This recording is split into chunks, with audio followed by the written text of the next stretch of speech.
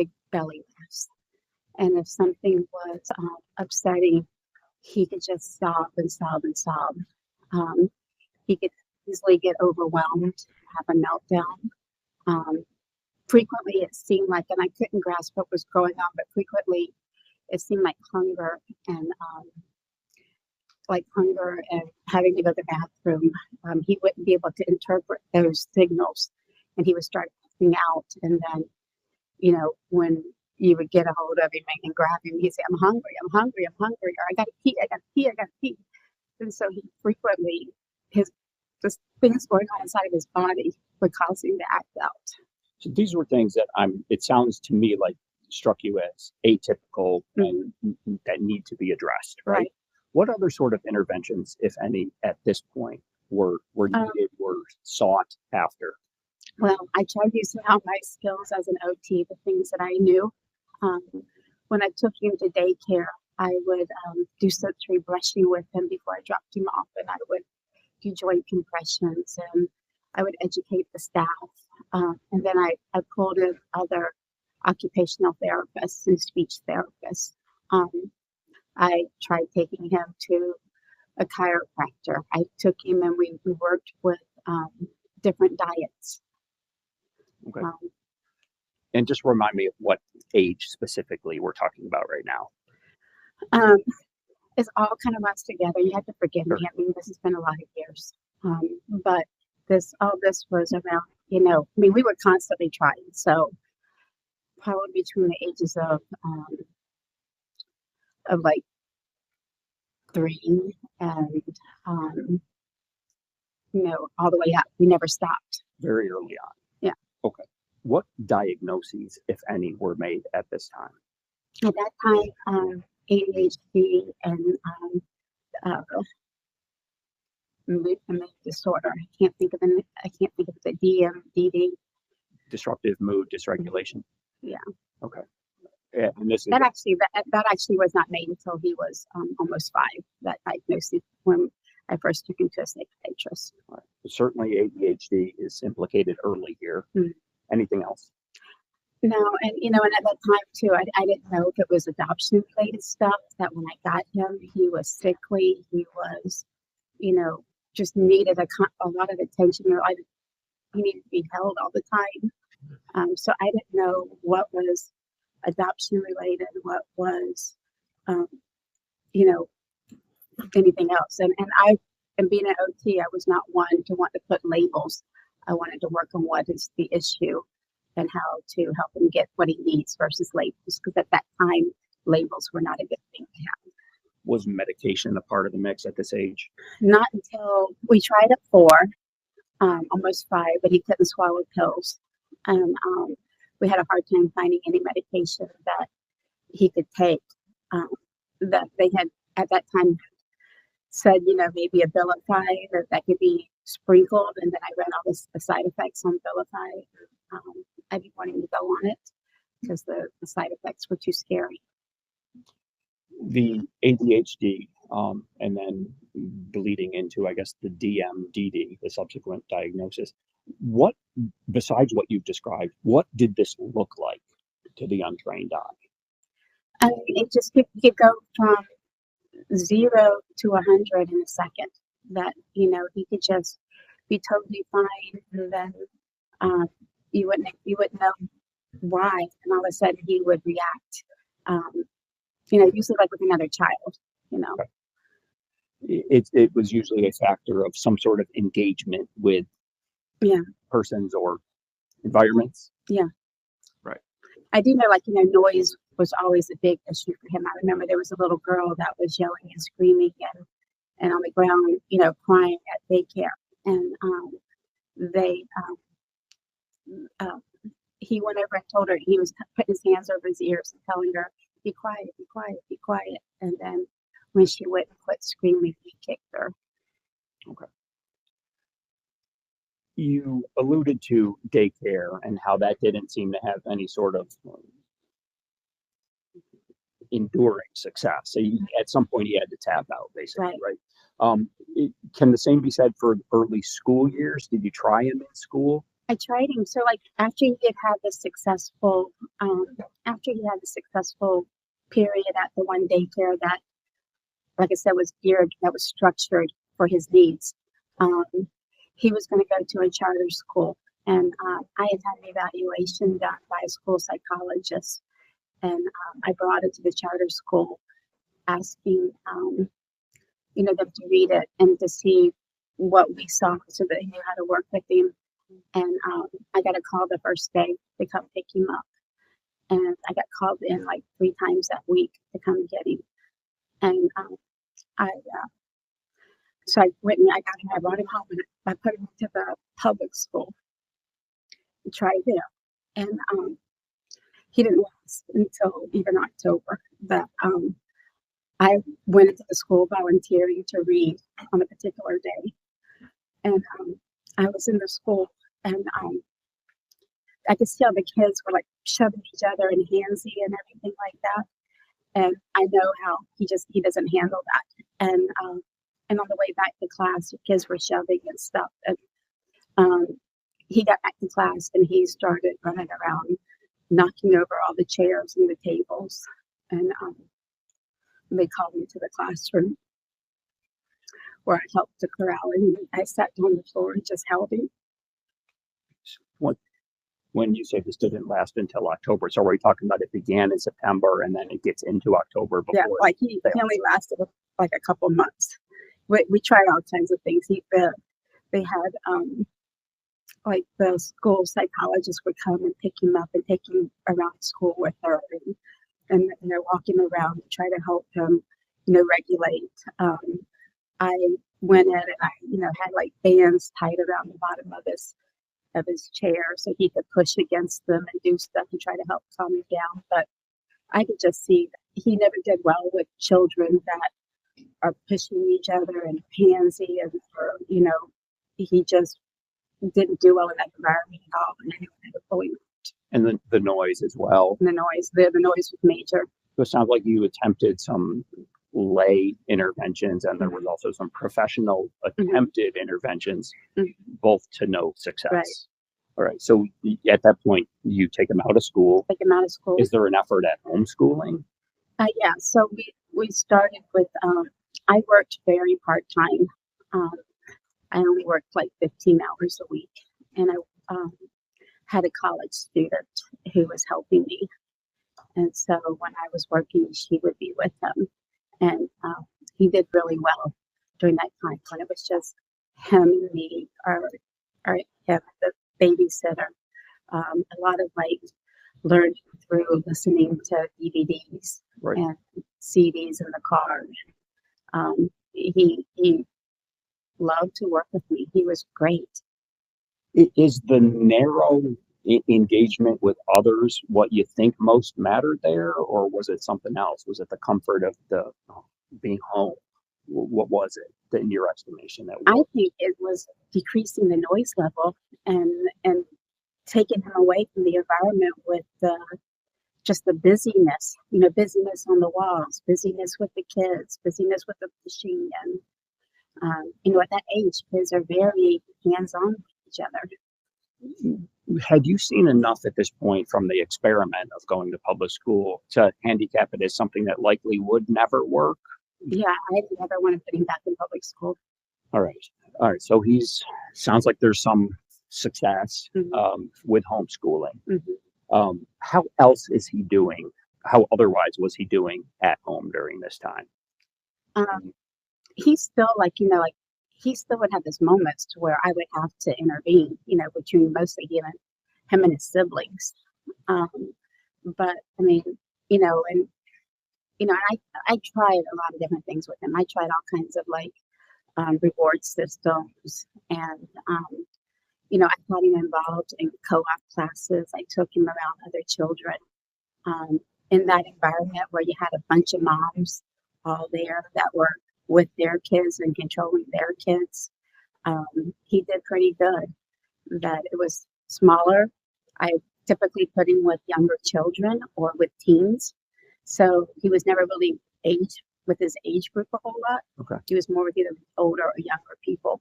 And then I picked classes that he was interested in versus something that would be difficult for him to be with the others. Sure.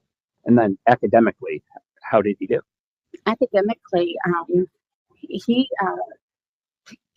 so he definitely has the strengths that he was reading before he turned 4. He could write complete sentences. He became fascinated with the dictionary, that his vocabulary quickly surpassed mine. He was constantly reading, and he and I could get him to sit down and work for me, and he did great. Now, during these years, let's call them the early homeschool years, are there still medical interventions, medication, counseling? Is there any of that in play at this point? Not so much counseling, but taking him to again, continue with occupational therapy. I became certified in therapeutic listening. I would use therapeutic listening device with him, continuing taking him to somebody who counseled us on the nutrition and what to put into his diet and not put into his diet. With the chiropractor, we kept trying all kinds of things during that time. Were there any additional diagnoses beyond ADHD and the DMDD at this point during these years? I think anxiety and OCD also got added in during that time. Okay. And it might seem obvious, but what did that look like to the untrained eye? One of the things that he was doing all the time is he was constantly picking his skin. He would pick his skin to the point to where he would bleed. He just was always really anxious. Like he had to know what we were doing before we did it, and just, you could never do anything by surprise. He always had to know things ahead of time, what was going to happen. He had a lot of fears. He was afraid of flies, and the sound of flies would drive him insane. He was afraid of stickers on bananas. He was afraid of if there was a sticker on the floor, or if there was my daughter had these little black rubber bands. If they were on the floor, he was afraid of them. So he had a lot of fears. And so what interventions are on offer there besides not buying bananas? I mean, how do you deal with that? I thought a lot out of the box, and I would do stuff like try to find something that was a reinforcer for him to earn by. I would put stickers on the floor, or I would put rubber bands on the floor, and try to get him you can earn this if you can pick up this many stickers, or if you can pick up this many rubber bands, but kind of along those lines. It sounds like a very specific knowledge of Brendan is necessary to kind of modulate all this, right? Is that fair? Yeah, absolutely. What about autism? Mm-hmm. When was he diagnosed?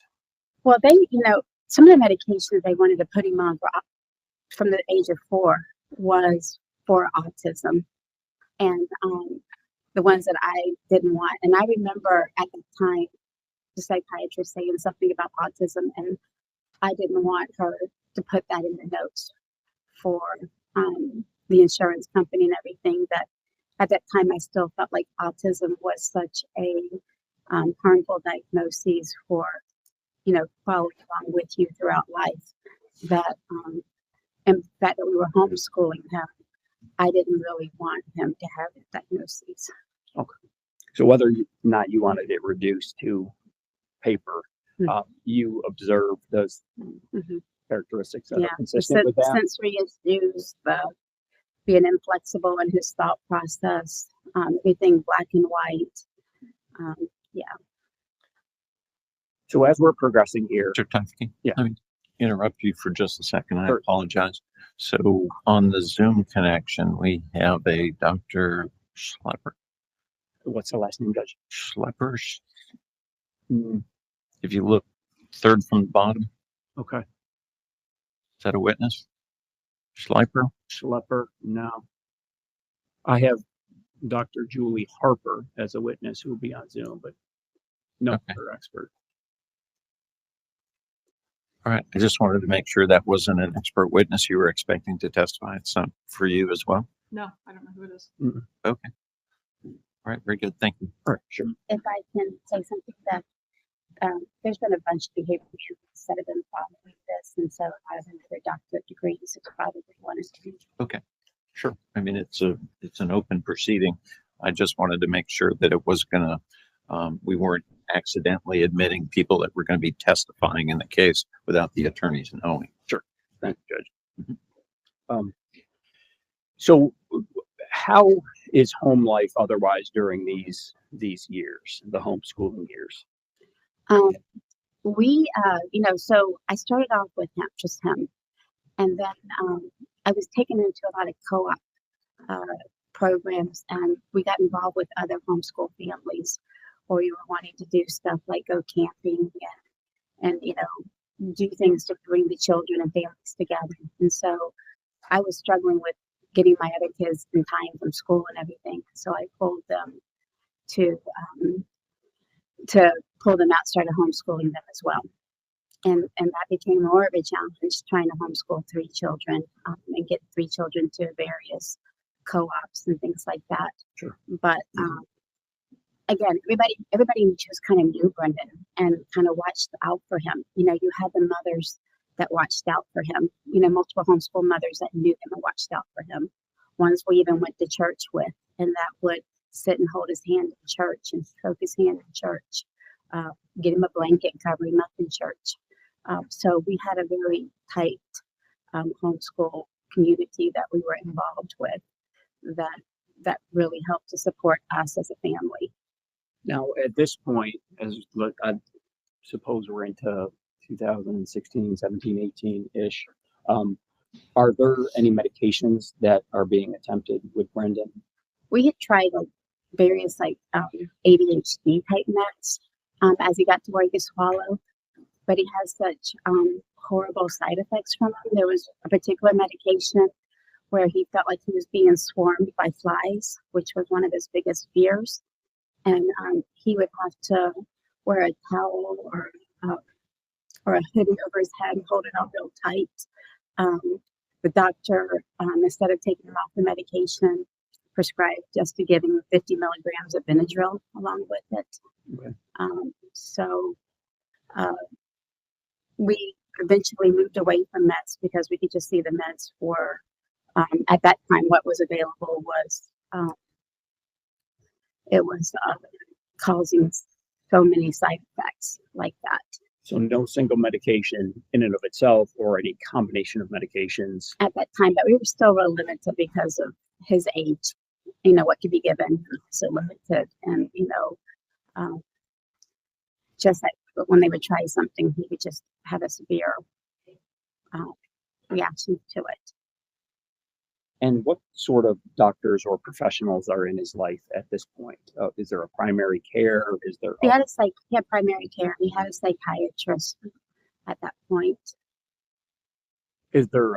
Was he ever prescribed by the psychiatrist any sort of medication, antipsychotic medication, anything like that? Yeah. So in 2017, my family went through major crisis. I had avoided all of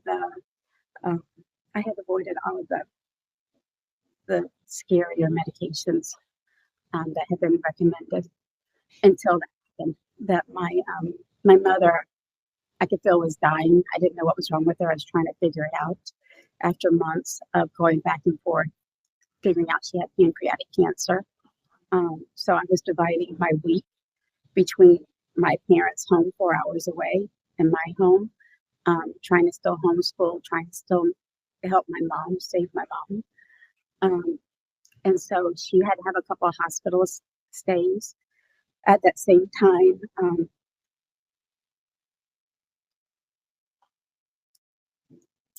At the same time, my daughter, uh, she had a mass in her brain, and she had to have emergency surgery to have it removed. And this is 2018, 17. Yeah, 17, 18. It was all just kind of back to back. And after her surgery, she was more impulsive, and so I agreed to put him on the medications that I had avoided. A lot of challenges on the home front. And it sounds like you're trying to manage the best you can. And some part of that mix is attempting some medications with Brendan. Mm-hmm. Now, was that to any success or no? No. So with these medications, like you can't just like stop anything cold turkey. Everything has to be weaned on and weaned off. Sure. And I saw, when we were going through this, and I was calling for Baker Acts because the medications weren't working. I went back and I looked, and over that time period, he was on 17 different cocktails of medications because of all of the professionals involved.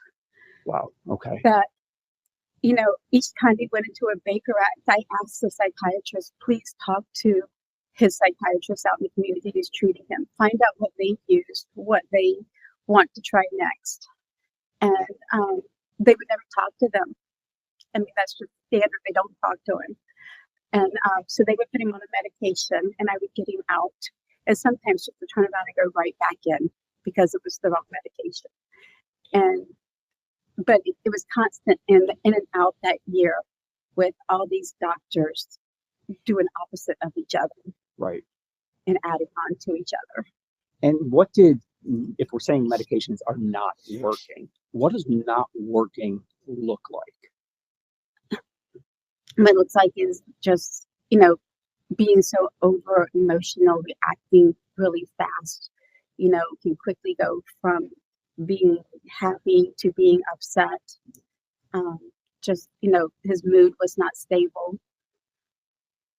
Was there also, were there also additional diagnoses at this time of oppositional defiant disorder, intermittent explosive disorder, et cetera? It depends on, which every time you go into a crisis, that doctor would throw on another label. Okay. But those were on offer at this time as well. And it sounds like you're describing there's a behavioral reflection of these disorders, right? Yeah. Is aggression any part of that? Absolutely. Aggression is a part of it. Okay. Do you feel like you've learned a thing or two about these disorders in your? Yeah, and I think I've learned what I was doing wrong and what I can do differently now. Okay. That, at that time, I was not able to regulate my own emotions, that I was dealing with so much between my mother and my daughter. Right. I was overwhelmed, and I couldn't, when he would ratchet up and he would escalate, my emotions would escalate. I could feel my heart pounding. I could feel, struggling with, how to get the situation in hand, especially seeing as my daughter was recovering and her brain was so fragile, that I was just, I was trying to manage the best I can, and I was failing. And if we're talking narrowly about aggression or anger, or maybe just overly emotional, do you fear that can be mistaken to someone by someone who doesn't know them as just aberrant behavior? Oh yeah, because I mean, somebody with autism looks just like you and me. We think you can't look at somebody and say that person doesn't look like they have autism. And so, and it was another thing, like when it would happen out in public, that he has two white parents and we have a black child, and the fear when we were out in public that people would think that we're kidnapping him, or that something. I always had fears. What have you done specifically to educate yourself about autism? Well, I mean, throughout the years, I continued, you know, like I said, I took classes uh, in therapeutic listening and early on and did these kind of things. And those things worked with him while he would let me use them with him. I since then, uh, my specialty is not autism as an OT, um, but I have access to all the courses that therapists and um, even psychologists have. Okay. And so I've been taking courses. I took a master class in autism. I've taken training and helping your clients with emotional regulation. I've been reading all kinds of books on polyvagal theory and on internal family systems. So I've been spending my time educating myself further. Does that education, what you've learned about autism, help inform how you view behaviors? Oh, absolutely. That what is going on below the surface, what need is not being met, and what is he trying to communicate? You had mentioned Bigger Rocks. When was that first done? Those were first started, I believe, in 2018.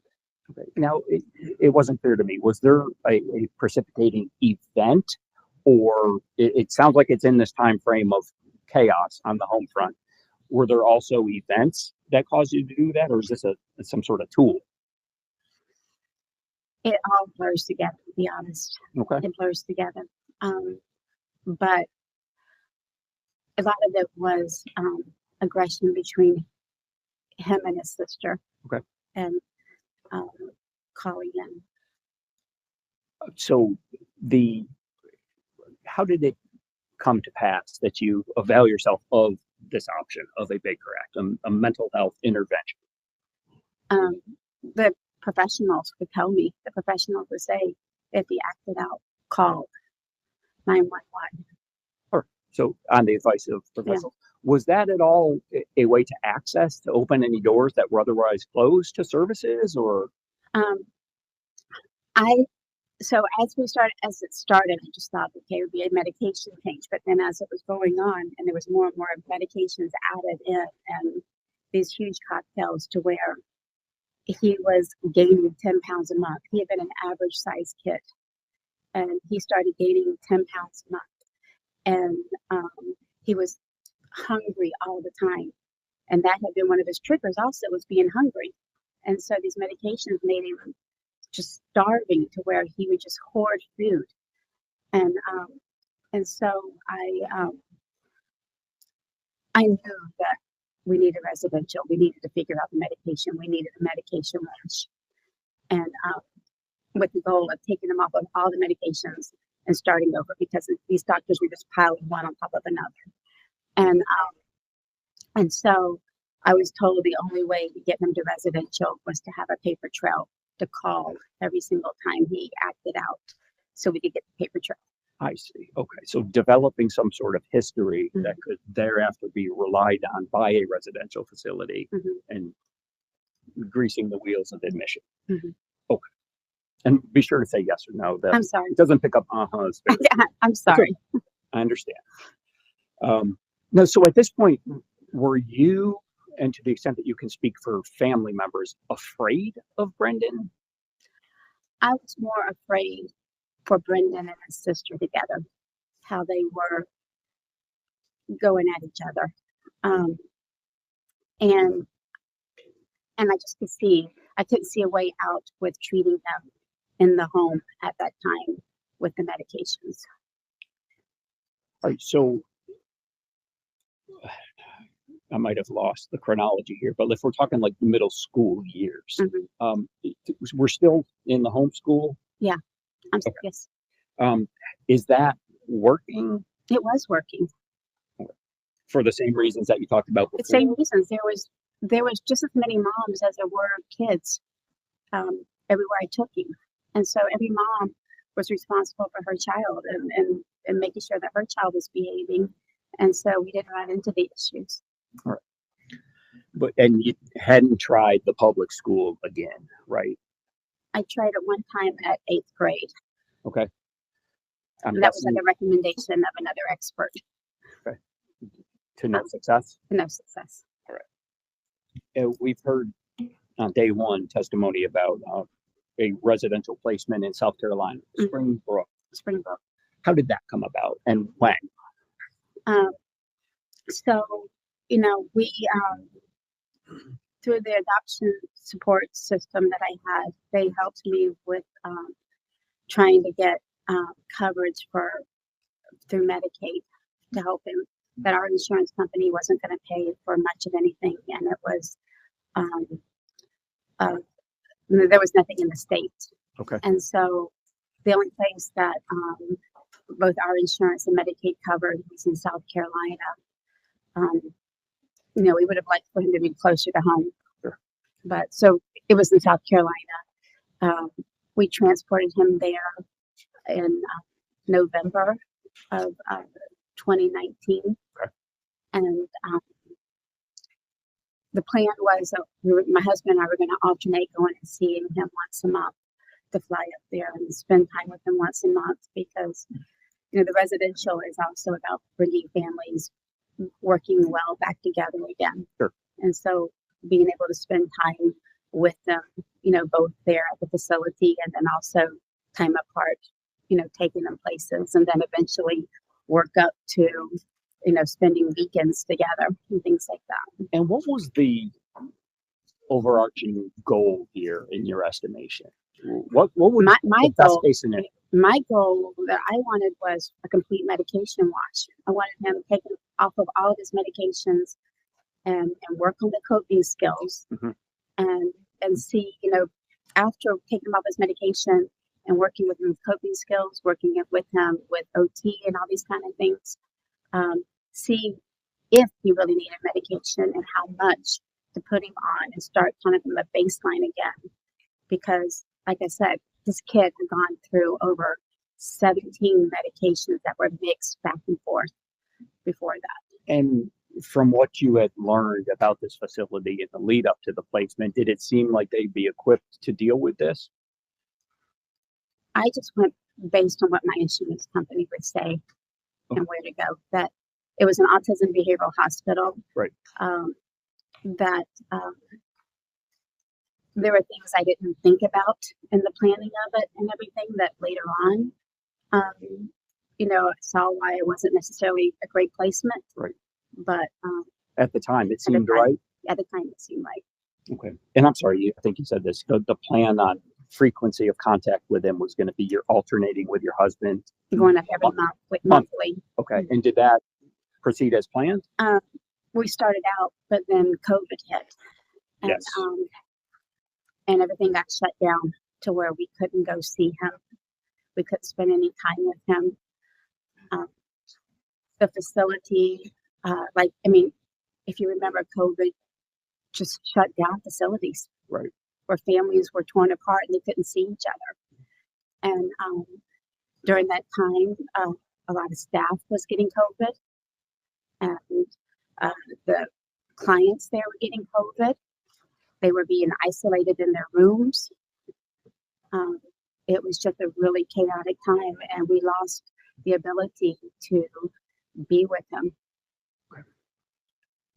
Before that, Mhm. and that certainly sounds like a significant point in time. But before that, was there any sort of assessments of his progress? Any feedback you were getting? How was he doing? I know, I think like in the first month that he was there, they talked about he had a hallucination that he was seeing something and saying, no, keep it away from me, keep it away from me. I know his behavior was enough to where though we could go and take him out. My aunt and I would drive to see him. We went to Atlanta, my aunt and I would go and see him, and we took him to the zoo. But again, he always did well when he was with a trusted adult. So So it sounds like some degree of progress, Mhm. perhaps. COVID, that limits your contact or eliminates Mhm. family contact. Mhm. It throws the staff into disarray, and it sounds like it further isolates the people that are residents. Mhm. Okay. After that, so it sounds like things probably changed. How did it look after that? Did he remain at Springbrook? Oh, so the original plan would have been for him to come straight back home from Springbrook had it gone according to plan. Okay. Had we been able to go and do weekends and spend time with him, and we would have gotten an Airbnb and stayed with him even for like a week up there, he would have come home. But because we didn't have that, we felt like we needed a step down. So that plan would be for him to step down and then come home. The Medicaid case manager had recommended connecting with APD and using a group home as a step down. Agency for Persons with Disabilities. Yes. So based on that recommendation, is that the next step? Is that where he goes to a group? That was the next step. And then while all that planning was going on and everything to even further cement that was what was going to happen, my husband suffered a massive heart attack, and we were dealing with his health as well. If we can just back up 1 minute to Springbrook. Do you feel like they ever got that medication combination correct, or was it still there's something off about No, he was still off. He was still off, and again, I mean, it was just such a time. I mean, COVID was such a factor in all this. But no, they never did the medication watch. They never took him off of all those medications. They just added to it.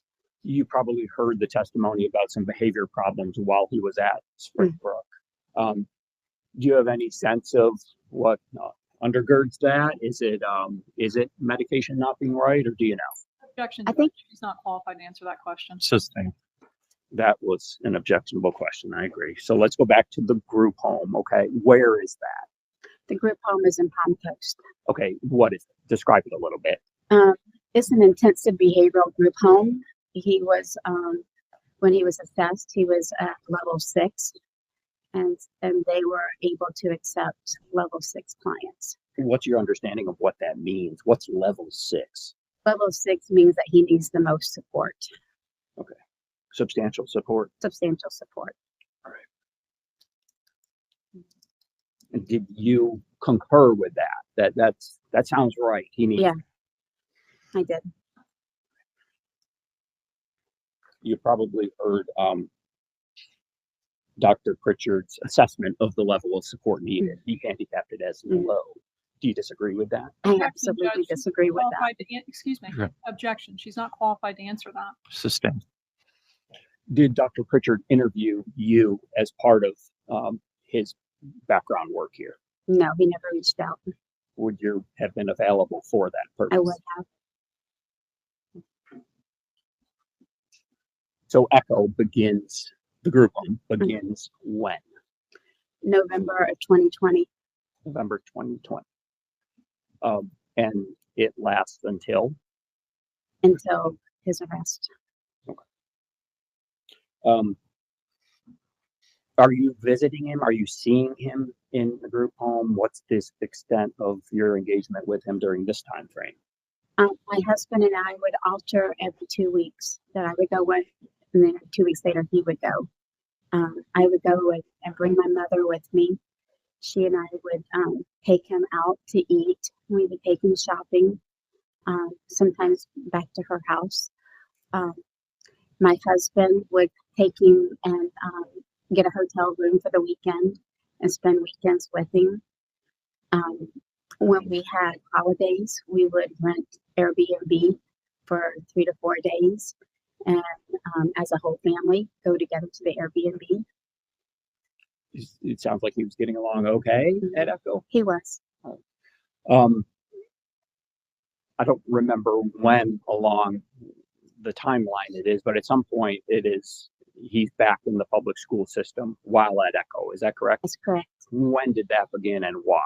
So when ECHO accepted him and I met with ECHO and everything, they told me that he would have to go to a public school, and I I was terrified of that. I didn't want to go into public school, but they force all of their um, clients to go to public school, and they have like 8 or 9 group homes. So it's a requirement to even be a resident. It is. It's a requirement to be a resident, and they assured me that they worked well with the public school, that they were within 10 minutes if they needed to be called. It took, he moved there in November. It took the school system until March to place him. What were your concerns about public school the same as we've already talked about? It is that he easily is overwhelmed and needed substantial support. Okay. Echo sounds like tries to give you some assurances that say, wait, we have a support team on standby. They did. Okay. So the public school experiment begins when? I'm sorry. In March of 2021. In March. Okay. Otherwise, at Echo during this time frame, was he doing okay? Is the feedback still decent? They were managing him. I mean, he definitely in the beginning when he first went there had more behaviors where they had it restraining. But then he would go through periods where he would do okay. But there was a definite progression in doing better. Like when he first started out there, he needed a lot more restraints. A lot more restraints. Okay. And then he needed less as time moved on. Did you feel that, if he's going to be in public school, did you feel that their assurance to you that they were right on standby? Did you feel that was a very important measure to have in place? Yeah, I even asked if somebody from Echo could go to school with him. My preference would have been as an Echo staff member attending with him, but I was told that wasn't an option. But again, my hands were kind of tied. This is the place that accepted him, and this is what they told me was going to happen. Okay. At this point, what about, are there additional medical doctors in his life? Are there additional diagnoses? He had a psychiatrist that met through virtual, because again, remember COVID. So everybody was doing virtual then. So he had a virtual psychiatrist. And, Echo set him up with a primary doctor. It sounds like we've talked about several diagnoses. Oh, I'm sorry. already. And then also he had a private therapist Private therapist. Okay. that met with him weekly. Okay, and who is that? Tanya Gilchrist. Right. Okay. Besides what we've already talked about as far as the actual diagnoses, are there any additional at this point? Not that I'm aware of, but I mean, like I said, every single time you met with somebody, they added a new diagnoses to the mix. Is there any progress on the medication front? Is it getting closer to right, or is it still just off? So Echo was the one that would meet with the psychiatrist in Brendan because of the telehealth. So they would tell them what was going on. And I know the doctor was switching things back and forth. But I do know that he still was on 6 psychiatric medications. Is there at Echo itself, there's a counseling component to it? Yeah, they have a one-on-one? behavioral analyst, and Okay. so they had behavioral goals. The technicians that worked there, they were trained in how to manage his behaviors. They were trained in how to de-escalate. Okay.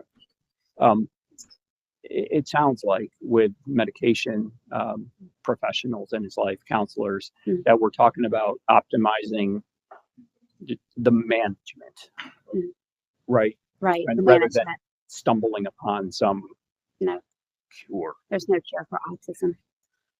All right. While in the public school system, he is there is an IEP, right? An individualized education program put into place, right? Correct. When was that? Well, he had to have one before he could start school. So the first one took place in March before he started. Okay, and you're a participant in this process as I a was. parent. I was. And what do you understand an IEP to even be? An IEP is a document that is federally mandated through the IDA, which for him was like, in layman's term, for him that was what supported his disability. Okay. And it was documented his strengths and his weaknesses and where he needed help. And then frequently there's a behavioral plan attached to that. Okay. A requirement under federal law to provide targeted intervention services plan. Okay. And the IEP process, because it is individualized, tell me a little bit about the process. You're a participant. Mm-hmm. What are we talking about in those meetings? So anybody involved in his care is in the meetings. That Echo would have 3 or 4 people there at the meeting. I was there. His private therapist was there.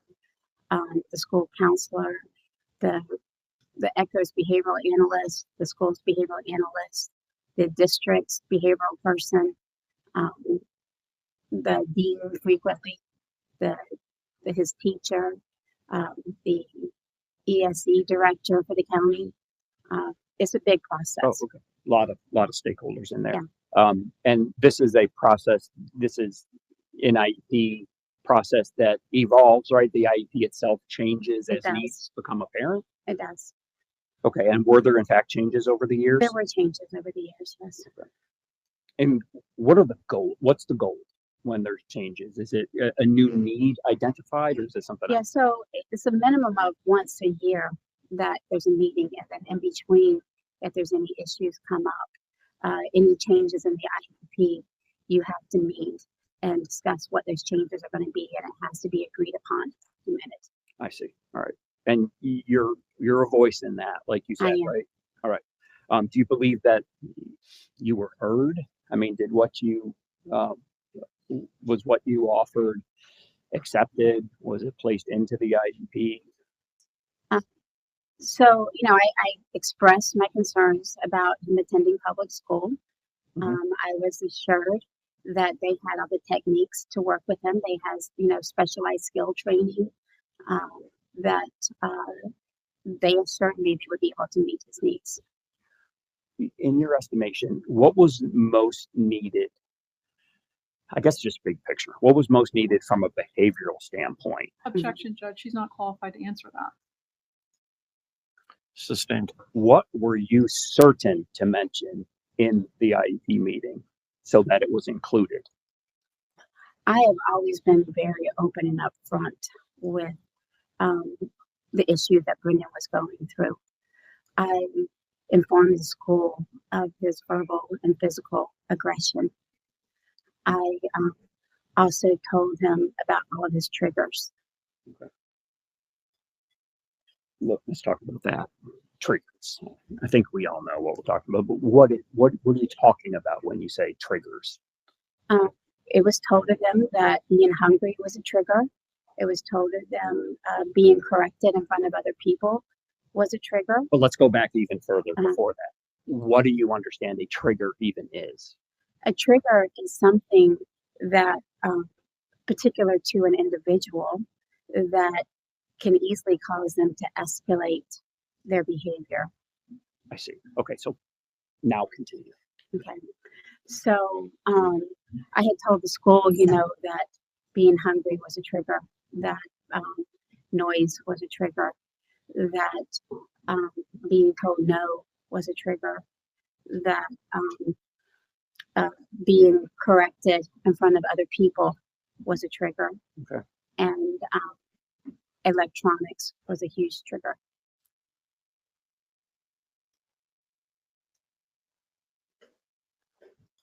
And the IEP in turn seeks to take into account what triggers are and approach them from a certain That's angle. correct. All right. There's also a behavior plan that I don't know if it is in the IEP or it's incorporated into it, but that's part of this, correct? A separate document. It's a separate document that's part of the IEP. Okay. And are you part of whatever process produces that document? The school's behavioral analyst is the one who formulated the document, and then we had to read it and agree to it. Okay, so you've read it, you're aware of its I am. contents. All right. And were there also multiple behavior plans There were, throughout? as time went on, yeah, if a new behavior needed to be addressed, then they would call a meeting and add it to it.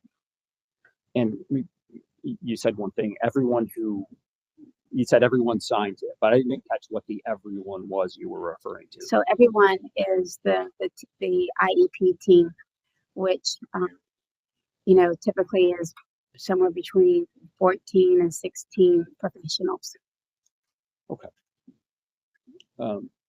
They have an opportunity to review it, and in fact, must review it because Correct. they're signing it, right? Correct.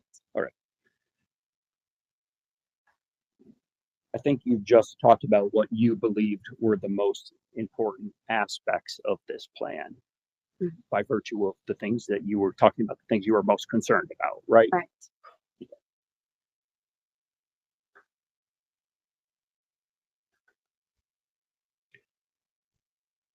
And there are preventative strategies They're that are part of the behavior plan They're all and hence part of the IEP, right? correct. What you've alluded to a few, but what other preventative strategies are important here in your estimation? May I read what was on there? I certainly don't mind. Are you reading from the behavior plan? It's admitted into evidence, Judge. I don't know what she's reading from. I don't know what she's reading from. If she could show us. Would it be the behavior plan?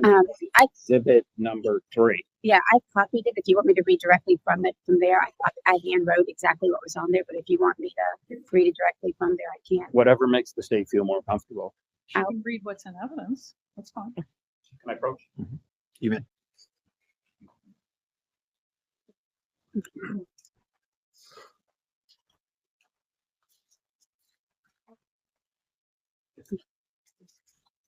All right, I handed you the aforementioned behavior plan. Preventative Strategies we're talking about. Preventative correct? strategies. Use humor with Brendan and build a positive rapport. Avoid negative corrective statements even after behaviors targeted for reduction have occurred. Do not talk about his behaviors in front of him. Avoid correcting, reprimanding, or redirecting Brendan in the presence of peers, as student has a history of becoming verbally aggressive and defiant when approached this way. Emphasize with Brendan, I can see you're frustrated. Is there something I can help you with? Do not take comments personally and use plan ignoring. Use a token economy and allow him opportunities to earn tokens. Remind him of the strategies he can utilize to cope before transitioning into activities and locations. Example, remember, if you need one, you can ask for a break. Reduce transitions across school setting into locations such as the cafeteria, as peers easily trigger severe behaviors. That is just a few of the 25 that were on here. Okay. Well, here's another one here. Utilize a calm, neutral tone of voice when communicating with Brendan across all settings and situations. You believe these to all be important directives? Absolutely. Absolutely. And is your assessment of their importance based on your firsthand experience with him and employing those strategies? It is. And employ those strategies.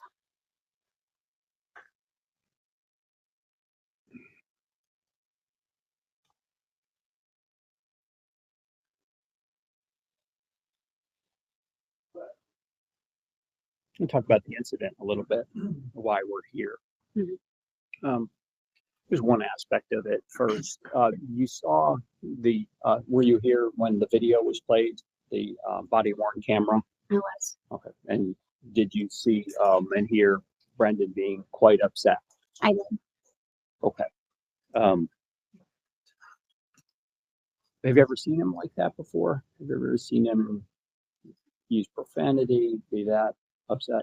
I've seen him use profanity when he's upset, and I've seen him say things like, I'm going to kill you when he's upset. Um, all very transient. Do you, if you've experienced this Mhm. before, something like this before, um, let's start with I'm going to kill you. I'm assuming that was never followed through on, right? Never.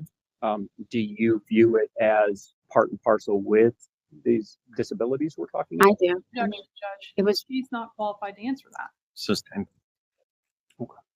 There's a manifestation meeting that's held in the wake of this. Is that correct? that's correct. All right. What is, for starters, your understanding of what a manifestation meeting is? My understanding is that when a behavior occurs in the school that a typical student just could could stand before discipline for possibly suspension, expulsion. That the student with an IEP and a disability, there is a manifestation meeting where all of the team members come together and discuss the incident, discuss his behavior and his responses, the staff's responses, to determine whether or not the behavior was a manifestation of his disability. Because if it is a manifestation of his disability, the school cannot expel. And it all the aforementioned persons Mhm. we talked about, they're all part of this as well, There were 14 professionals in that meeting. the manifestation meeting. Yes, there And were. when, just roughly, was that held? That was held, I wrote it down.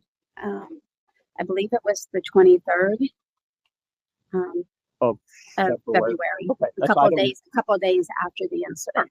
That's what I was getting at Yeah. there. Shortly thereafter. So is there discussion in the manifestation meeting of how the offense unfolded? Like who's, There was Okay. all what had occurred. and who is there a chair? Is there someone who's leading that discussion, or where is this information generally coming from? I don't recall who chaired it. It's in the documents. But I just know like the people that were present.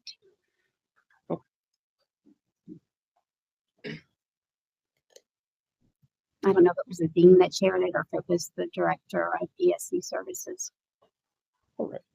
And then there is a conclusion drawn, a manifestation determination review Correct. conclusion. That's correct. And what was the conclusion here? That the behavior was a manifestation of his disability. Okay. And that is reduced to a document, correct? It is.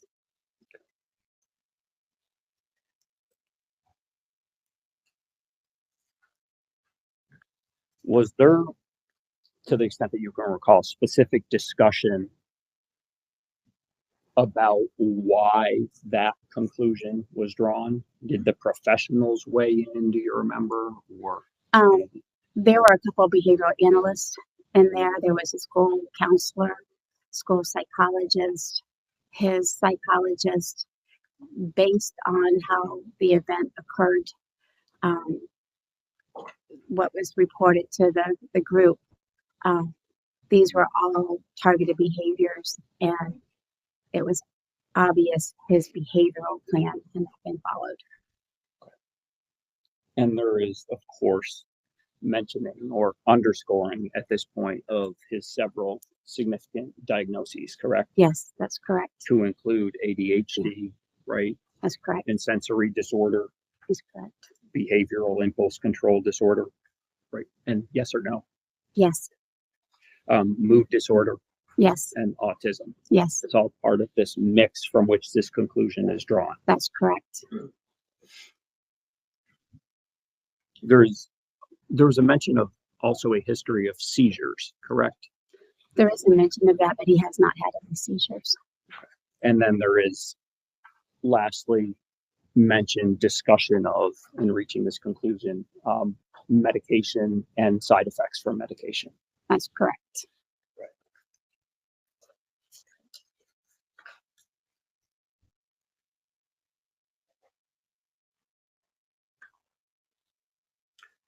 Do you have any way of assessing his emotional maturity? Objection. She's not qualified for that either.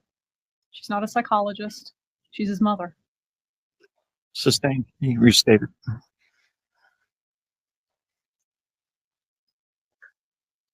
He's been in your life since he was how many months old? 5 months old. And you've seen his physical, emotional development, correct? That is correct. Okay. As a result of that years of experience with Brendan, do you have a way to handicap or assess his emotional maturity? Objection, Judge. She's not a psychologist. She's his mother. Sustained. Okay. I do have reports. Objection. What about just his sophistication? Mhm. What can you tell us about that? Well, I could tell you that, he's always had difficulty with making friends. He had difficulty with sharing and cooperation and following rules. All the things that I typically, I'm trying not to, It's fine. things that I typically would see with my younger clients. Younger than 18 years old. Correct.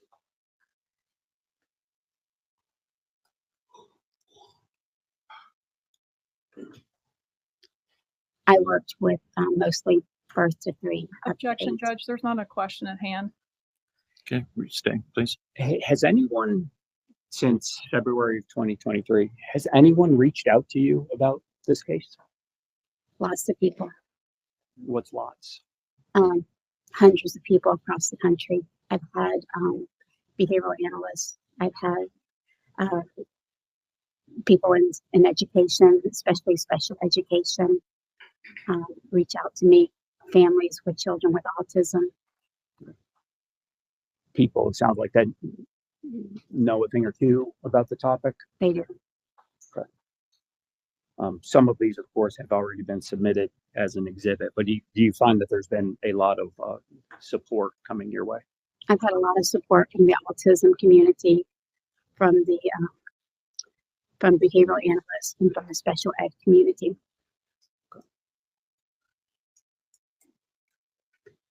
The of Florida also reached out to me. All right. The state of Florida wants to put Brendan in prison. Do you think that's a good fit? No, I don't, Why? because I don't think he'll survive prison. That he's either going to be kept in confinement or he's going to be put in general population. He spent 6 months in confinement in Jacksonville, where he was allowed out 1 hour a day. What's wrong with confinement? It's not good for mental health. That's a well-known, that confinement is not good for mental health. Not to spend 6 months in a row where his medications were stopped cold turkey. Each time he ran out of the medication, the jail wouldn't reorder it, and they just stopped his medication cold turkey. He went through withdrawals and isolation. Why wouldn't general prison population be a good fit then? General population is not going to be a good fit because the inmates, they see that he's different. And they see that he's different, and they are either going to use him to accomplish things that they want to accomplish by Objection, trying to be Judge. his friend. Objection. She has no foundation for this. She doesn't work for the Department of Corrections. She's never worked in a prison system. She has no basis for her opinion. Sustained. Do you feel he would be vulnerable in the Department of Corrections? I do.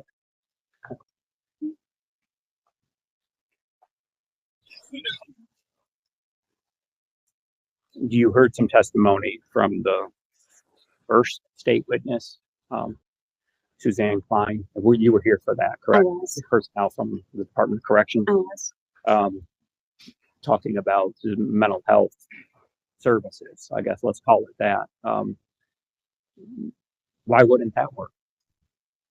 Objection, Judge. She is not a psychologist. She can't render treatment for patients. She doesn't know what would and would not work for a mental health patient. Mr. Tyson, you're going to have to establish a better predicate than That's that. fine. Sustained. Did hearing the testimony of Suzanne Klein allay all your concerns? No, it did not. Did it allay any of them? No, it did not. You fear that Brendan might not even survive. Objection as to leading. Sustained. You- Restate. You testified that you fear for his very survival. I do.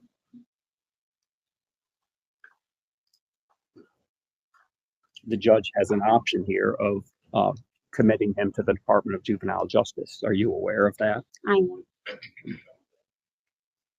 Do you feel differently about a commitment program to the Department of Juvenile Justice as opposed to the prison? I'll be honest that I've researched prison a lot more than I have the juvenile justice.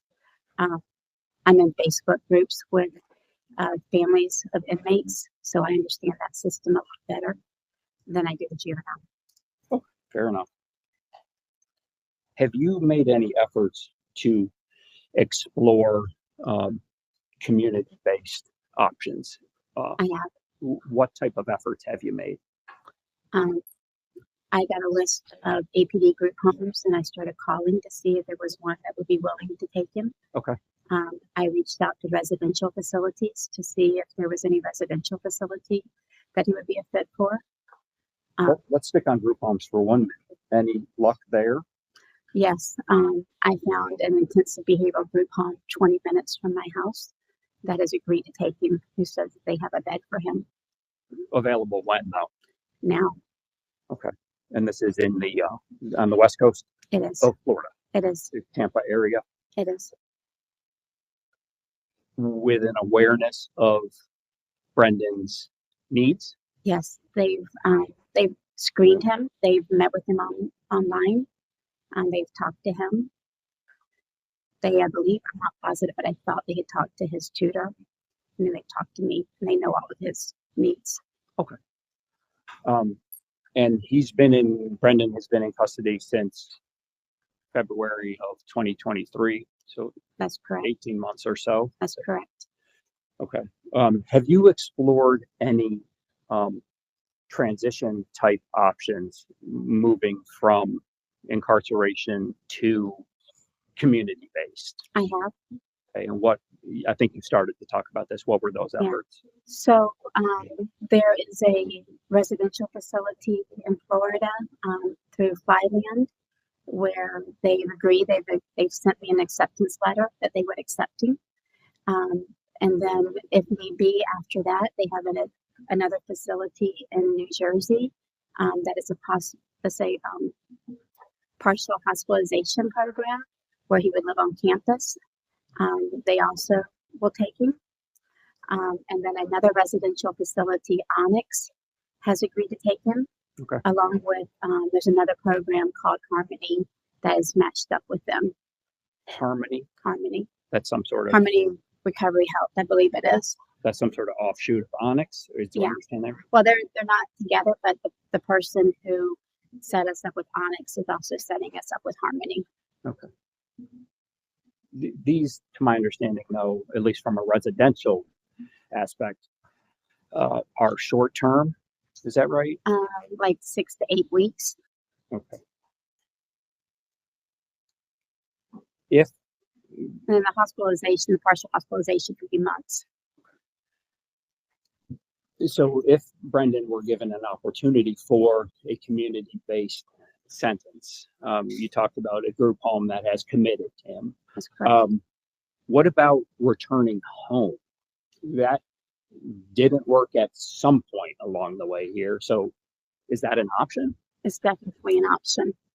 We want him to come home. Okay. What's different? One is we're not in the crisis that we were in before. Things have kind of settled down a little bit. My daughter doesn't live at home anymore. I've taken more classes, and this last year and a half, I have walked through so many fires, and I've come out stronger to where I talk to Brendan every day. And when Brendan and I talk, if he's upset about something, he calms down by the time we get off the phone. The periods when he was in jail, when there were some behaviors, were periods where he was kept away from me, that he didn't have access to a phone for weeks. And that was when some of the behaviors occurred. I feel like Brendan and I have such a bond, and that I think that Brendan will do well with me. And he'd be welcome home at this He point. would be welcomed home. How else might that be structured? What other adults would be in his life? My husband is there, as well as my 24-year-old son. Okay. And my husband and I both work from home.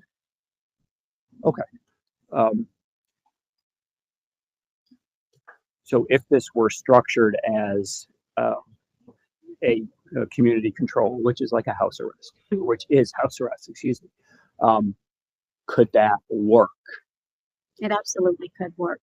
That, like I said, my husband and I both work from home.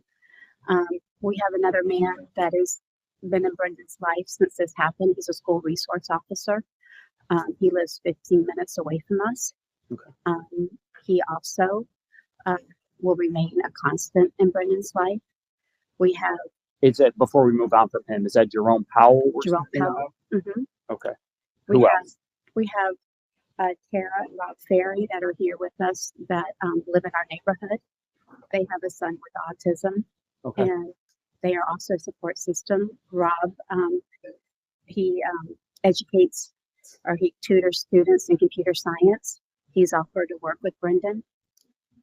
Okay. So far, these aren't just hypothetical adults in his No. life. They're in. They're in his life. He talks to Jerome pretty much daily, Okay. sometimes multiple times a day. You're familiar, of course, he's working locally in the school with his teacher, Eugene Lopes, correct? Would there be any continuing engagement there possible? I would hope so. I hope that Gene will remain in our life forever. Okay. Any other adults there that could have some sort of meaningful impact here? We have Peggy and Doug Harwood that were here last time Okay. that helped with homeschooling Brendan. They also are a fine Christian family with strong faith who couldn't be here today, but have written a letter in support of Brendan that they also will remain in his life. Everyone will be part of this apparatus if it comes to that. Everybody wants the best. My entire family is here supporting us. Let's go back to Jerome Powell for a minute. Is that also a placement option? Jerome has offered to take Brendan. He wants to take Brendan. He feels led by God to be in Brendan's life. Jerome has worked as a paraprofessional, and he has worked as a school resource officer, and he has a son with autism. He's married to an RN. They have committed to being in Brendan's life. Do you feel that this number of people, and perhaps more, this number of people can allay any concerns for public safety that might be held? I think we can, because Brendan's always going to be with one of us. He's not going to be out in public on his own. He will be with one of us. And do you envision continuing to, pull the levers on medication and counseling, et cetera? I do. His therapist that's been with him for the last, since 2020, Ms. Gilchrist. Ms. Gilchrist said that she will continue working with him. Okay. She's talked to him a couple of times on the phone since he's been in jail, and she looks forward to working with him. And she's a therapist. She is a therapist. And that's her willingness to engage is based on knowing everything and having. She knows, she knows everything, but she's also my personal therapist. She's seen how I've grown over the last year and a half and she sees that we are able to manage Brenda and that she will remain a constant. She is a wonderful woman that's available at a phone call. As the judge decides what to do here today, is there anything else you feel he needs to know? Brendan has he's had a hard life. He started out as a foster care baby who struggled, and he's felt abandoned by his birth family, and he felt abandoned by us when I sent him to South Carolina. He struggles with autism and behavioral issues. But other than that year where we had just extreme chaos from medical stuff going on, I was able to manage Brendan because I knew Brendan and I knew his triggers and I knew his needs and his strengths. And I beg you to let him come home with me. I want my son back. Thank you. I don't have other questions. Let's take a break. That's fine. Okay. Let's take a 10-minute break. Court will be in recess 10 minutes. All rise.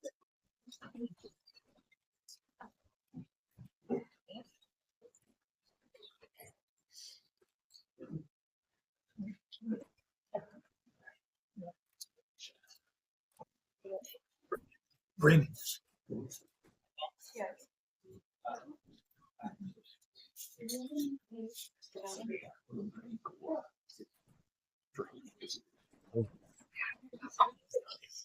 All right, good morning. Please be seated.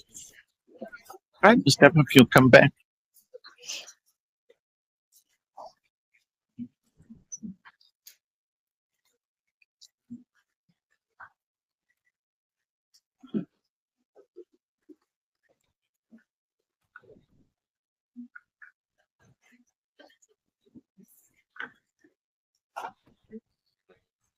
All right.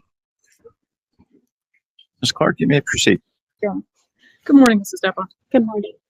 I need to go back through some of what Mr. Tyke had talked to you about. He kind of went through a timeline with you. It's my understanding that, as you've indicated, your son started the Baker Acts, 2018, was it? Yes, Okay. And eventually you moved him to Springbrook in November of 2019. that's correct. And he stayed there almost a year. That's correct. Okay, so he was out November of 2020 and then went into Echo here in Flagler County in November of 2020. That's correct.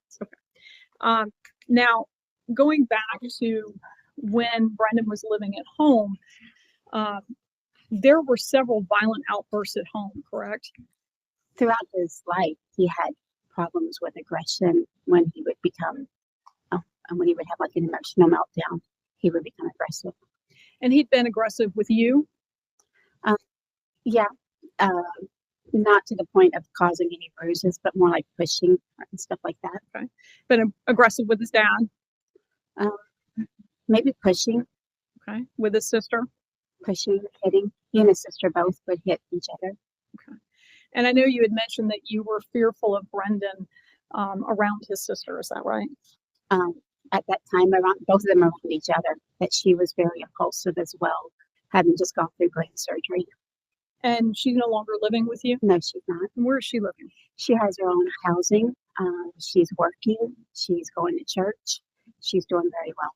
Okay. And how old is she? What's the age difference? She's 20. So she's what, about a year older? A little more than a year, about 18 months older.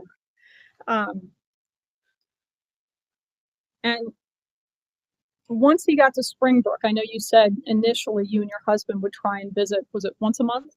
We were trying to, yes. And then obviously COVID hit and that disrupted. Right. Were you made aware while he was there some of the issues he was having at Springbrook? I was. And you agreed that this particular program, as far as you understood it, they specialized with autism. Is that correct? That's correct. And it was a residential program, obviously. It was. Because he was up in South Carolina. But even while he was there, were you aware that he had attacked the staff? I was. physically attacked them. I was. Were you aware that he was headbutting staff? I was aware. And I think he had punched the doctor multiple times. I was aware. Aware of that as well, throwing chairs, other objects. I was aware. And then you, as a family, decided to place him in Echo when insurance would no longer let him stay at Springbrook. Is that right? Correct. And he moved into Echo, you said, November of 2020. Correct. And I think you indicated the plan was that was going to be a short-term placement with the hope of him coming home. Is that right? That's correct. Okay.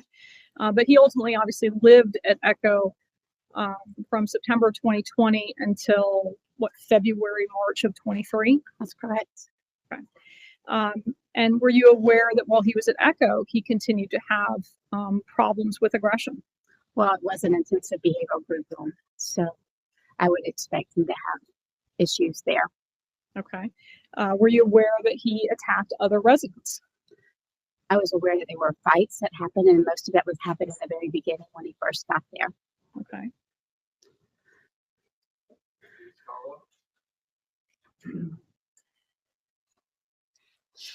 So were you aware in late August of 2022 that he had attacked a housemate physically and that it required attention from the nurse, the other housemate? No, I was not aware of that. Okay.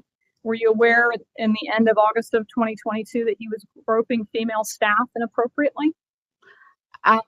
So what I had heard about that situation is that he touched the female staff in the car, I think, and said something along the lines of she was pretty or something like that.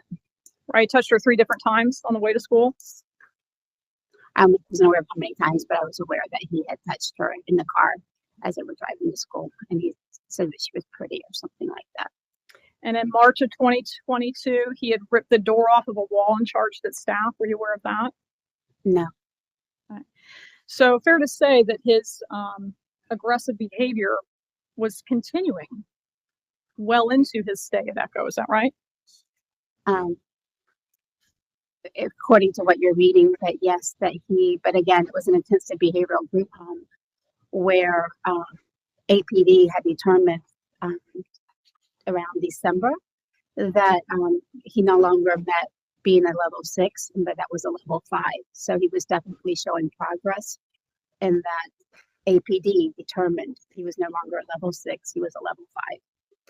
And you said that while he was staying at Echo, your family, I think it was you and your husband, would take turns and see your son about twice a month. Is that right? Correct. But you all never brought him home to visit. It was always you coming here. That's correct. And why was that? I asked him. I wanted him to come home and spend a couple of weeks with us in the summertime because I was hoping that would be a good transition to start bringing him home. I requested it of Brendan, but Brendan was afraid that it would make him too emotional to come home and then turn around and have to go back.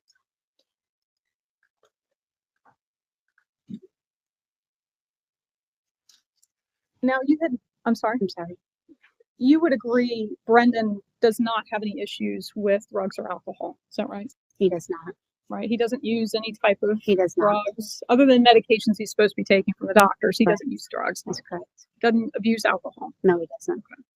And I know that you have tried to do some research for yourself to find placement for him. That's correct. And I think you mentioned 2 facilities. One was Flyland. Flyland. Okay. Yes. And you would agree that Flyland is primarily treatment for drug addiction. No, I thought so too. And when I reached out to my insurance company for things that they were sending me, and I said, most of what you're sending me is saying drug abuse and addiction. And they're like, no, they all the ones that we're sending you in these places, they have a whole mental health portion that's separate from that. So I verified that there was a mental health track that had nothing to do with addiction. Okay.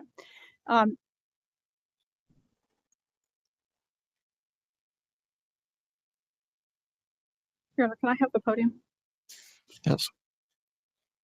There you go. Hold on.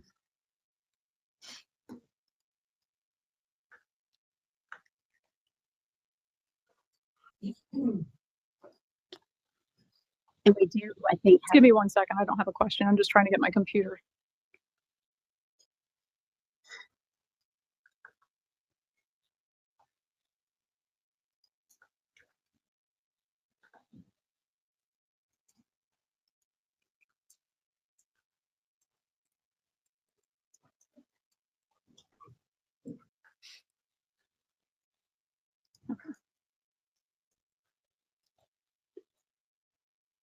Okay.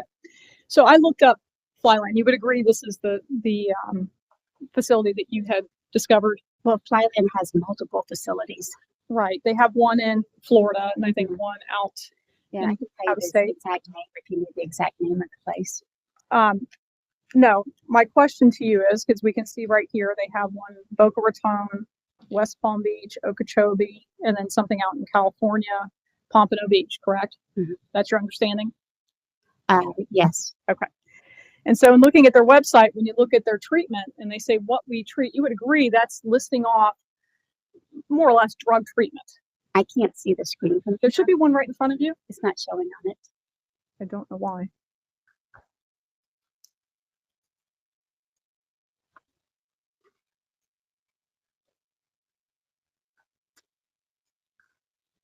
Is it working? It's starting to come on. It's Okay. loading. Let me know when it's up. Okay. Can I turn it? Sure, if it turns. I guess not. I have to look.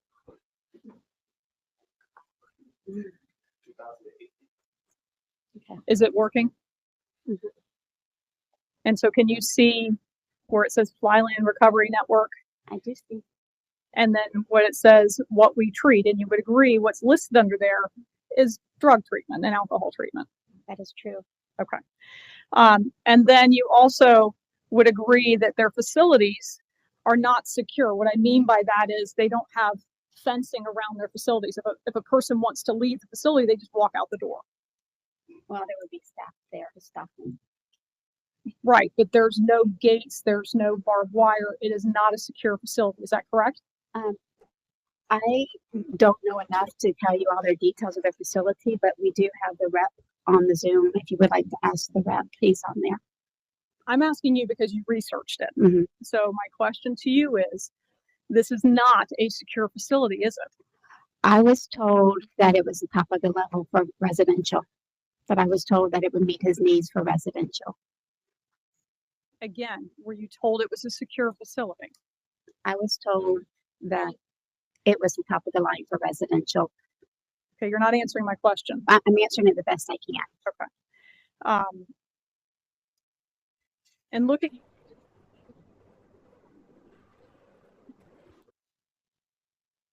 we can clearly see their facilities are not gated. Would you agree?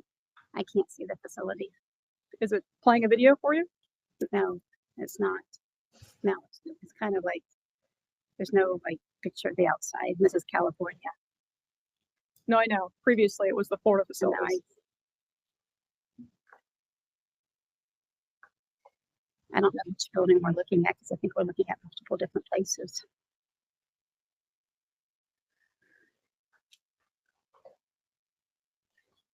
I see a wall.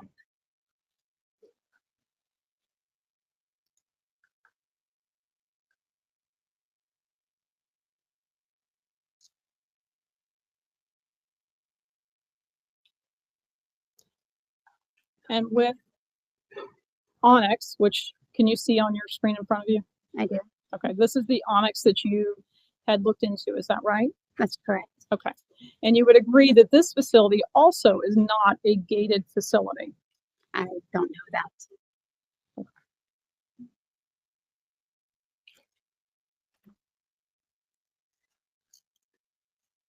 Now, when you talked about Brendan when he was younger, I got the impression early on you didn't necessarily agree with some of the, I guess you call them labels, when he was being diagnosed with different things. I don't know that I didn't agree with them. As an occupational therapist, our goal was always to treat clients with what their individual strengths and needs were. As a professional, I am not about labels, and I did not want him to have a label that followed him throughout any kind of documentation and insurance companies and everything else. I was more about getting to the bottom of what he needed and working on what he needed. And so you were resistant to some of the diagnoses because you were afraid that that would be labeling him. Is that a fair statement? That's fair. Okay. And I also got the impression from your testimony with Mr. Tyke that you were hesitant about medications as well. I was. That you didn't necessarily think that the medications were the best thing for him. I wasn't hesitant about all medications, but there's a lot of those high dose psychiatric medications that have lots of side effects. A lot of the same side effects of the drugs as far as what they're supposed to treat. It can also cause the same exact thing. So something that's supposed to treat anxiety can cause anxiety. Something that's supposed to treat depression can cause hallucinations. So all of these drugs have side effects that I was concerned with. And I'm assuming that this would just be you, I guess, Googling the drug and reading for yourself what possible side effects would be. Is that right? That, and then when I would get pamphlets. So, I would get pamphlets like we actually got the Abilify. And I read on there that it could cause all kinds of major neurological issues. And so after reading that and seeing that I was managing him through structure and through having a behavior plan that we followed at home, and having him where he knew what his day was going to be like, and I was there with him with homeschool families, I didn't feel at that time I needed to put him on that kind of medication when he was young because I was managing it. But fair to say, as time went on, your ability to manage it wasn't working. And that's when I put him on the medication. And again, I would agree that as time went on, you as a family couldn't manage Brendan. We couldn't agree with all the chaos and the crisis that was going on at my house with my mother and my daughter. And then eventually my husband's heart attack. Well, I would assume as a mother, to make a decision to send your child to live multiple states away in a mental hospital would probably be a difficult one. It was extremely difficult, and I didn't expect it to be a year. I expected it to be a few months, not a year. But I would assume as a mother, it's almost out of desperation that you would have to send him so far away because you couldn't do it at home. You couldn't handle him anymore. Is that a fair statement? And that we had to send him so far away because the insurance companies didn't have anything local. And I was struggling with my daughter having had brain surgery, my mother going through pancreatic cancer. I'm not discounting. Please don't think that. I'm not discounting that you had a lot. But I want to make sure it's known that it's not him. If this had not been going on, I couldn't manage him. I couldn't manage him because of everything else outside of him. It was not, I couldn't manage him if we hadn't gone through this. And I know you said your husband at some point had a heart attack. When was that? Yeah. He had a heart attack in September of 2020. Okay, so during the pandemic. Yes. And thankfully, I believe he fully recovered. Is that right? He did. And so after he recovered from his heart attack, Brendan, though, still remains at ECHO, correct? Correct. It was a period of recovery that he was, going through cardiac rehab and medications and having to wear a machine. So we went through a long period of the recovery. You would agree that didn't take 3 years? Brendan wasn't there for 3 years. Brendan moves in September of 2020, and he is discharged into ECHO? No, November 2020. November 2020. And then discharged after this incident, February 23. Yes. You said your husband had his heart attack in September of 2020. So we're talking about several years that go by. Right. But Brendan doesn't return home.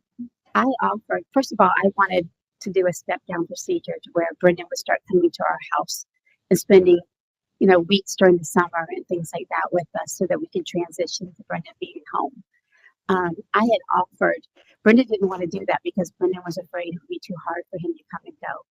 I offered to find him a group home closer to us so we could spend more time together as a family. He didn't want to do that.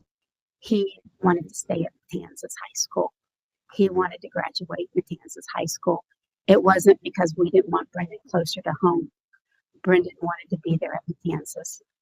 And you had mentioned that you found placement at a group home somewhere in the Tampa area. I did. And this group home, is this similar to Echo? It is. In what way? It's an intensive behavior group home. And what level? They can take a level 6.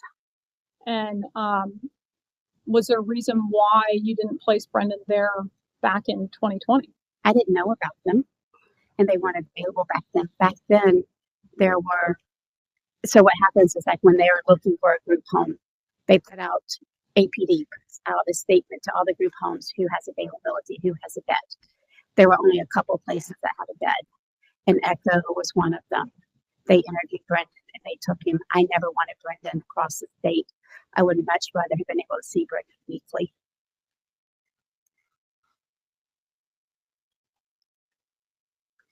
And you would agree that your son, Brendan, I think you had mentioned it when he was younger, is very intelligent. He was reading at a young age. Is that a yes, ma'am? Yes, it was. And I apologize, but we have to make sure I'm to get the record. It's okay. So he sounds like he was a very intelligent young man. Is that correct? He had his strengths along with his weaknesses. Sure, I think everybody does. But my impression from you was, even at the age of 4, he was reading, writing sentences. He was. Which you would agree is atypical for a 4-year-old. Yes, I think that he's twice exceptional. And he always did well with you through homeschooling academically. Correct. And even when he transitioned eventually to Matanzas, the public school, academically he was doing pretty well. I think that he was like behind a lot, and I think he needed a lot of prompting. From my understanding, he frequently had, he would avoid doing his work. He would put his head down and go to sleep. Some of that could have been the medications that he was on that made him real sleepy. So he frequently would lay his head down, or he would avoid doing the work. He was behind. He did well in the computer class, but in the rest of the classes in his IEP, they stated that he was behind in his work. And we were thinking it was going to probably take him another year or 2 just to get caught up from being behind. And you mentioned the computer class. He was actually in a mainstream, I think, advanced computer class. Is that correct? One. Yes. Because again, he's an intelligent young man. That was not as much. That's one of his strengths. Okay.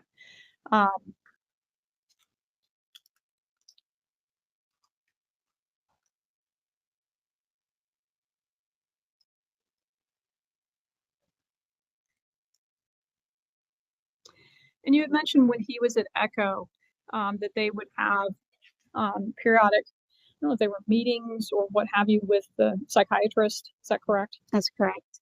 And then Echo participated in those meetings, but you didn't necessarily. That's correct, because it was how they did the telehealth, and then he was physically there. I wasn't. Okay. So you didn't participate in the I guess, progress meetings with the psychiatrist while he was at Echo? No, I did not. But that, like, again, I said it was a telehealth, and I was physically over on the other side of the state. I always talked to Donna before and afterwards, but being there on the call, it was not on the call. Okay.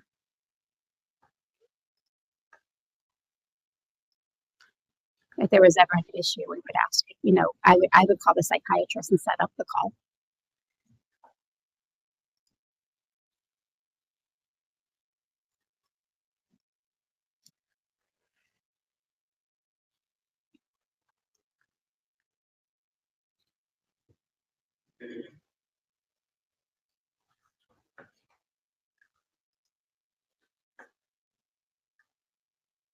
All right, thank you. I don't have any other questions.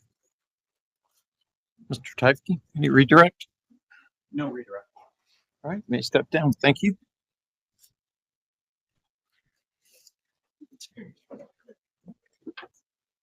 Mr. Tyfke, you may call your next witness. Eugene Lokes.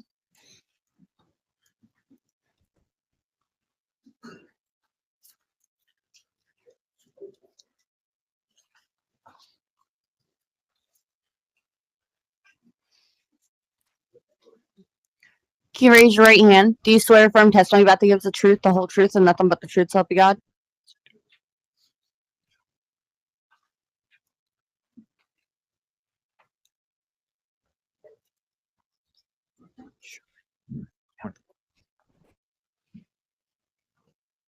You may proceed.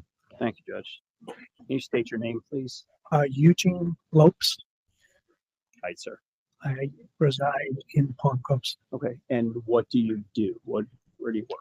I am a retired special education teacher. Okay. How long have you been retired? I've been retired for 4 years now. 4 years. How long did you do that? I taught in public schools for a little bit less than 30 years. I also was an adjunct professor at King University in New Jersey for 20 years. Okay. How did you first become involved with Brendan? I'm assuming you know. Well, I didn't know him before. I got to know Brent. I became involved the same way pretty much everyone in this room has. Is that I saw the video, and personally, I had the same visceral reaction to it as everyone else. You've had a chance to work with Brendan since, correct? That's correct. We'll talk about some more specifics in a minute. But just a little more on your chops, your educational background. Explain a little more. Okay, I have a BA in Teacher of the Handicapped, is what it was called when I got it in 1993. Okay. I am an MA in special education with a specialty in learning disabilities. Again, I taught for 20 years at King University, and there I taught undergraduate classes for people who were going into the field of special education or who were already teaching and wanted to become special ed teachers. What is your interest in special education from the start? It sounds like you enjoy a challenge. Absolutely. I think like anything in life, we get into positions and people look at it as a challenge. I enjoy it immensely, but I will tell you that all of my experience has really come from a personal standpoint. I was a commodities broker making a very, very good salary, and I hated every second of it. I had a friend who had a child born, and when we went to the hospital, he told us that his child was born with Down syndrome. And if you believe in, those moments that give you light into where you should go, a week later, I sold my seat on the commodities exchange and found a school to go to finish my college and become a special education teacher. Okay, interesting. So, bachelor's in special education, right, and then master's in learning disabilities. It's a special ed, and then you get a learning disabilities was my different places you could go. Okay. We as attorneys have continuing education requirements as they're saying. Yeah, absolutely. In New Jersey, we had a requirement of 100 hours of training every 5 years. And in my district, we also have meetings, department meetings, twice a month that were specific to what we were doing as special educators. Okay. And the CLE, the continuing education itself, was like an a la carte menu. You can pick what you. Mostly that was things that were would be brought to us in the school. Every school district in New Jersey is required to provide 20 hours a year to all their teachers, and so most of that was done in our in-service days or And sometimes it involved us being part of the Gen Ed because as special education teachers, we were working with both populations, the Gen Ed and the special ed populations. So we had this combination where we were doing a couple different jobs. Do you feel that your educational and employment background equipped you well to engage with Brendan? Oh, absolutely. Um, I was actually part of the first school that in 1990, I want to say 94, we were the first school that actually brought an autistic child back into district. At the time, in the early 90s, autistic kids who were classified, not that there weren't autistic kids in school, there were, but they weren't classified as autistic. We were the first school at that time that brought an autistic child back into district. And it was an enlightening moment. Since then, my guess would be I worked with, getting into 100 students with autism, and then much more with different disabilities. And viewed in retrospect, was your education and the beginnings of your employment a good foundation for this? Or I guess let me ask this: would it, if you hadn't had that specialized education and employment and training, would you feel like you were in a different place to be able to do this? Completely. Also,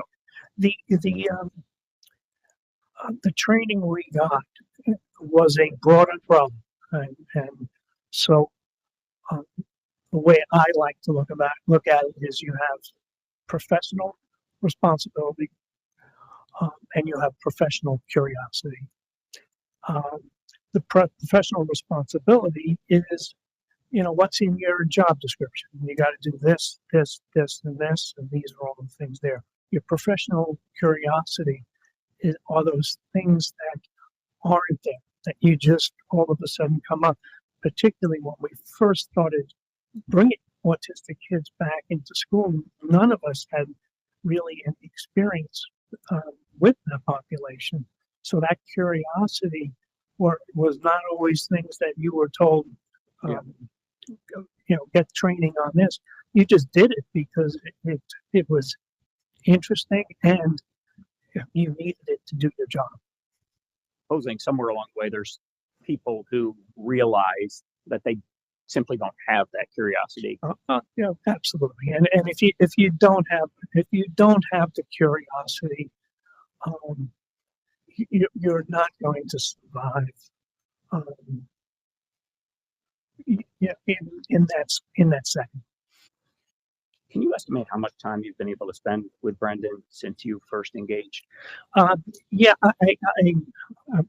was trying as we were thinking about it, how many hours. I started in November, the end of November. Okay. Last year. So it's been 7+ months. We had, some hiccups in there, but for the most part, early on, it was 3 days a week for a minimum of 2 hours a day. There were also weeks where I did 5 days a week. When on Fridays, when there was no one there, I could stay a little bit longer with them. So my guess is I've been at and the jail would have the records of how many times I was in and out. Sure. My guess is I was at the building 80 to 100 days and probably spent somewhere around 200 hours with me. All right, very good. And of course, it's an estimate, and we'll get into the weeds a little more as far as what you actually did with him in a minute. But lastly, on that topic, is this compensated? No. This was all voluntary. I'm guessing you'll ask me later on about how it came about, but it's all voluntary, and and to be clear to to everyone here, I am not complaining, but it really cost me money to do it. It also cost me opportunity because I did.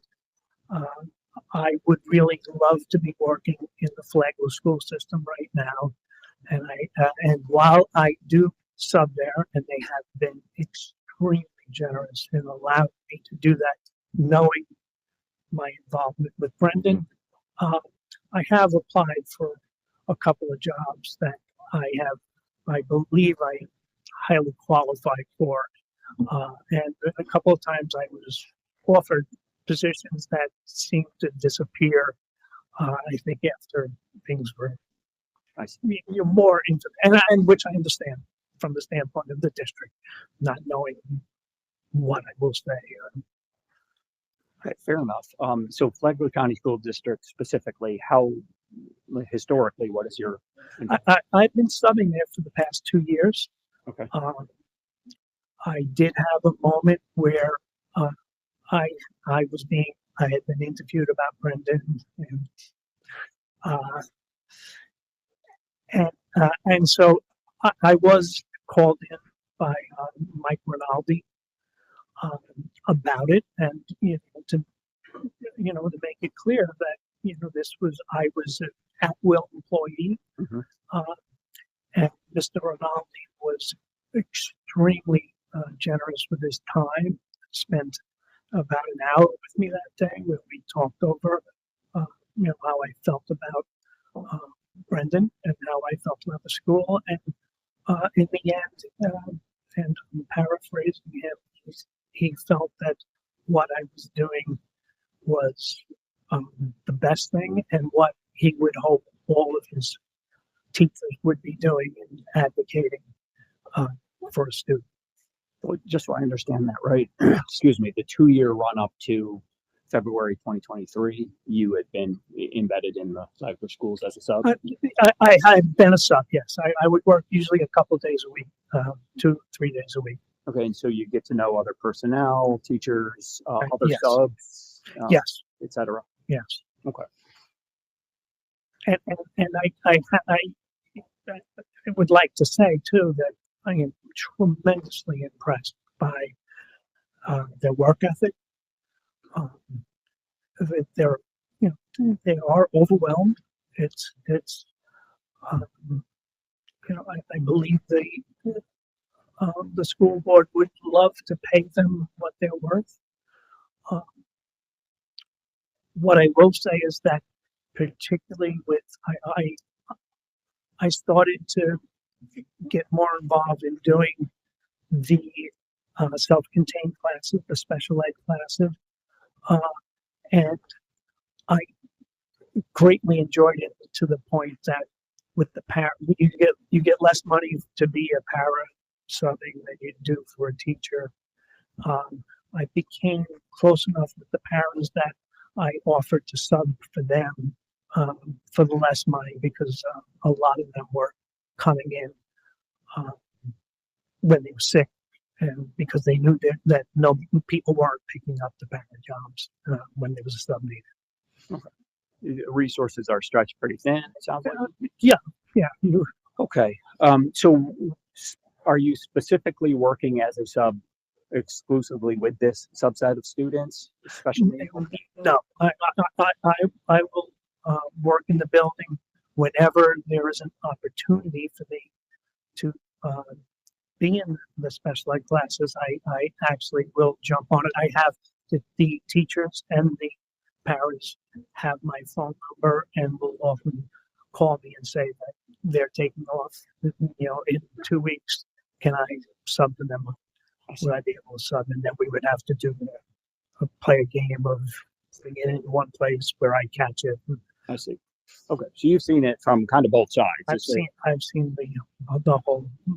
Okay. Are there special challenges in dealing with special education students? Yeah, absolutely, and you have. It's why having an IEP is so important. What happens is, though, as a sub coming in, you have to rely on, you're walking into a room with, sometimes no idea about what's going on in the class. And often in the special ed classes, I would have the teachers would leave me notes to say, talk to Sandy.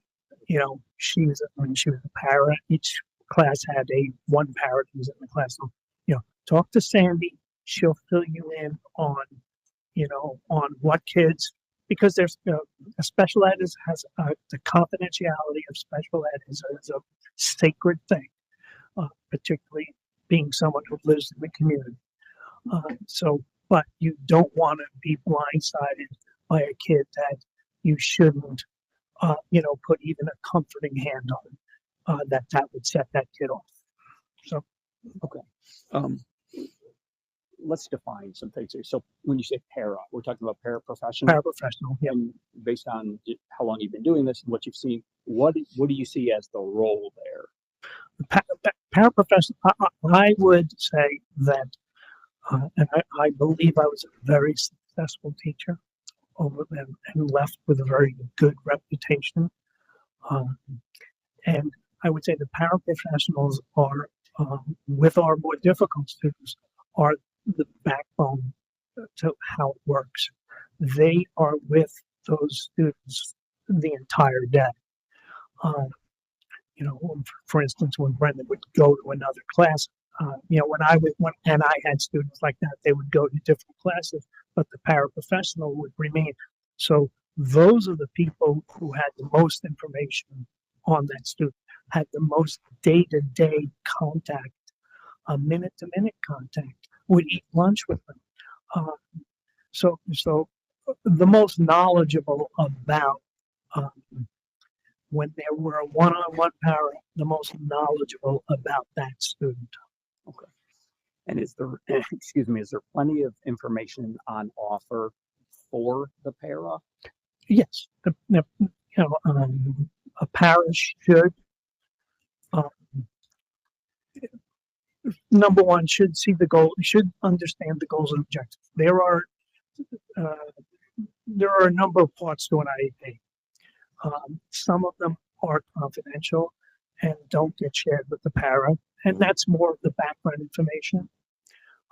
But there are things like goals and objectives, and that's more of the educational part of it, because that parent is working one-on-one with that student. They need to know what the goals are. And the behavior plan is what the paraprofessional is going to be mostly responsible for keeping intact, doing. That's kind of the toolkit itself, Yep. right? The behavior plan. Or IEPs, let's talk about that a little bit. You're familiar with these, obviously, having been. Yeah.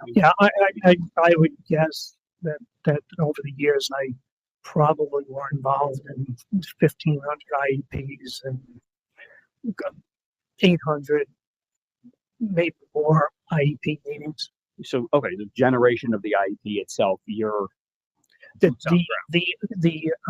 teacher who is responsible, if I was teaching a student in science, I would be responsible for that part of it. And in each one, in science, there would also be behavioral goals in there that as the teacher, I would be responsible. So at the end of the year,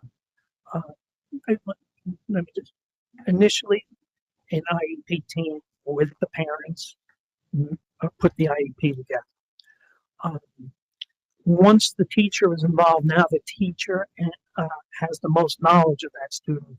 So it is the teacher who writes the goals and objectives and works with the child study team to put together an inclusive behavior plan. Because sometimes there's, like in Brendan's has 25 things in his behavior plan. And that's a lot for a teacher or a para to keep track of. So you try to make sure there's not stuff in there that's not necessary. So the IEP is a means by which to not only optimize educational achievement, but also behavior. Is that fair? Yes, and it's important that I think this sometimes gets lost in the general public. An IEP is a legal document. It is a document that, as a teacher, I sign that IEP saying I am going to follow this as is. And if I think there's something wrong with it, I have to go back to the child study team, who has to go back to the parent or guardian and say, we want to amend this. We want to fix this. There's something in here that's not working, or I can't just unilaterally change that. It's a requirement of federal law itself, right? Yes, yes. The I in IEP, individualized, right? It has to be narrowly tailored to the kid. Correct. And that takes into account lots of information. Is that fair? Yes, and information that goes back years. It's not like while an IEP is a living document. We call it a living document because it can be changed at any point, and it's always one of the things at an IEP meeting when you're talking to a parent who may be a little uncomfortable with something in there. You make sure that they understand that this can be changed. Right now, this is what we believe, but it's not in here forever. It's not in permanent ink. Yeah. In your experience, how successful can students be when the IEP is designed well and followed? Designed well, followed, and modified when needed.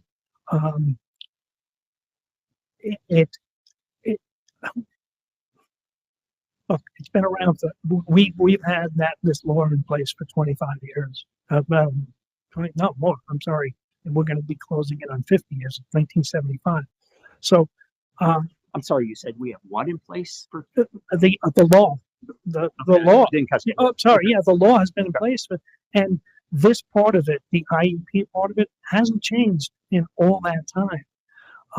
For a reason, it works, and it works when we are diligent about following it and diligent about making changes when necessary, and that we don't go off and just say, well, let me try this. Well, let me try that.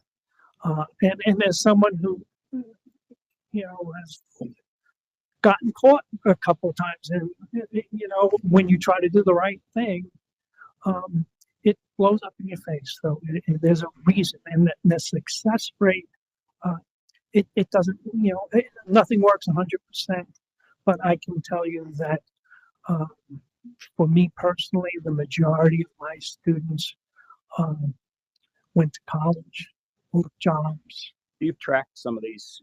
I have one student I talk to almost every day who's 32 now, and another student who called me a month ago to let me know that her boyfriend had broken up with her and that she was upset. She just wanted to talk to me. I am in touch with a number of my students, even though I've been retired for quite a while. Okay. When we talk about disability, that's a pretty big tent. More specific to these circumstances, have you had any experience with autistic children? Yes. So, like I said earlier, in 1994 was the first time we were introduced in public schools to having autistic children in the schools. But since then, my last couple of years teaching, I probably had more autistic children in my classes than not. Do you find that it often overlaps with other disorders? Yes, and it's just and you can see it's often not the autism that is the most debilitating part of the debilitating aspect of that person. It can be the comorbid circumstances that come in, and attention deficit disorder, ADHD, emotional issues.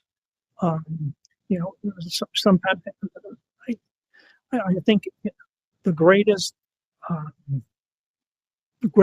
quote I've ever heard about autism, and I apologize for not remembering the person's name, who said it, was that when you've met one person with autism, you've met one person with autism. Yes. And it's because it is not, we tried to even use that umbrella term, the spectrum disorder. Sure. It doesn't work because there's millions of different ways we can go inside of that. You're probably aware that Brendan also has been diagnosed along the way with disruptive mood dysregulation disorder, intermittent explosive disorder. You mentioned ADHD. You've also had experience in your career and learning path with those disorders as well. I will, being honest, the explosive disorder was the first time I had heard it. But I have had students who have had, clearly behavioral issues that that impacted their ability to learn and their ability sometimes to be in a classroom. Where in your experience are things most likely to go awry when you're dealing with someone that has disability, be it on numerous fronts or a single disability to the extent that it is a thing? Where are things most likely to go off the rails in your experience? It's most likely when, well, I'll say early on in the when we first get introduced, when we don't know the person that well, and then when we stray from what we are supposed to be doing, when we take paths that are a little bit different. Again, doing things for the right reason, Right. with the right goals, with the hopes and the Right. dreams, and that's when we move off, and that's when things kind of can fall off the rails on us. I'm imagining it's a temptation of sorts. I mean, It's- look, I think in this situation, this is going to work, but it's just not it's not a suggested approach. Yes. It's got to be tempting. Yes, and it is why we in the in special ed, why the personal connection is so important. Personal The connection. personal connection with the student, and that when you have that personal connection, you learn, and then it doesn't mean that you can change things again. That means that you go back and say, no, I'd like to try this with whoever. But you need to talk to your teammates who you work with that student, the child study team, the parents. It's not a simple process that one day you go, wow, I got a great idea. And having been burnt by that great idea more than once, I will tell you it's never a great idea. Okay. How do you feel, if at all, that your understanding of autism or any of these comorbid conditions affects how you view behavior? Does it affect it? Personally for me, Yeah, as opposed to someone like me who has no knowledge of the subject matter viewing. again, this really goes back to the curiosity part. That when you come up again with something, it's like anything in any profession. When you come up against something you haven't seen before, it's the curiosity that should drag you in, and it's the that part of it that helps you to pinpoint what will work, what won't work, what I need to stay away from, and it's usually staying away from things that are more important than getting close. But when you start injecting your own feelings into Mhm. uh, that without vetting it, it becomes a problem. Have you ever been on the wrong end of student behavior? A number of times, and I've been spit on, I've been kicked, I've been punched, I've been called fat a couple of times, and I've thinned out. But I've also, been I've been bit. I had an instant where I was walking. I wasn't even doing anything with. I was helping with the student in that he was having a very difficult time just getting to the bus, and so I would walk him out to the bus, and all of a sudden I feel on my arm and I lift up and the kid is hanging from my arm having bitten. That meant 6 months where the school district required me to go for HIV testing because kid broke my skin, and and it wasn't for any reason. I was just walking alongside him. So yeah, it happens. Computers don't, And I guess this might close the loop on my last question, how you just answered, but does your knowledge going into that of special needs inform how you react to that? Oh, I can tell you, if someone bites me, I have a certain predictable reaction. yeah, and in those circumstances, it is so important to kind of go back into your training, and it doesn't come automatic. When a kid is hanging from your arm, it's not automatic that you don't want to like slap and say get off. But in that case, I had a walkie-talkie with me too, and where I was able to call the principal and say, "Ed, we have a little issue out here," but not escalate it. That is the thing you want to avoid at all costs. Don't escalate. Training and experience matter there. Absolutely. Now, in your experience, when the right approach is taken, and the people engaging with these students employ the right approach, can it work? Can that be successful? How much can it be modular? It works. Does it work 100% of the time? No, because we can't anticipate everything that might happen, and we are people have this impression of special ed teachers as some sort of above the fold, but we're people. We like what we do. We love what we do. So when it goes, when we move, when things happen, it's falling back on the experience and just making sure that you don't make it worse. Let's talk about Brendan specifically. You first met him when? I first met Brendan in November of last year. And just as a very quick backstory, like everyone else, when I saw the video, I was appalled. I had a visceral reaction to it, and I've told Brenda this, and I've told his mother this, that my initial response was pretty much the same as everyone, that how can this happen? And then I'm guessing a month, 6 weeks after the incident took place was when I read Leanne Depa's article in the paper about Brendan. I cried when I read it. I cry now when I think about it.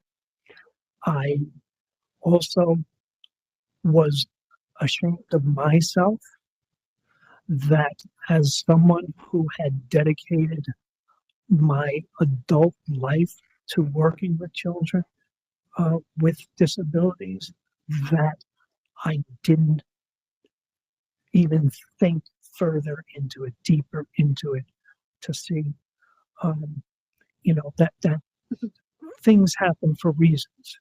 And so what I did was that day, because it was pretty easy to track down Leanne, since she did write that she was an occupational therapist, and I called her that day, and I'm gonna guess this was March, April, and asked her if there was, and explained what I just said, and asked her if there was something I could do, because I realized that she was in Tampa and I was here at Palm Coast. Okay. I've managed to go 18 months without consuming any of the noise on this media, nothing. So what was it in that, of what you read, that so radically shifted your perspective from this visceral reaction to a video to sympathy? Was it the mention of disability, or you tell me?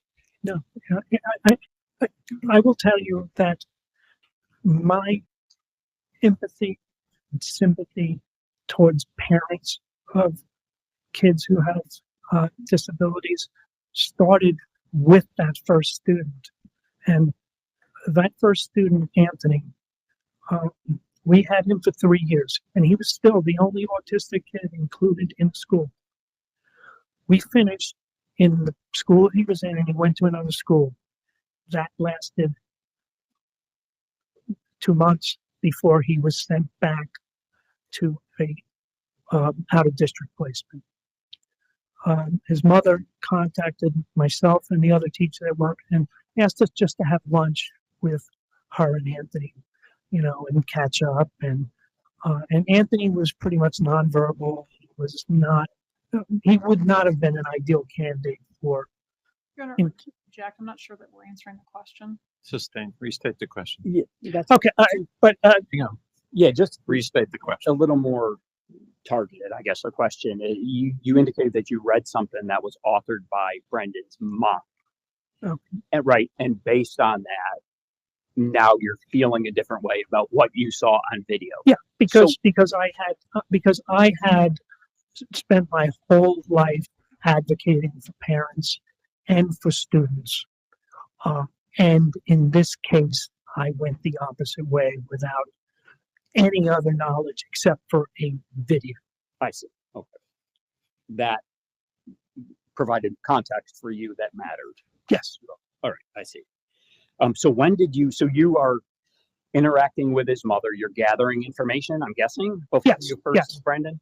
Yes. So, okay, and when did you, I think I asked you that already, but your initial meeting with Brendan, was it at the jail, I'm guessing? Yes, because at the time that I was speaking to Leanne, since Brendan was a juvenile, he was sent to Jacksonville. So Leanne and I had spoken a number of times and met personally a number of times, and then and I'm not sure if it was Leanne or myself who contacted the Chief Enger at the jail. Okay. And when he was brought back to flat. And how did the initial face-to-face go? Is there a breaking in period? Who are you? Well, I'm going to say that Chief Enger is my hero. Chief Enger, when we approached him about this, he made sure I had a meeting with him, and he was very clear at that time that Um, this isn't a local case. This is a worldwide case, and we cannot have this go bad. So I had an extensive meeting with him, and then he also wanted to make sure that Brendan and I were going to be a match, that was going to work. And so on, I believe I'm going to say November 30th or somewhere around there, he arranged for us to come in. And the weird thing that day was that they brought Brendan in and he had no idea why he was being brought in. And we had that initial meeting. And again, as a credit to Chief Engert, this was the decision to go forward was mine. If I wanted to, but it also was Brendan. He specifically asked Brendan, "Is this something you want to do?" And at the time, I'm not sure Brendan was completely, sure what was going on, but he did agree. Okay. Other initial impressions, any, hallmarks of disability as you've seen it over the years, or? Yeah. The initial meeting was, he was guarded. He didn't, look much at you. He didn't speak a whole lot in answering when questions were asked of him. And I think some of that was that he didn't. He didn't know what was going on. So it was, but clearly I could see the inattention, at times moving away. But I've also come to know that while he may not be looking at you, he is listening. Is developing trust worthwhile in that? That was the beginning of this, was all about trust. And it was trust on both of our parts. I had to believe that I could trust him, and he had to believe that I was there for the right reason. That I was. Look, Brendan said to me, the second or third day we were there, he said to me, "Everybody hates me. Why don't you?" A great question, because he had only heard the negatives. And that's when I actually had shared my story with him, about how in the beginning, I wasn't Team Brendan. Right. So yes, the trust is, and it is two-way, because if I didn't trust him, I would not be able to have continued to come back. Sure.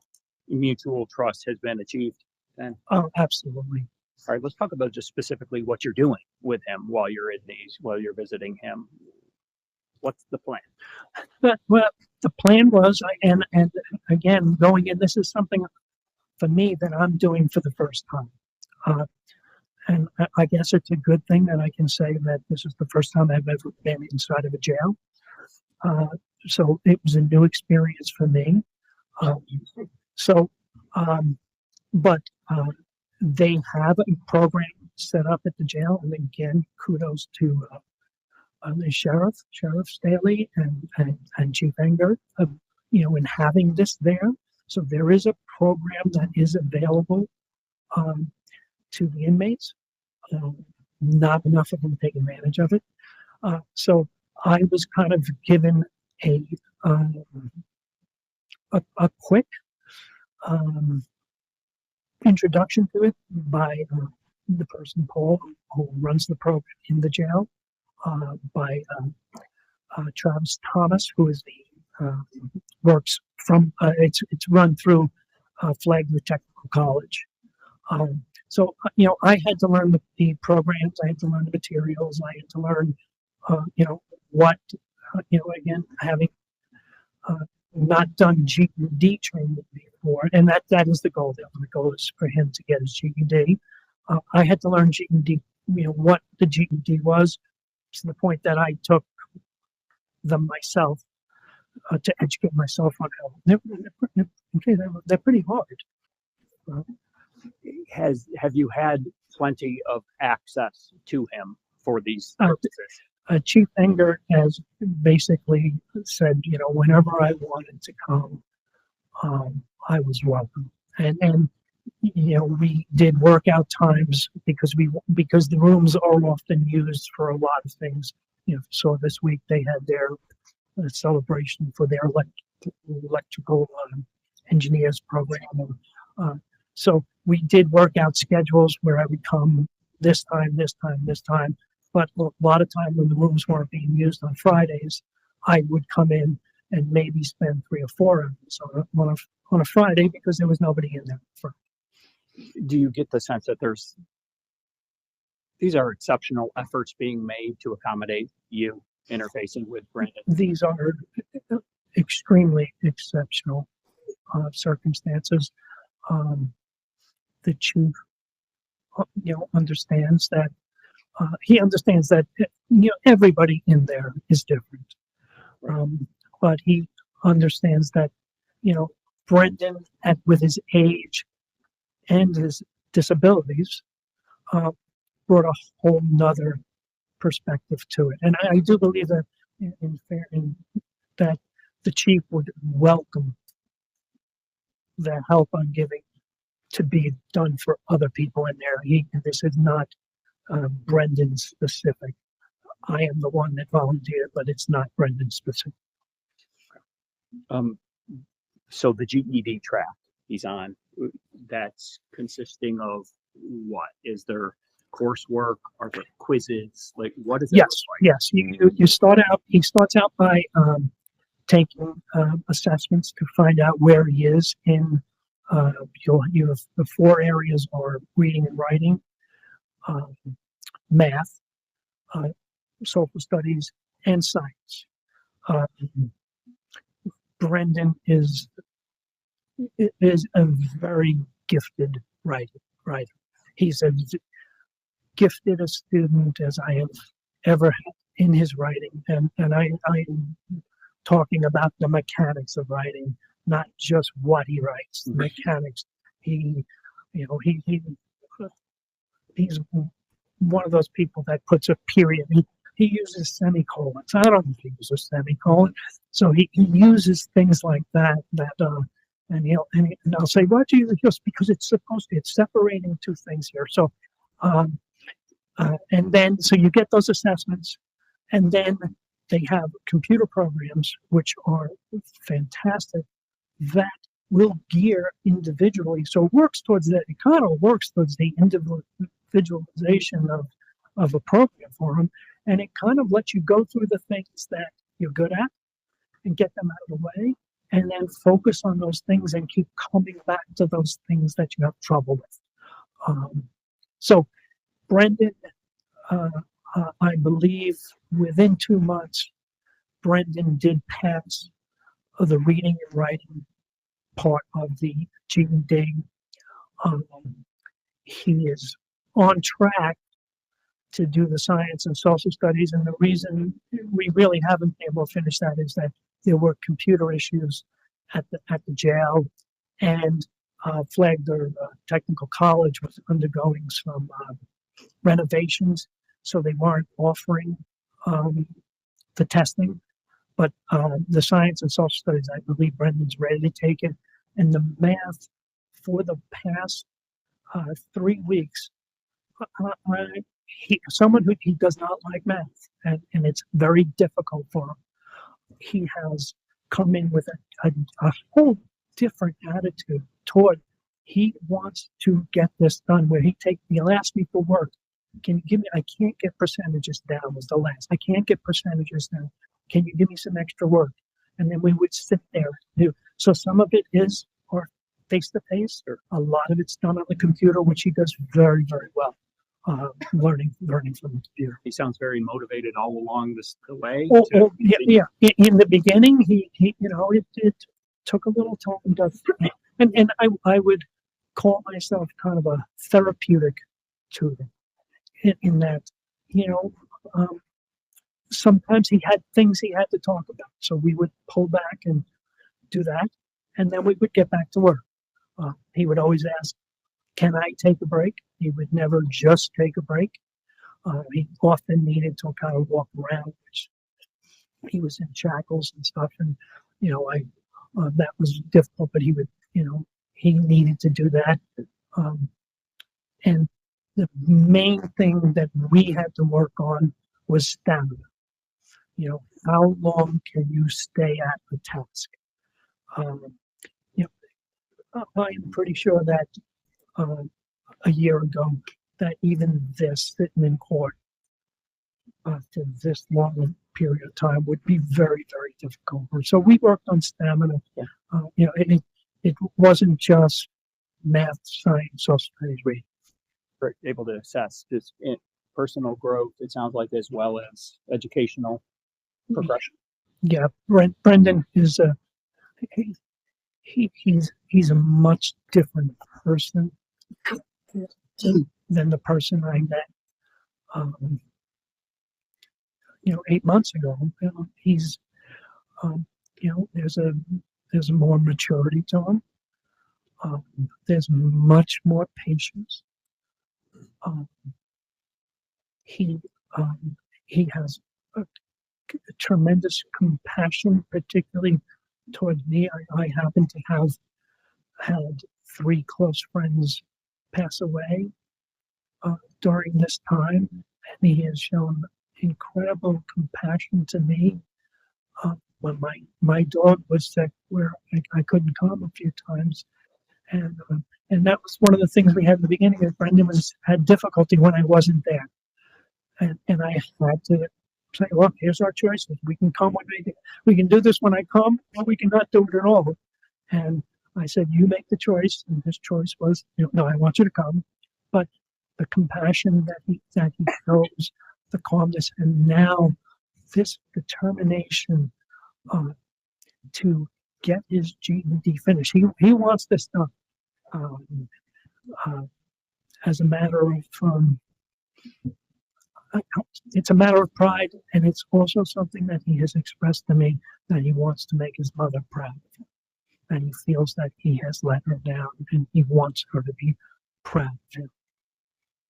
It sounds like your level of engagement with him, it's more than educational, it's more than a therapy session, it's personal. It's personal. Are you comfortable with that? I'm very and this you know who I am. This is who I am. Yeah. And it is who I am. That's why I'm still in touch with a student who's 32 years old, who's autistic, who works in a kitchen in a hospital. That's who I am, and I'm very comfortable. It makes it so much better for both of us when it's not a job. It's not where I wake up, I'm going to. It's that I'm going to see Brendan, and I've told him he's made me a better person. He's made me more compassionate. He's made me more spiritual because he's a very spiritual person also. Ever a moment there where you were afraid of him? Oh, not for a second. As far as assessing potential, I mean, you're a teacher, you deal with kids, there's some sort of outlook I'm sure you formulate. Do you assess Brendan as having potential? He has potential to do some really wonderful things. Like I said, he's a gifted writer, but he also has the ability to, he has written a couple of books. And he has this ability to keep these books not only on paper, but in his head. And he can pull out characters and he can describe this. So he has this. He also has,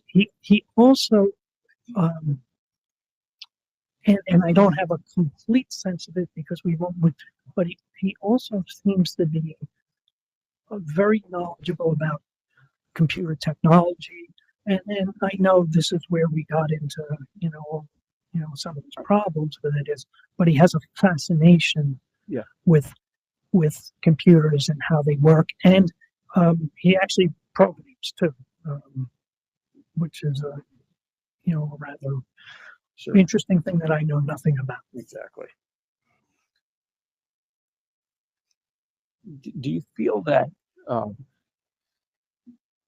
routine matters with him, or maybe the better way to ask it is a broken routine matters? Yes. I'll say. However, I'm going to say that routines matter. Routines matter for, and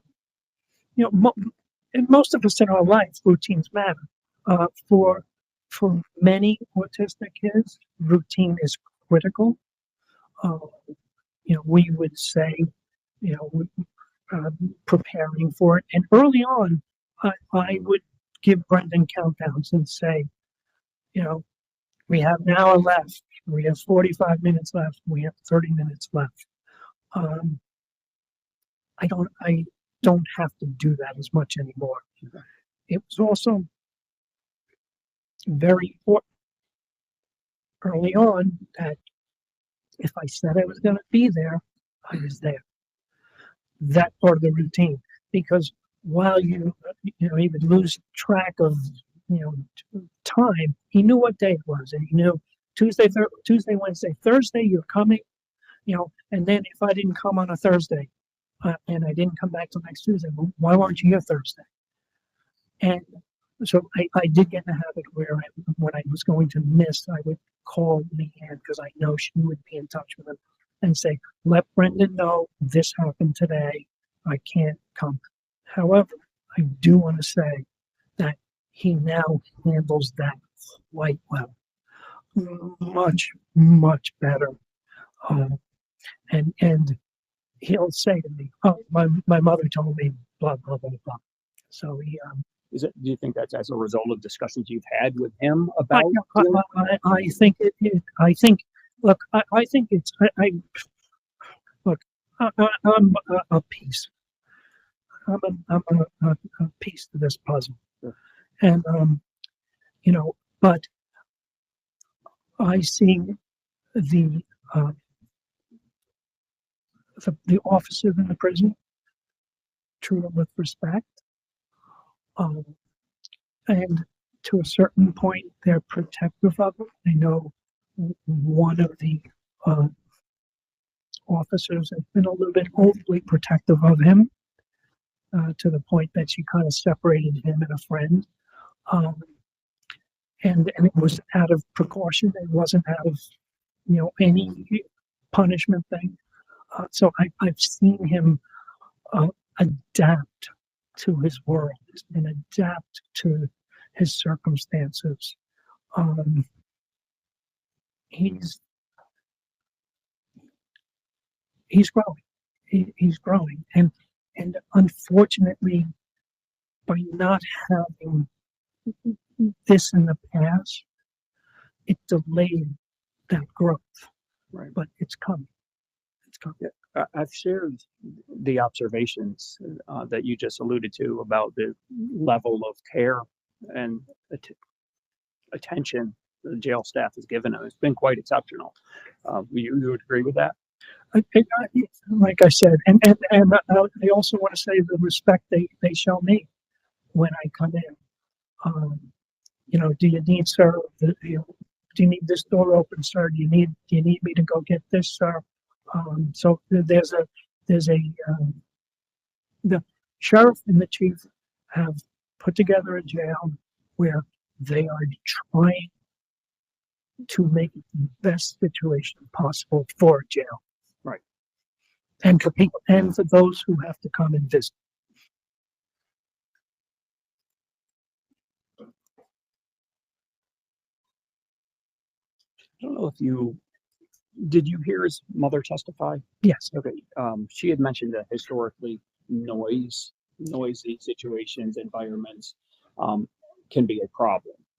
Have you had any chance to make any? Yes, I have actually, because we did have times when when we would do our own thing him and I together. But there would be sometimes where there were other people, in the room with us, and um, they would make noise, and that would bother him a little bit. Not to the point that he was, you know, saying anything, but it was bothering him. But I did get to experience. We had a fire alarm went off one day when we went in there, and he started to cover his ears. I actually gave him pencil erasers because I didn't have any headphones to put in his ears. And then the bathroom was actually there. It was a little bit less noisy. So noises and things like that clearly do bother him and distract him, and can keep him from doing what he's supposed to be doing. And you're still working with Brendan, Yeah, correct? so I'm on Thursday. Yeah, okay. The judge will have some options to consider here, one of which is some sort of community-based sanction, meaning not out there. Yeah. Would there be continued opportunity for you to work with Brendan? And if so, how so? Well, as Leanne said, this is I truly believe this is a lifelong commitment. If Brendan is placed near here, I will happily continue doing what I'm doing. I would also happily do it if he's not here. Do it through video calls, like Zoom calls and things like that. I look forward because my grandkids have kind of there have been times where I haven't been able to do things with my grandkids because I was committed to working with Brendan, and they know of Brendan, and I am really looking forward to my grandkids meeting Brendan, because I want them to see the extraordinary. This was worth it, even though I couldn't take you to cheer, these nights. This was worth it because I was working with this young man, this person who you're going to really like. And you would have no reservations whatsoever about introducing Brendan into your life, obviously, but family members. Well, absolutely. I like I said, I look forward to it. I want them because they all know of him, and they also know he did something wrong. They also know that he made a mistake. They know I come to jail to do this. So, but I want them to see, why I felt it was so important to dedicate this amount of time. You're in this for the long haul. For the long haul. All right. Thanks, sir. Thank you. All right, Ms. Clark. I don't have any questions. Thank you. All right, thank you. You may step down. Thank you. Counsel, you want to approach, please? Sure. Just want to talk about timing.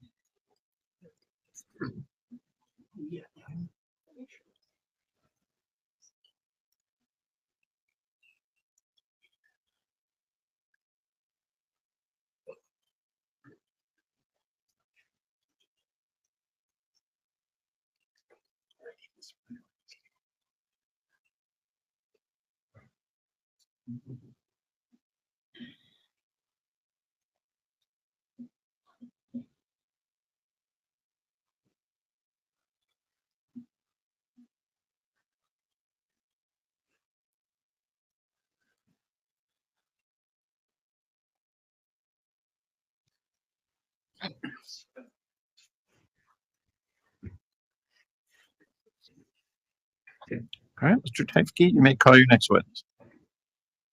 Jerome Powell, Judge. He's on Zoom. Okay, I see him. Mr. Powell, this is Judge Perkins. Can you hear me okay? Unfortunately, we can't hear you. So let me try something here. I'm going to put this mute on for just a second. Then I'm going to send you a message that asks you to unmute by clicking that. Now try. Nope, that didn't work either. So that means it's at your end somewhere. That's not good. See if your microphone's turned on. I assume you're doing this from a laptop or computer. Yep, unfortunately, no. So I think it's showing that your microphone's turned off. We're not turned up enough that we can hear you.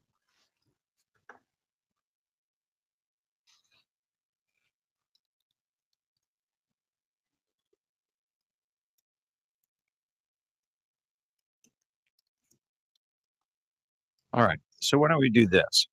That's going to be your next witness, right? Right. It doesn't have to be, but it was going to. Right. Yes. So, and you said it's going to be a fairly short witness. Yes. We're going to take a lunch break either way. Let's take our lunch break now a little bit early. Okay. And so I'm going to ask you to come back at 1 o'clock, which will be about an hour and 15 minutes. That'll give you a few minutes maybe to talk to Mr. Powell and walk him through making sure that we can hear him Right. through the Zoom connection. And then we'll start up promptly at 1 o'clock.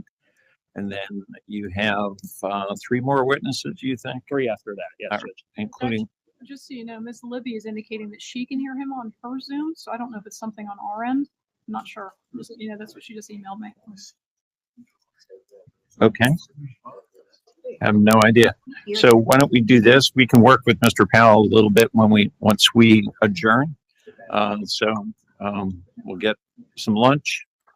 Let's stay here for just a minute, see if we can work with Mr. Powell to get him up and running. But we'll start his testimony at 1 o'clock. All right. All right. Very good. So court will be in recess. Thank you. All right, Mr. Powell, if you'll stay with us for just 1 second.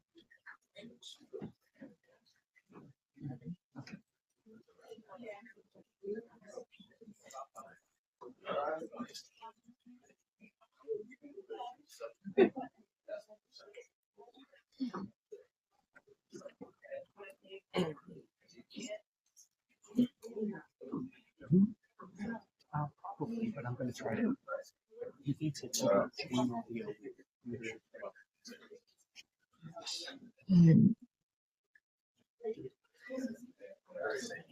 Right. Right. That's what I'm thinking. All right. So I'm going to send him. So Ms. Libby can hear him on Zoom. That's what she's saying, yes. Makes no sense to me. I don't know. Presumably she can hear us and hear him. Okay. Yep. Unfortunately, we still can't hear you, Mr. Powell. So let me ask you to do this. If you could sign off and then sign back on, it may ask you if you want to use your computer audio, in which case tell it yes. And then when you sign back on, we'll pick you up and admit you into the session. Okay.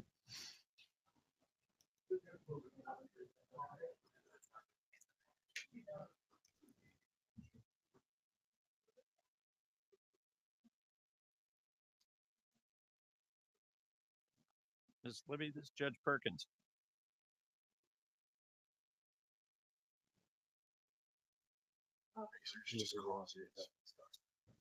So Miss Libby's talking.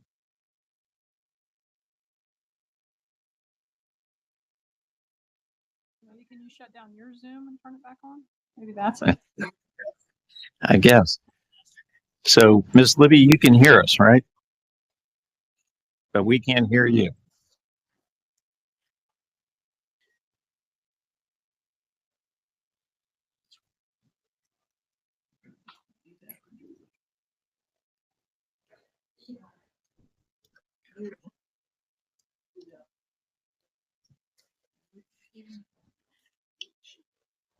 Now, I believe he is now joined. Is that what you wanted? Okay, just making sure. Yes, thank you.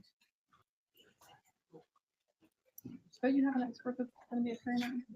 Is it Harper or who? She's just not on yet.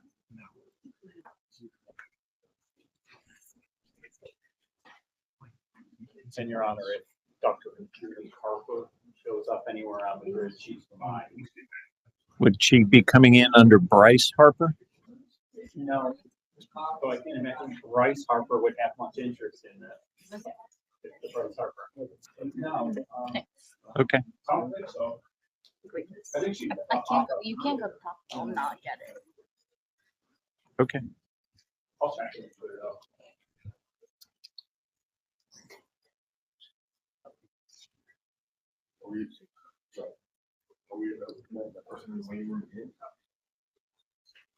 I guess it's no relation to the one that Mr. Typke was inquiring about.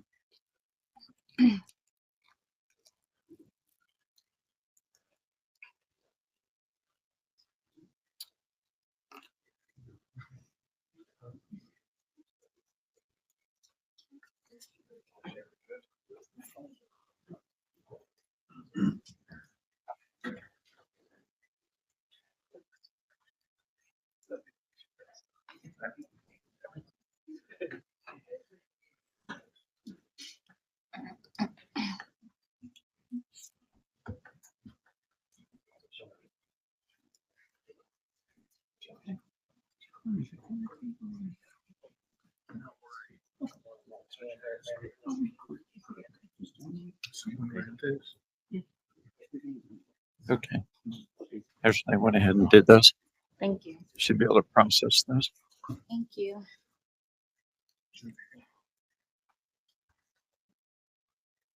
All right, we ready to start back? Yes. Okay. So with regard to Mr. Powell, let me go ahead and send Mr. Powell a message asking him to unmute. Oh, okay. So he's not going to hear me unless I unmute. All right, Mr. Powell, good morning or good afternoon. Perfect. We hear you loud and clear. Thank you.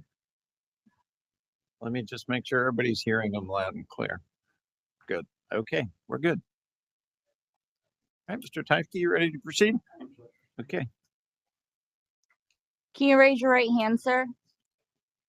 Do you swear or affirm the testimony you're about to give is the truth, the whole truth, and nothing but the truth, so help you God?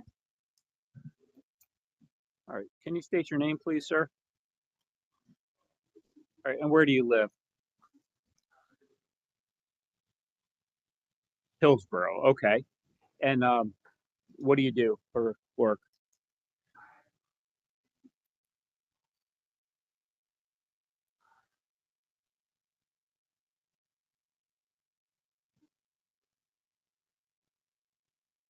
And just briefly, school community officer means what?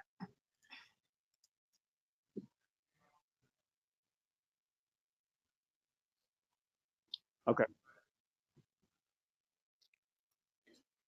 And do you have other background in the school system itself? Just with that. And we'll get into a little more detail in a second, but just for starters, do you know Brendan Depa? Okay. How did you become interested in this matter?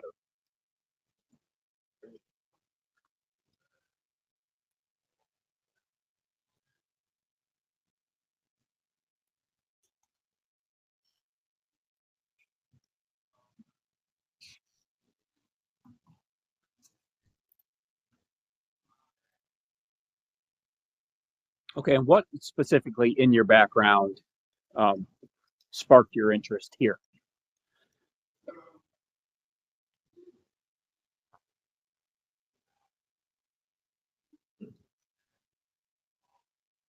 Okay. And just a little more on unique needs specialist. What is that?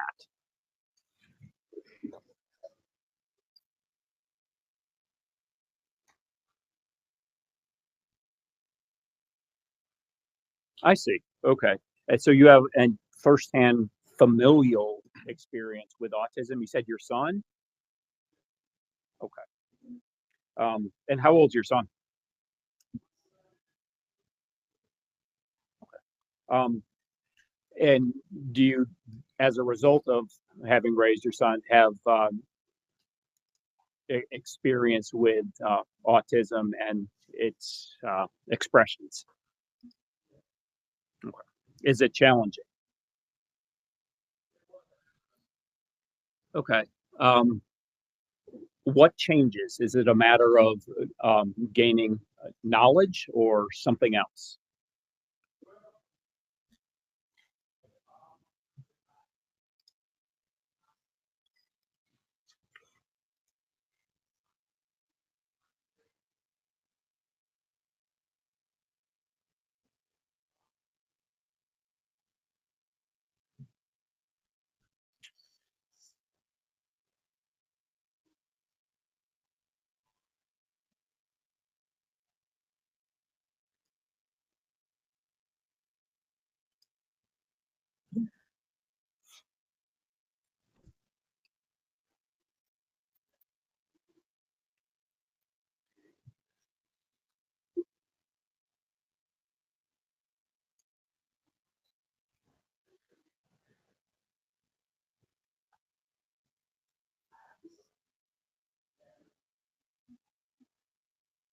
Okay, I see. And as a unique needs specialist, do you also have experience dealing with children that are otherwise disabled, ODD, ADHD, IED?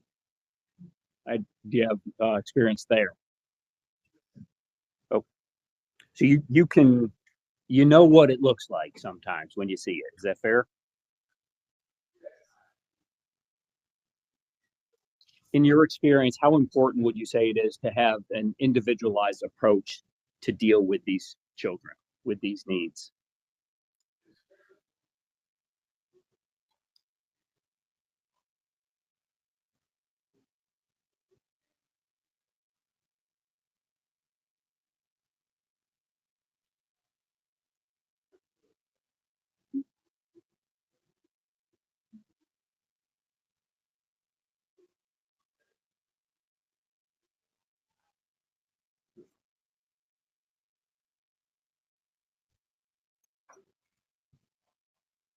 I imagine there's a fair degree of trial and error with that. All right. Now, specifically talking about Brendan Depa, do you have you met him?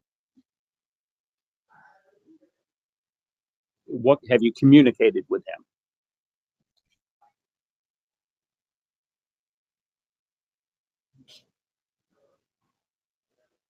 Okay.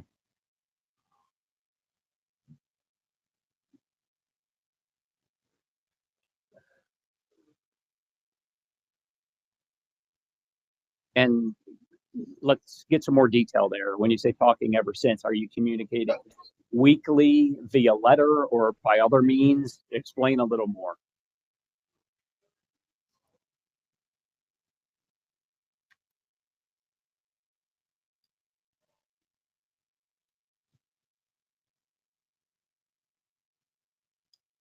Okay. And so it sounds like the jail has accommodated your engagement with him. Okay. And what role do you see yourself having in his life in the past X amount of months? Is it mentor, friend, something else?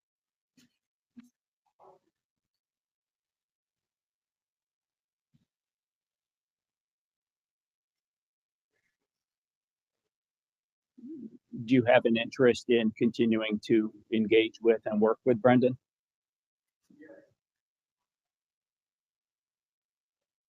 Okay. Um, are you in this for the long term? Now, if the judge were to give Brendan some sort of community-based supervision, how would you anticipate being continually involved in his life?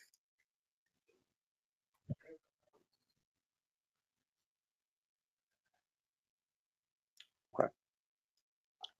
Would that include, well, actually, let me back up. So how close in proximity are you to the Depas?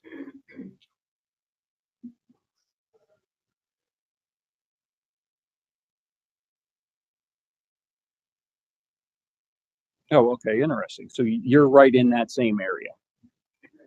All right.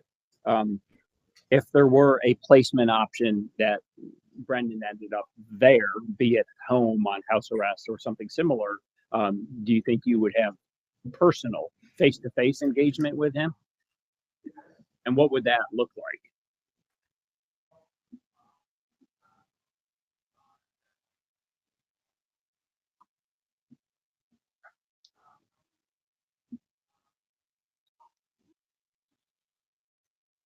It's sounds like it's not your decision alone to make, but you've discussed that with family and you're aware of the challenges, right? So why? Why would you do that?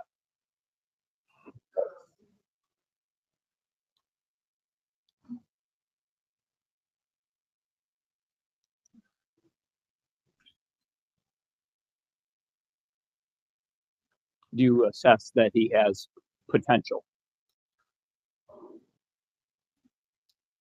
Now, as far as how that could be structured, just so I'm clear, you say you'd be willing to adopt him. You would take him into your home. You would allow him to live as a family member in your home.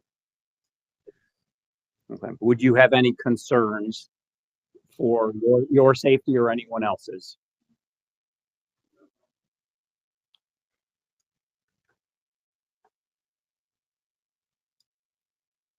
Have you discussed this with his family? And if so, do you believe that you are a viable option here?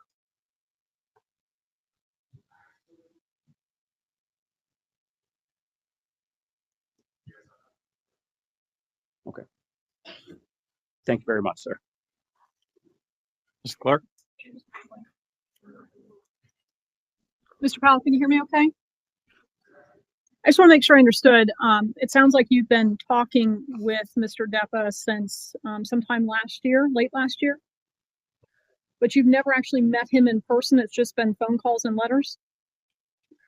Okay, no further questions. Thank you. Redirect? No redirect. All right. Thank you, Mr. Powell.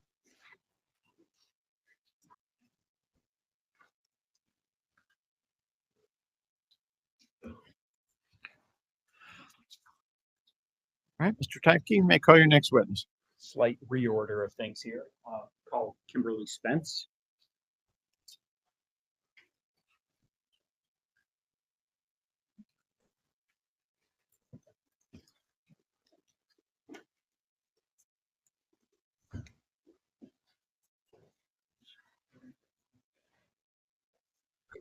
Can you raise your right hand? Do you swear affirm testimony about to give the truth, the whole truth, and nothing but the truth, so help you God? I do.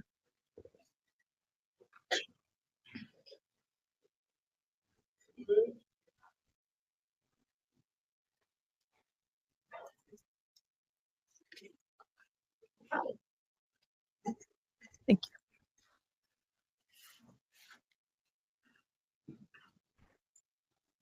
you. You may proceed. Thank you. Can you state your name, please? Kimberly Spence. Where do you live? Where do I live? Yeah. I live in Rockledge, Florida. And what do you do for an occupation? I currently am the clinical director of autism support services for specialized treatment and assessment resources, which is a private forensic practice. And I currently work for the University of Central Florida for the Center for Autism and Related Disabilities, which I've done for nearly 25 years as an autism disorder specialist. Okay. Educational background to get to that. What's your educational chops? Excuse me. So my undergrad is in secondary English language arts, which is basically preparation to be an English teacher. My master's is in special education, and my PhD is in special education with a content focus on autism and personnel preparation, meaning I was specifically prepared to train educators and personnel about autism. As far as your master's and your PhD, how many years are we talking there? My master's was 3 years and my PhD was 3.5 years. Okay. And where did you attend school for those? The University of Central Florida. Central Florida. Okay. And doctorate in special education, you indicated? Yes. The specialized treatment and assessment resource that's STAR, right? By acronym. Give us some more details on what that is. So the private forensic practice specializes in rendering assessments of individuals who have varying conditions, either mental health conditions, autism, neurological conditions, who come into contact with the criminal justice system. So we work with clients who are arrested for a variety of reasons. And my primary focus is on supporting clients who have autism, developmental disabilities, and general intellectual disability. Okay. And what about the other, which is the Center for Autism and Related Disabilities at University of Central Florida? Certainly there's a abbreviation there we can use. Why don't we say UCF CARD? UCF CARD. How about that? Okay, let's use that. Describe your work at UCF CARD. So I started working for the UCF Center for Autism and Related Disabilities in 1999. I was hired as the coordinator of educational training programs, which meant my primary responsibility was to support families, and that's birth to death, in developing programs for people with autism to help with behavioral intervention, working in school, building summer camps, providing specialized training for sexuality, and kind of anything that's needed by the constituency or requesting agency, which could be the school system, that could be a law enforcement agency. And my area of specialty over the last 20 years has been providing law enforcement training. So I train first responders, I train SWAT, I train sheriffs, police to identify autism and kind of what to do in terms of crisis intervention and management. Okay. Do you lecture? I'm sorry? Do you lecture?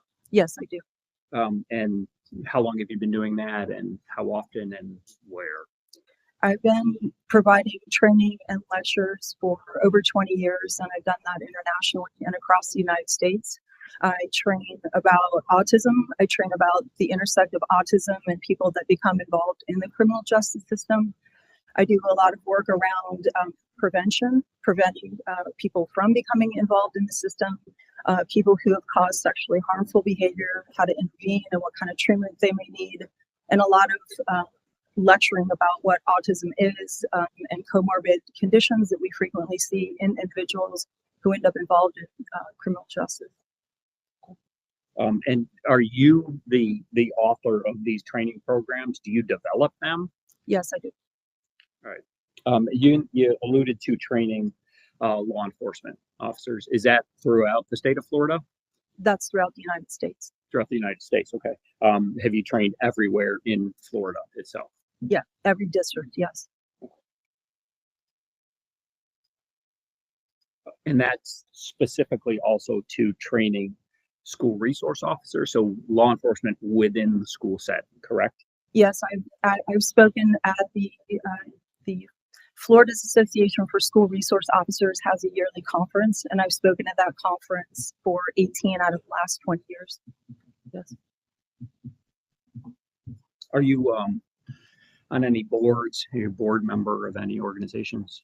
I'm currently appointed on an FDLE advisory board, which advises the FDLE regarding people that have autism and other neurological conditions or conditions which might affect them and the way police and or first responders respond to them. I'm currently on an advisory board with Florida Atlantic University, which has received a grant to develop first responder training across the state, and I'm advising on the development of that material, which will go out statewide in the next 3 months. Okay, and your sphere of knowledge here is beyond autism. You alluded to other disabilities, correct? Yes. Can you specify any that you're speaking of? I've spent most of my career working with people that have autism, intellectual disabilities, learning disabilities, different kinds of neurologic or genetic conditions. So my area of specialty is essentially in preparing personnel to work with individuals with these kinds of conditions, and directly working with these individuals for the purpose of behavioral programming, sexuality intervention training, or whatever may be needed based on a situation that's maybe not going well for them. Have you ever been determined to be a subject matter expert in autism and training law enforcement? Yes, for about 18 years. Yes. 18 years. All right. Based on education, experience, etc. Yes. Just so UCF card, if I'm understanding it right, you've been there for over 20 years. I'll be 25 years in November of this year. All right, so it began in 1999. And continue to work there, if I understand it right. So I worked full time for the center up until about 2014, 2015, and then I went in private practice full time. So I still work part time for the center 1 day a week, and in that capacity, that's to train law enforcement and first responders. Okay. I think it probably goes without saying, but do you think there's plenty of information that needs to be imparted to law enforcement in this specific? Absolutely, and identification and de-escalation. Yes, yes. So to present, your current roles with UCF card are part-time. Correct. Right? And then STAR is full-time. What does STAR look like now, like as far as what you're doing day in, day out? Day to day would be, I would say, an equal measure, working on cases, doing assessments, what I'm doing today, and in training, doing training in a lot of different places. Okay. Have you trained court personnel, attorneys, judges, etc.? Yes.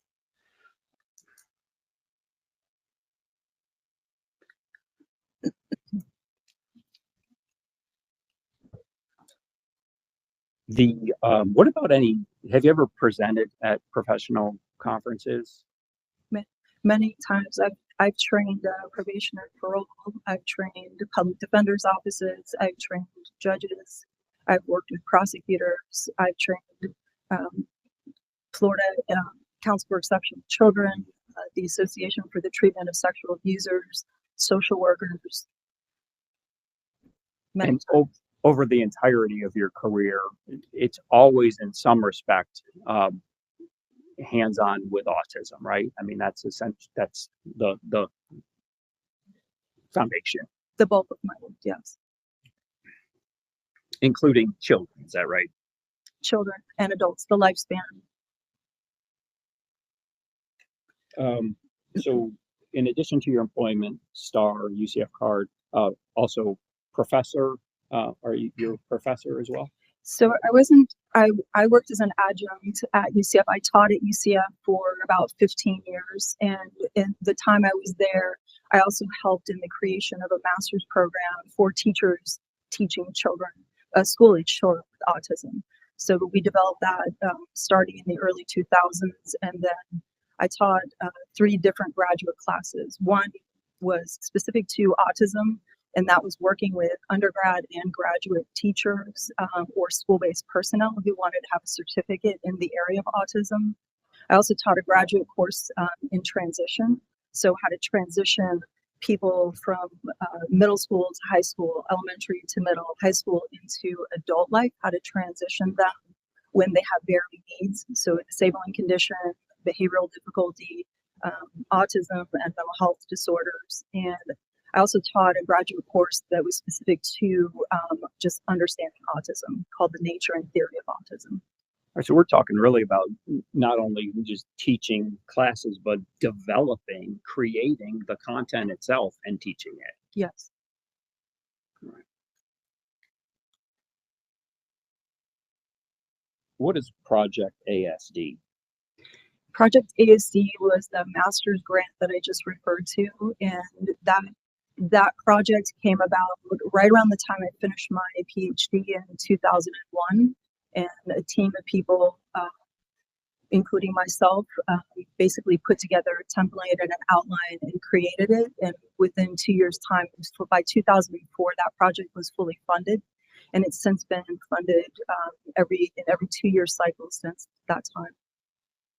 Have you had any experience teaching students like Brendan? You familiarize yourself with him at this point, and we'll get to that. But have you had that type of experience? Yes, I worked as a teacher in general education, and then when I received my master's degree, I began teaching special education. So I taught kids that had EBD, I taught kids with SLD, I taught kids with autism.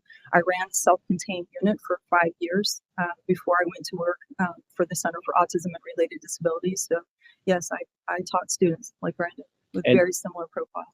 Okay, and would that also include consulting with the adults, be it paras or teachers, that in turn deal with students like Brendan? Yes, as a teacher of any exceptional education classroom, particularly a self-contained classroom, part of your responsibility as the teacher is to make sure your paraprofessional knows how to interact with the students, understands their behavior intervention plan, and any strategies for de-escalating or reinforcement as it may be based on the student's behavior plan. And we'll get a little more detailed on that, but that is something you estimate as is critical, right, in school? Absolutely. All right. What about any authorship? Have you authored any publications? I have. What, unless there's too many to list, I don't know. What have you authored? Essentially articles about transition individuals and the use of technology to assist in the transition of students who have autism and providing them supports. Okay. And in addition to any publications, what about any other scholarly activity that we haven't already talked about? I was on the editorial board for the Journal of Vocational Rehabilitation for almost 17 years. And I've been on the board for a peer-reviewed journal that addresses intellectual and developmental disabilities since 2016. Okay. And I'm guessing this isn't your first time in a courtroom. Have you testified in court on the topic of autism as an expert before? Many times before. Okay. Any estimate or? I don't keep track. Okay. State, federal, both? Both. Okay. Do you testify solely for the defense? I testify for both sides. Okay. What types of cases, if they're criminal cases, for example, what types of cases have you been involved with in your capacity that you're describing right now? I've been involved in cases involving aggravated battery. I've been involved in cases involving homicide. I've been in cases involving people in possession of child pornography. I've been involved in cases where there's a sex crime of some kind. A range of offenses. Yes. How did you become involved in Brendan's case? I was initially contacted by his mother in, I believe, October of 2023. And then thereafter, you and I talked, right? Correct. Have you had any opportunity to spend time with Brendan at the jail? Yes. Okay, and when, if you remembered, when I saw him on March 28th. I believe I saw him the day after Greg Pritchard saw him. Okay, 24 of this year, correct? Correct. Can you tell the court how much time you spent with him and what it consisted of? Yeah, I basically conducted an interview with him I was there for about 3 hours. Just shy of 3 hours, I believe. That's part of your equation in trying to assess things here, right? Interviewing Brendan. But there's also other documents and information you've been provided along the way. Yes. Have you reviewed the competency evaluations that were done in this case? I have. And did you have a chance to review Dr. Pritchard's written report on his forensic evaluation? I did. What were there other psychological evaluations done as well that you've had an opportunity to review? There were evaluations that were part of the Agency for Persons with Disabilities documentation. There was, I believe, a psychological that was part of the Flagler County Schools documentation. There was additional information from Department DGJ personnel, I believe, that had seen Brendan in the interim of the time of the incident up until the time I saw him. Okay. Were the APD, Agencies for Persons with Disabilities, records voluminous? Is there a lot to look at there? Yes. And there was also, if you were here, you heard reference to Brendan's stay at Springbrook. Were there records on offer there for you to evaluate? Yes. All right. And did you have a chance to review more case pertinent documents such as the arrest report? Yes. What about any specific school records from Matanzas? I reviewed several IEPs. I reviewed his behavioral data that was proffered by the school. I reviewed his behavior intervention plan. I reviewed documentation from the behavior analyst who it appears authored the behavioral intervention plans during the 2 years that Brendan was at Matanzas High School. Okay. And anything else jumping out? Were there any other court records, or trying to think of what else you might have relied on or that I've provided you? The school documentation, APD, a lot of documentation from ECHO, which was the APD supported group home. There's a great deal of behavioral data from ECHO. Okay. And I think you sat through a full day of testimony already on this back in whenever. May 1st. Hey. Correct.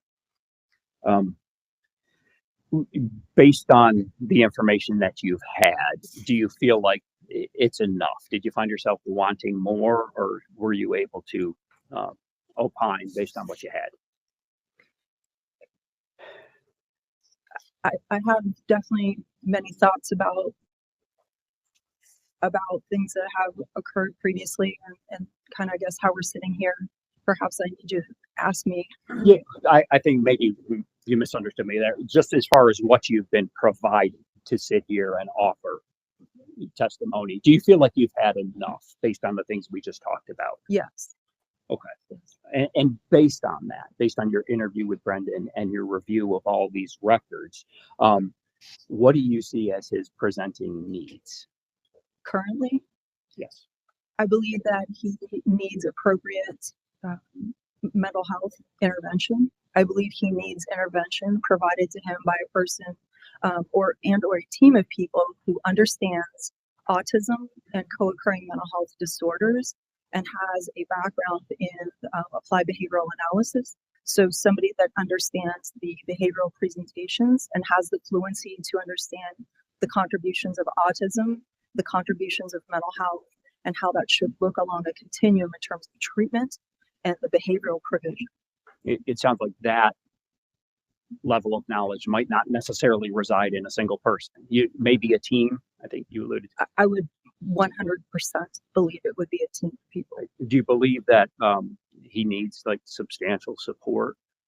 I believe he needs substantial support right now. Yes. Okay. And as far as staff that engages with Brendan, whether we're talking a jail, whether we're talking a Springbrook or anywhere else, what level of training, what level of knowledge do you assess the staff should have to do it well?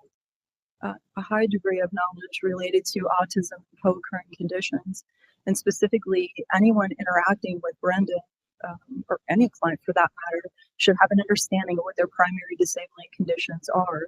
And in his case, there have been several different opinions related to what his specific condition is. So I think some knowledge about his history, some knowledge about his, I know there's not a lot of information related to his birth parents, but there is some information. So just understanding neurology, understanding the presenting and diagnosed conditions, and again, having some fluency with behavioral intervention. Is what you're describing here what you expect led to this designation? That you heard that he's like this level 6, this high level of care. Is that all that we're talking about when we assign a level? Is that what we're assessing, is how much intervention is needed? The reference to a level 6, which is essentially APD has to make a designation based on the need of the client. So in his case, that reference is related to behavioral need and to additional supports that were needed. Some of those were social, some of those were ongoing need for instruction, some of those related to skills that he did not possess at the time. I mean, he has been receiving services at that level since he was 15 years old. So they may have changed somewhat, but it's based on overall looking at the client and their level of needs. Okay. Is there a level 7? I don't know the answer to that question. Suffice it to say, level 6 is a high level of need and support. I've only had 2 other clients in nearly 30 years with that designation. What about his upbringing, or what you learned about his background? You've aware of his family life. You've talked to his mother, presumably. What else there specifically informed your position, if at all? Related to his biological parents or his adopted? Well, both, frankly. So biological, were there anything there worth noting? My understanding was that both of his biological parents have bipolar disorder. So that's certainly something to keep in mind, because when an individual has bipolar disorder, it's highly likely that any offspring will have some kind of either a neurological disorder or some kind of a psychiatric condition. And that's just looking at the propensity of research literature. And I would say in practice, it's something to pay attention to. Definitely worth knowing that information, biological parentage, right? Well, yes, absolutely. And then, as you heard, he was adopted at a very young age. What about just the upbringing? Did you learn that informed your position at all? What I learned from speaking with Brendan's mother and also in reviewing a lot of documents, it appears his family tried very hard to provide him with resources and the kinds of things that he needed to be successful. Were these layers of needs known to based on your review of records, were they known to everyone that was engaging with him, or at least knowable to them, if the question makes sense? If I understand your question correctly, it appears to me in reviewing all of the data that the APD group home ECHO was well apprised of all of his issues, all of the diagnoses, the documentation that had come from South Carolina. Mom had provided them history. There were many, many notes regarding staff that were talking to mom, where mom was relating all of the history, everything that had occurred, ranging from difficulties with his sister, aggression, acting out, a lot of information, including her husband having a heart attack. So there was a lot of information that was shared about his adoptive family, about his experience, concerns that his mother had, concerns that the family had in general. So they were shared a lot. They were provided a lot of information.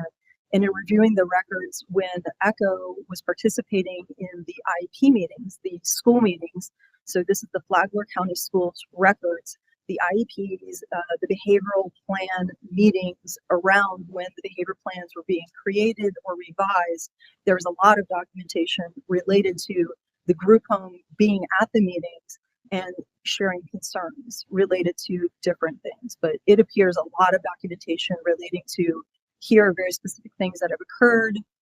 These are behaviors we've observed, where people are being very forthcoming.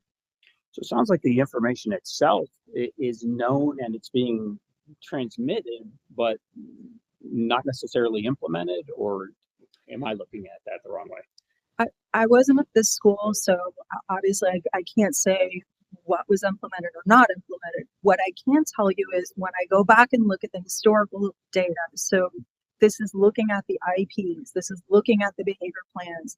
And when I go back to kind of March of 2021, where there's this huge IEP meeting and mom is present, I think there were 4 of the group home staff present, and they have this long meeting. There's well-documented conference notes where they discuss his medications. That's all written into the IEP. His medications are listed. His behavior at the group home is all documented in the conference notes. And at the conclusion of that document, essentially the group home staff say to the school staff, if there are any problems, call us immediately and we will come get them.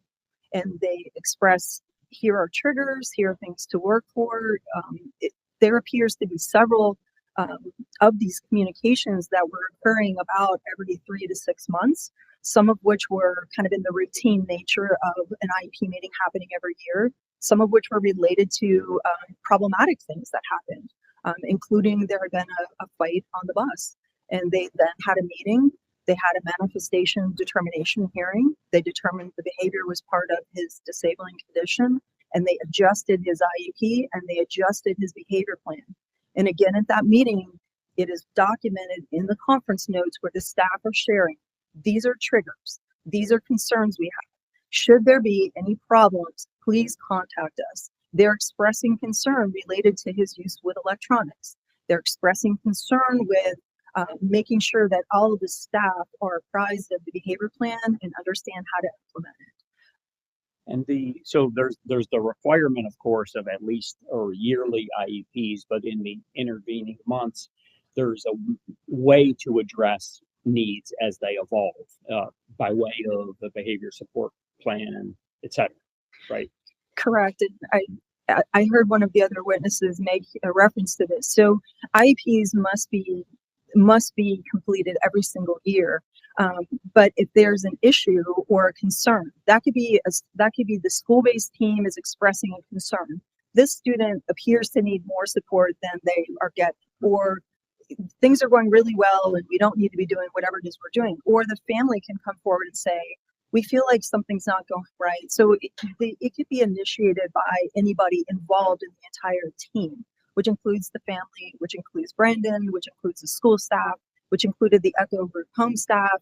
I believe APD personnel were present for some. There's a lot of people in this kind of moving, breathing thing. So if there's a concern, which there appear to have been concerns along the way, they reconvene and they basically address that through either adding goals to the IEP or readdressing the need for intervention or additional supports. And changing strategies along the way as Correct. needed.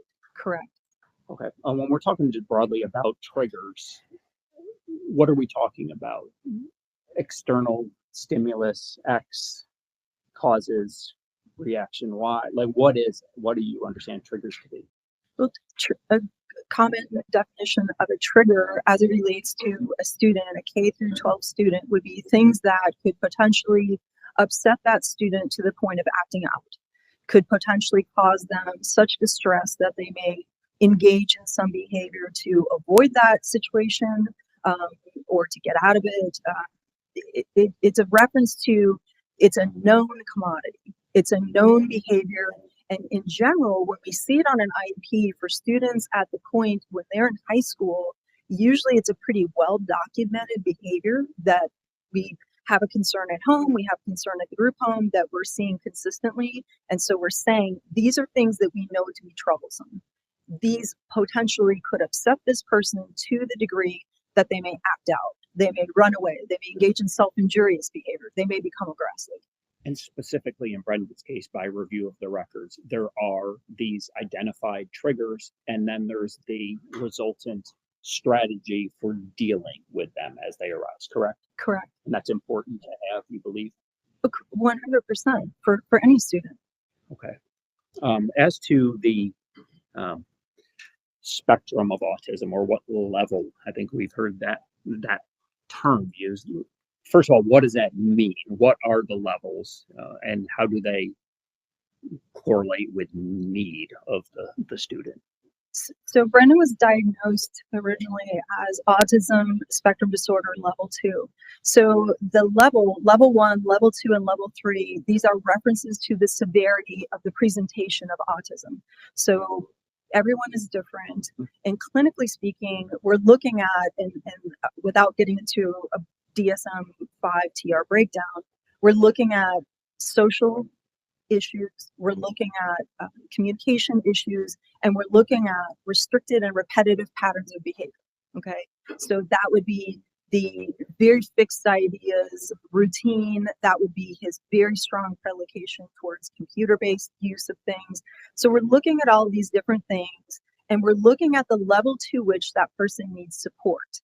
And so the DSM instructs a diagnostician to look at how much support does that person need to be integrated in their community. So level 1 means you need a few supports for social difficulties or deficits, you might need a few for language deficits, and you might need a few for the restricted and repetitive patterns of behavior. So maybe you're not as rigid as somebody else. Level 2 means you need a substantial level of support, which is the diagnostic level that his diagnostician who did the testing with him, I believe in 2019, diagnosed him. Level 3 would be somebody that needs significant support, meaning communication, social, and they have very highly restricted interests to the point where they probably have to be directed away from things. And I would, for level 3, I would think not verbal, low on the communication continuum, but other very significant behaviors probably where they can't maybe comport their behavior in the community, might be engaging in some kind of acting out for the behavior. And as to the level of support for Brendan, would you generally agree that that mid-range, that level 2, is what you observed? Yes. Okay. You would disagree that he only needs few support in these various areas, right? I disagree that he is a level 1. So in your estimation, again, based on your review and your experience, training, etc., how does autism affect Brendan? I think the deepest impact for Brendan has been he has a lot of anxiety. I know he has a co-occurring diagnosis related to that, but I think there's a lot of anxiety with changes. There's a lot of anxiety related to when the routine is not followed. He has a lot of social difficulty. He has currently, outside of the people that have spoken in this room today, he doesn't have friends. He reported to me he wants to have friends, that he has always struggled with making friends. He struggled with socially understanding the kinds of behaviors that he needs to fit in and interact with others. I think that he has very significant theory of mind deficits, essentially understanding the perspectives of others. I think he, in many instances, he perceives things in a way, and there's a long history of this, where he's perceiving something and it's not actually what's happening in real time, but he's perceiving it based on not maybe understanding nonverbal social cues or the subtlety in speech or things that people that don't have autism are able to easily pick up on. It's probably things we just take for granted, but is this sort of just nuance in our social interactions, just something that it isn't there, and that either not picking up on a signal or not giving the right signal? Does that make sense? Well, I think about it like this. So if you're a person that doesn't have autism, your factory setting, as I like to say, is you are pre-programmed to look at people in the face. You are pre-programmed to seek out information from somebody's body language, from the tone of their voice. When you have autism, your brain is not wired in that same way. So you're often missing that information. You're missing nonverbal social cues. You're missing subtleties that exist in communications between people. And when you miss that, you often miss a lot of the meaning that happens in the communication. Okay. And you mentioned wiring. I mean, so we're talking about something that is essentially hardwired. We're just trying to best accommodate for it. Is that what we're doing? Yes, and provide instruction. Okay. What about like a history of rigid thinking or thought processes? I mean, is there that? Did you notice? It appears that that's been a difficulty for him going back to the time he was very young, where he has become very fixated on something.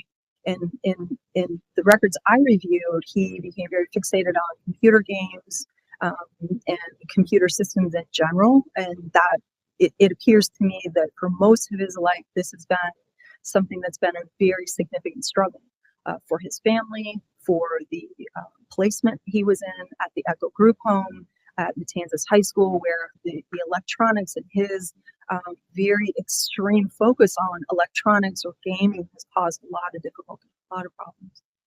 What about regulation of management of emotions? Has that been something you've learned he's struggled with? Yes, by history. Yes. I'm sorry. Yeah, by history, he has had a very difficult time with regulating his emotional state, and so we refer to this as being emotionally dysregulated. And you mentioned trouble with change or transitioning. I think you might have said, meaning what? Like What's changing? What's transitioning? So from transitioning is a couple different things. Transitioning can be I'm doing one thing and now I need to do another thing. It can also be a direct reference to you're physically in one place and you need to physically move to another place. And what we know about people with autism in looking at peer-reviewed literature, and I can tell you in clinical practice, is that people with autism struggle to stop doing one thing to do another. It's difficult for them, even when it's something that they like doing. So there's an inherent difficulty in, even when I'm trying to get you from doing playing this game to now playing this game, it's harder. And when we think about trying to move people or shift people or transition people from doing something that they're doing that they like to something that they are not going to like, it's exceptionally difficult, especially with a history of the rigidity. And what does the difficulty manifest as? What does transition or change manifest as? Anger, frustration, like what does it look like? It can look like a lot of different things. So depending on the individual, for some people, they're going to begin self-injurious behavior. Might start hitting themselves in the head, throw themselves on the floor. Some might start protesting, screaming, and crying, and some become aggressive. You mentioned electronics. Do you see any record evidence of that being appropriately used or managed or not? I have to tell you, it was very concerning for me to read all the records and know the facts in this case. I could not understand why somebody that had a long history of difficulty with the removal of electronic devices, difficulty, aggression, well documented, why any program or any school would continue to allow him to have a gaming system. It was shocking to me. Does that extend to just discipline surrounding electronics, whether it's physically taking it away or not? The topic of electronics? Well, electronics are referred to in different ways throughout his records. When he was younger, they're referred to games, gaming systems, and then in some points they're referred to as him using, a PC or some kind of an actual computer, and in other references, just gaming systems in general. And again, it's concerning to me in reading records where he was in a group home. He was in a level 6 group home that's funded by APD, and they had to call a crisis team to remove his electronics. They talked specifically about that. In fact, they advised the school about this. He has these set times. I think it was 5 to 7 or 8 to, I may be getting the times wrong, but there are these specific times and he's allowed to game. And when we're going to take the games away from him, we call in the crisis team. So that was very specifically and narrowly tailored to a known problem. Yes. You're aware of additional diagnoses, ADHD, right, for Brendan? Yes. IED, intermittent explosive disorder. Yes. Disruptive mood dysregulation disorder, right? Yes. Do you have an opinion on that, or are you just aware of the prior diagnosis? I'm aware of the prior diagnosis. Okay. Is that common for someone with autism, that there's also that there's cluster at the center of the Venn diagram? Is there a lot of overlap there? So there's a very high proportionate rate of co-occurring disorders with autism. The two that happen most frequently are anxiety and depression. Those both appear to be lifelong issues for Brandon, and they have been, I believe they have manifested themselves in different ways. We do frequently see people with autism who continue to have difficulty with behavioral management, behavioral outbursts. We see a higher proportionate rate of those folks having co-occurring mental health disorders. And you specifically here, you believe that this is these co-occurring disorders, in addition to autism, affected Brendan? Absolutely.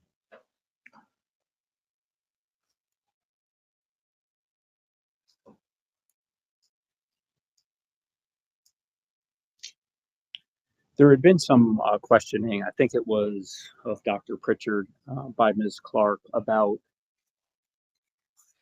I think it was in Brendan's interview with Dr. Pritchard about him blaming Ms. Nadich, or I think it was a reference to she could have done some things better too, or something like along those lines. Do you see this the same way, that he's blaming her? I don't view it as blaming. I view it as he has a very rigid way of thinking about things. And in his world, things are very black and white. They're either in this category or they're in this category. And I think, I know in his history, he's had difficulty with kind of seeing things, and this is central coherence deficit, is kind of seeing the big picture of things. He gets very myopic and focused on one part of it. And in speaking with him and talking to him about what happened, because I did ask him what happened, I let him know I had reviewed the records and I wanted to hear his perspective. It felt to me during the interview that he had with me, where he's giving me the facts. He's not necessarily assigning blame to Ms. Nadich. He's just giving the facts of why he believes an incident, why something occurred, why this happened. Autism standing alone, of course, that's not the case here, but does autism itself usually result in aggressive behavior, or is it this combination we're talking about? So a lot of people with autism experience at some point in their lives or express aggression. And aggression happens for different reasons. There's different functions for aggression.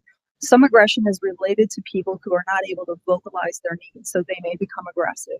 Some aggression is related to sensory-based difficulties, so they become very overwhelmed by noise in the environment or a lot of commotion.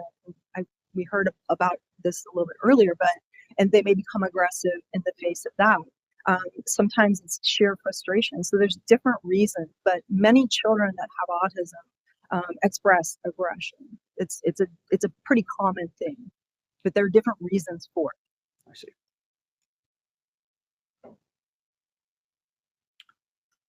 We heard Dr. Pritchard agree with the conclusion that these events were a manifestation of disability.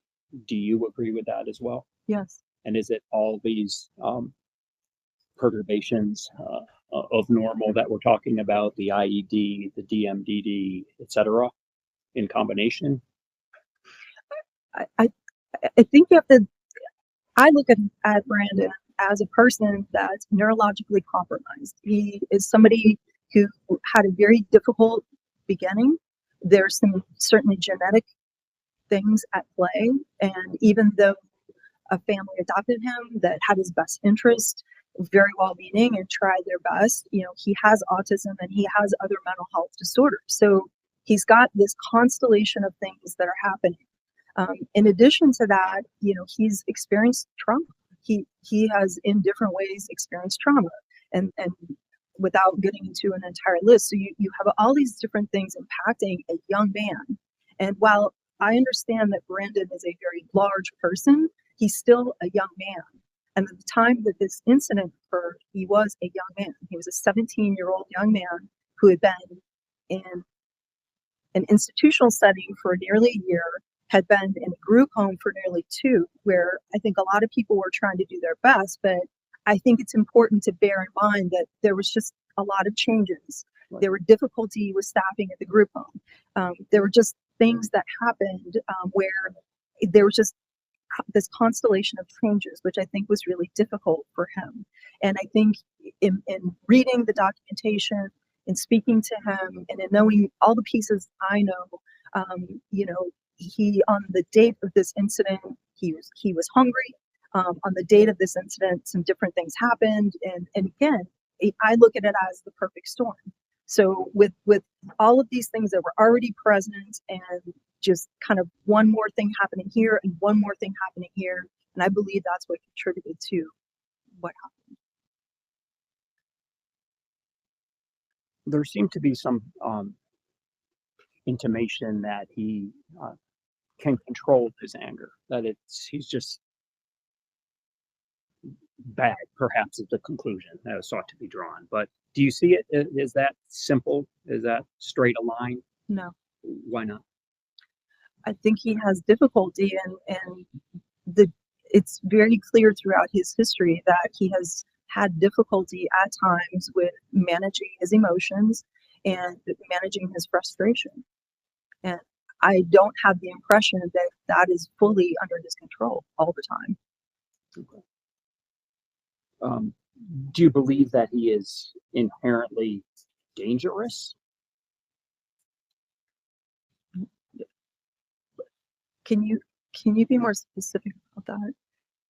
Uh, without the right support in place. So let's start with a baseline understanding that you need people in his orbit that know him well, Yes, that know triggers, highly trained staff.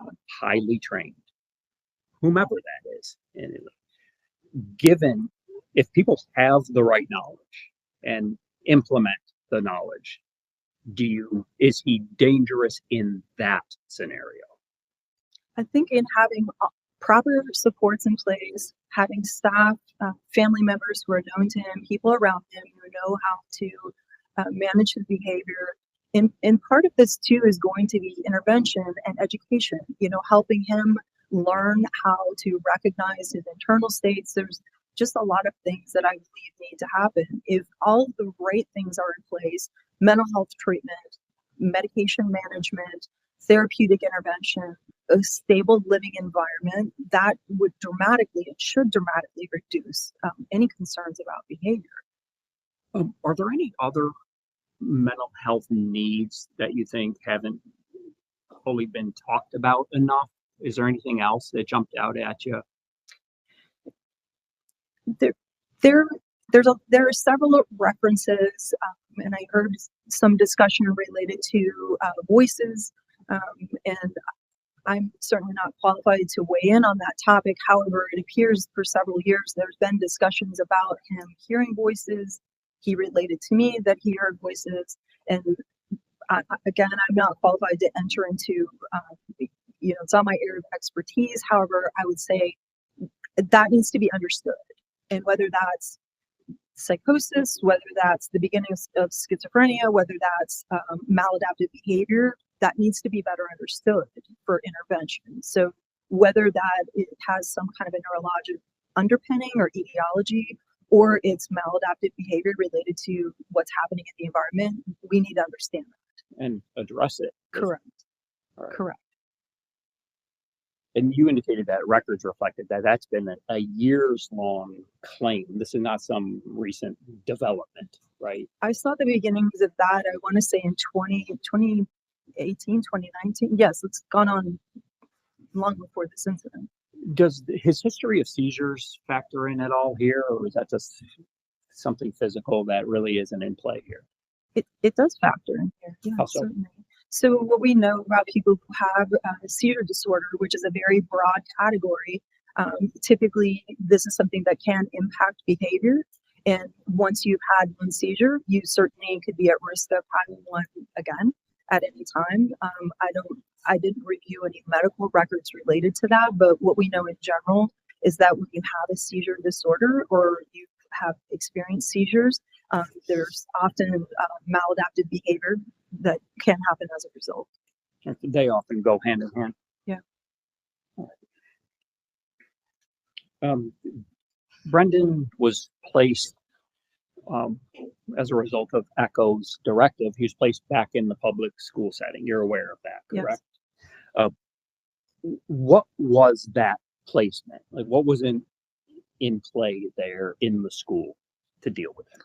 So according to the record, he was placed into what's called a self-contained classroom. And a self-contained classroom means it is a smaller size classroom, meaning there are fewer students and there are more staff.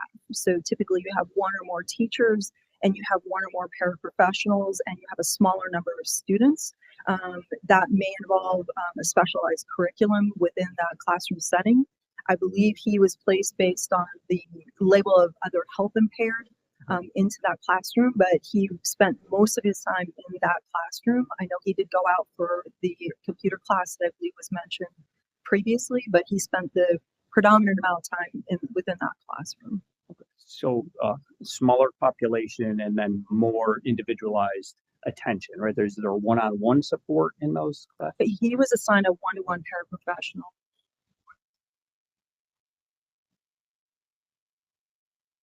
Which I believe was recommended by the group home, if I'm not mistaken.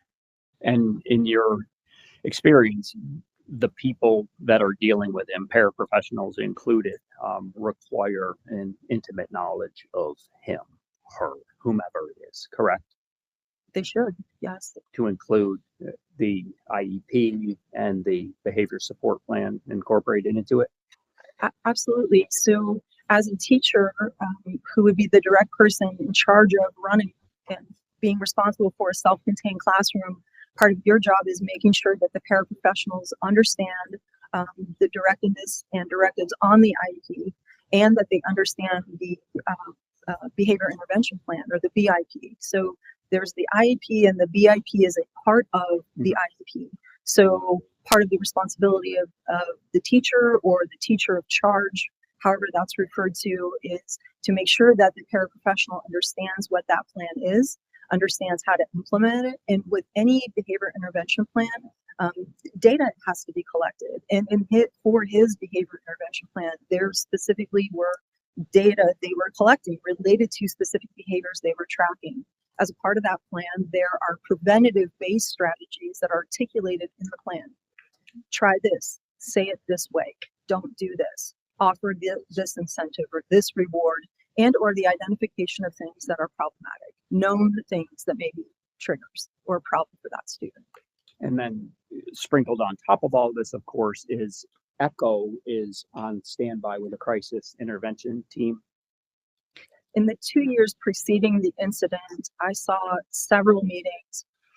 There was a meeting in March of 2021 where they said to the school staff, we will come and get him. There was another meeting that happened in December of 2021 where they said the same thing. They expressed concern about the electronics. We go into March of 2022. There were several concerns that were expressed. And again, reiterate to saying to the school-based staff, if there are any issues, call us immediately. They also, I believe, in that March of 2022 meeting, shared with the school staff. This was what I was talking about with respect to removing electronics and meeting a crisis team. Sharing with the school team that was present for that IEP, he's been restrained under these circumstances. These are the things that have happened that have caused a difficult time or difficulty with him. If a professional, if a paraprofessional engaging with Brendan was not aware of the IEP, nor aware of the behavior, the preventative strategies, is that appropriate in your estimation? Absolutely not. For reasons we've talked about? It's dangerous. Dangerous.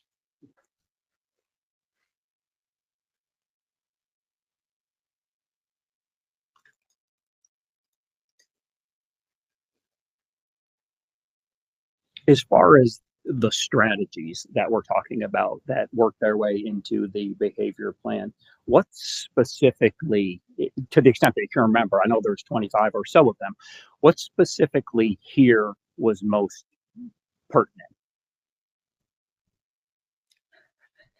His plan was very comprehensive. I will say what stood out to me was the list, the very clearly articulated list of triggers, things that were known to be troublesome, that were known to cause him to escalate, that were known to be, if he was spoken to in a certain way, that was known to cause aggression. The fact that multiple times in multiple conference notes, documentation, IEP, and the behavior plans, it said, do not correct him in front of other students. Choosing your words, offering him basically not, and I don't use the word confront, but essentially being very cautious about how you're interacting with that student, not reacting. So often when students who have behavioral difficulty are reacting, what as a teacher and as a paraprofessional And what a behavior analyst will tell you, you have to ignore, you have to stay very calm, very cool. There was a lot of documentation in his records that was saying those same things over and over again about being cautious, about how he was spoken to, and the circumstances under which anybody would give him a directive. And based on your review of the records and the descriptions therein about how these events unfolded, were strategies employed, were triggers recognized? It does not appear so to me.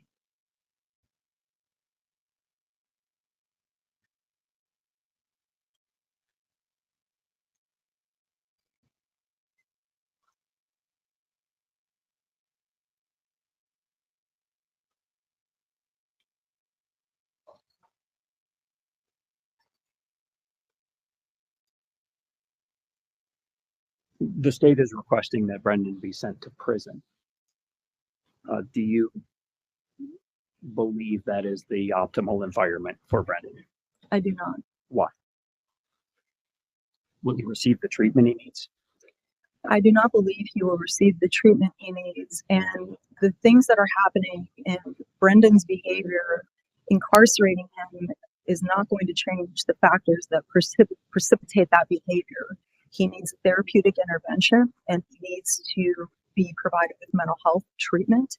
There are several things that need to happen that will not happen in a prison setting. He needs cognitive behavioral therapy. He needs, I think, psychodynamic therapy would be helpful, ongoing counseling. There are many things I think would be very helpful and would assist him in improving his behavior. There's multiple layers to this, it sounds like. Yes. You heard that there's the testimony about some sort of apparatus in place in the Department of Corrections to address mental health. Do the interventions you just described, or are they on offer there? Cognitive behavioral therapy, etc.? No. Can you incarcerate this type of behavior out of someone like Brendan? No. Why not? Doesn't work that way.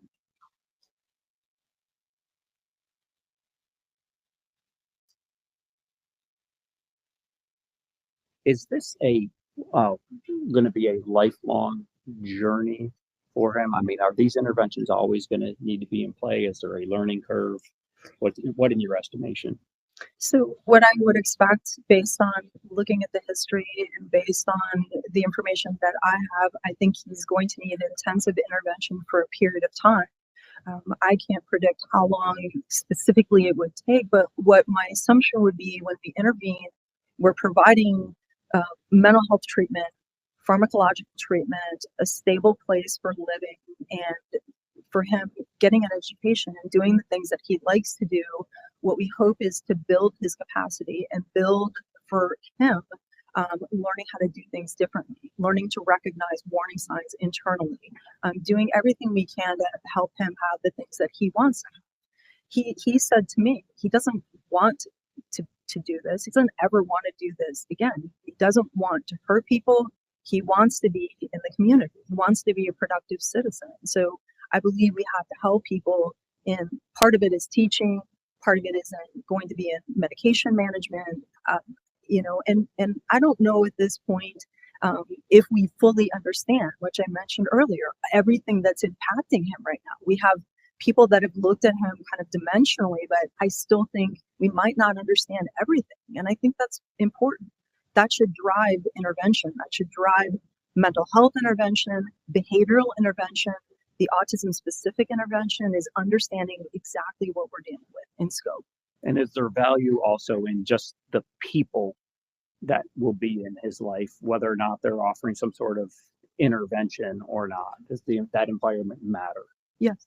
Okay. That's all. Thank you. Ms. Clark? Thank you.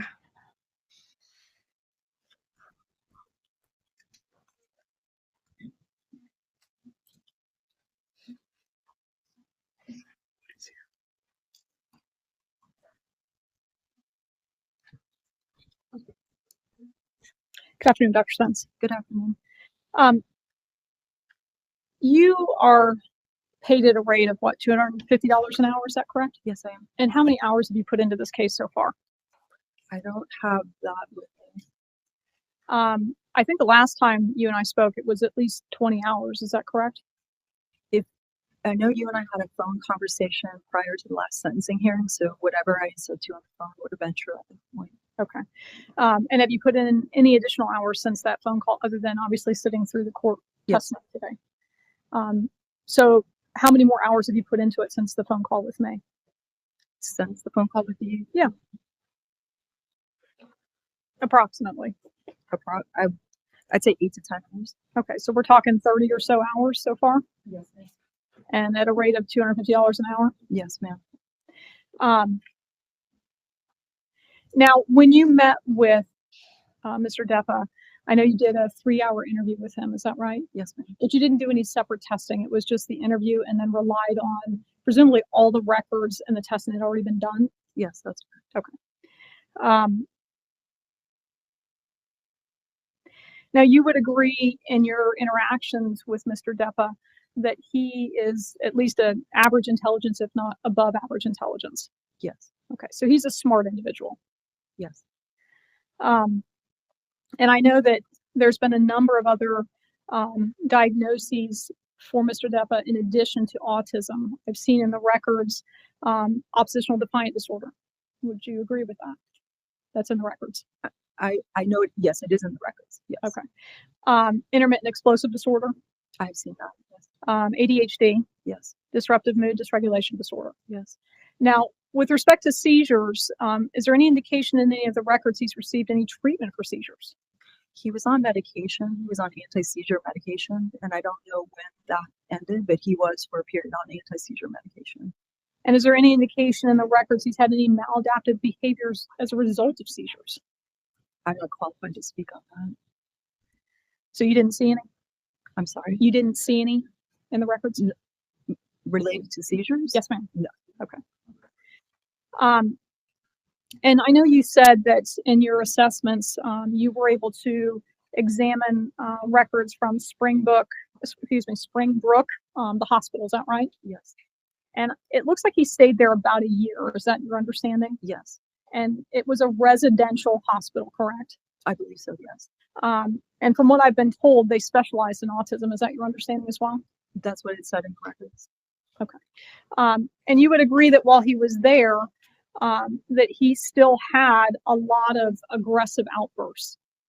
According to the records, he was still having aggressive outbursts. Yes. And he was actually physically violent with the staff. In the records, he did exhibit aggression towards peers and staff. Yes. I believe I saw notes about him headbutting staff. Do you recall that? Yes. Punching the doctor multiple times. I believe he hit a psychiatrist. Okay. As well as throwing items like chairs, desks, things of that nature. Yes. And then with respect to ECHO, which is an APD group home, I think you said it was a level 6. Is that right? Yes. Okay. That at ECHO, he continued to have aggressive behavior. Yes. I know you mentioned there was a crisis intervention where they had to bring in a crisis team to remove electronics. That would be one example. Yes. In the records that I reviewed, it looked like in end of August of 2022, he got into an altercation with another housemate. Do you recall reading about that? Yes. And that the housemate was injured and had to get attention from the nurse. Yes. That he apparently groped a female staff member inappropriately on the way to school in the end of August of 2022. Yes. You recall seeing that as well? Yes, I do. There was a notation about in March of 2022, he ripped off a door off the wall and charged at staff with the door. Do you recall seeing that? Yes. And you would agree that this was a group home selected by APD, presumably with staff that would be trained on how to interact with someone with Mr. Depa's diagnoses. Theoretically.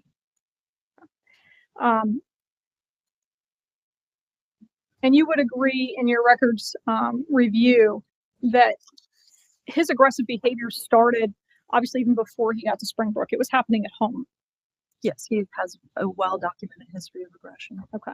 So he was aggressive with family members, is your understanding, correct? Yes. And when I say aggressive, I'm talking about physically violent towards family members.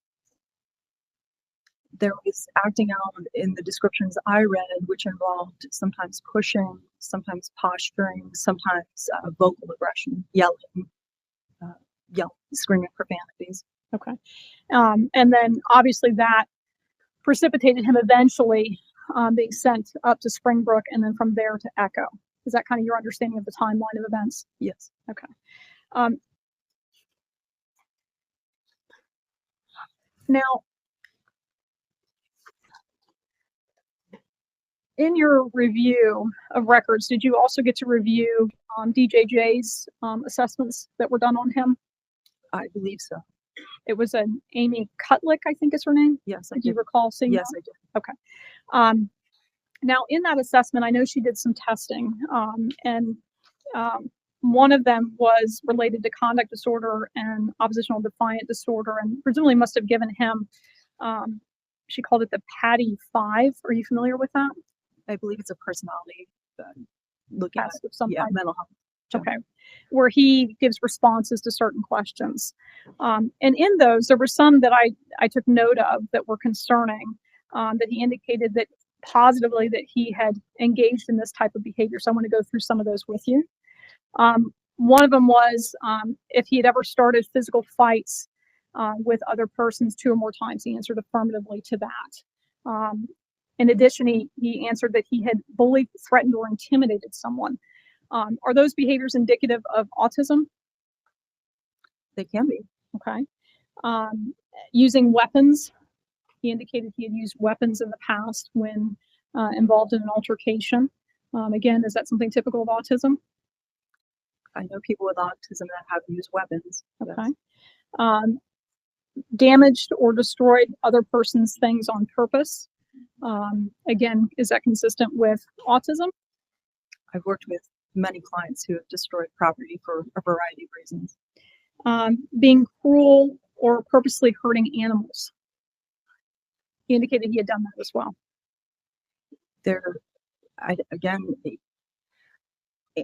Every individual person will have a reason for doing whatever behavior, and again, insert the behavior. So I can't speak for, I did not discuss that with him, so I can't really speak to what his thoughts were, why he responded to that. I do know people with autism that have harmed animals because they didn't understand that they were harming the animal. So I didn't speak to him, so I don't know kind of why he would have answered or the scope of the question. You would agree that's concerning behavior, to be cruel or purposely harming an animal? To purposely harm an animal, yes, I would agree. And he indicated that he has intentionally hurt a person or been physically cruel to them. You would agree that's concerning also? Yes. That he often lied to get the things he wanted or to get something out of someone. That would be concerning as well. I know many people with autism who lie to get things that they want for a variety of reasons. Okay. You would agree that's concerning behavior? Yes. Okay. Forcing someone to do something sexual with you or to go farther than they wanted. He answered that affirmatively as well. Again, you would agree that's concerning behavior? Would need intervention, yes. Stealing things. Is that typical for autism as well? I know many people with autism who have taken things because they want food because they're hungry, they're on a restricted diet, so they take food that they don't normally have access to. In his instance, it was related to electronics and games. Okay. They also mentioned under ODD that he repeatedly annoyed people on purpose. Again, would be concerning behavior. Is that typical for autism? I know a lot of people with autism that will engage in behavior that's attention seeking. So the function of the behavior is they're trying to get attention. And while it may look very inappropriate to everyone else, it may not be behavior any of us would engage in terms of trying to engage someone. They're motivated by the engagement. Okay.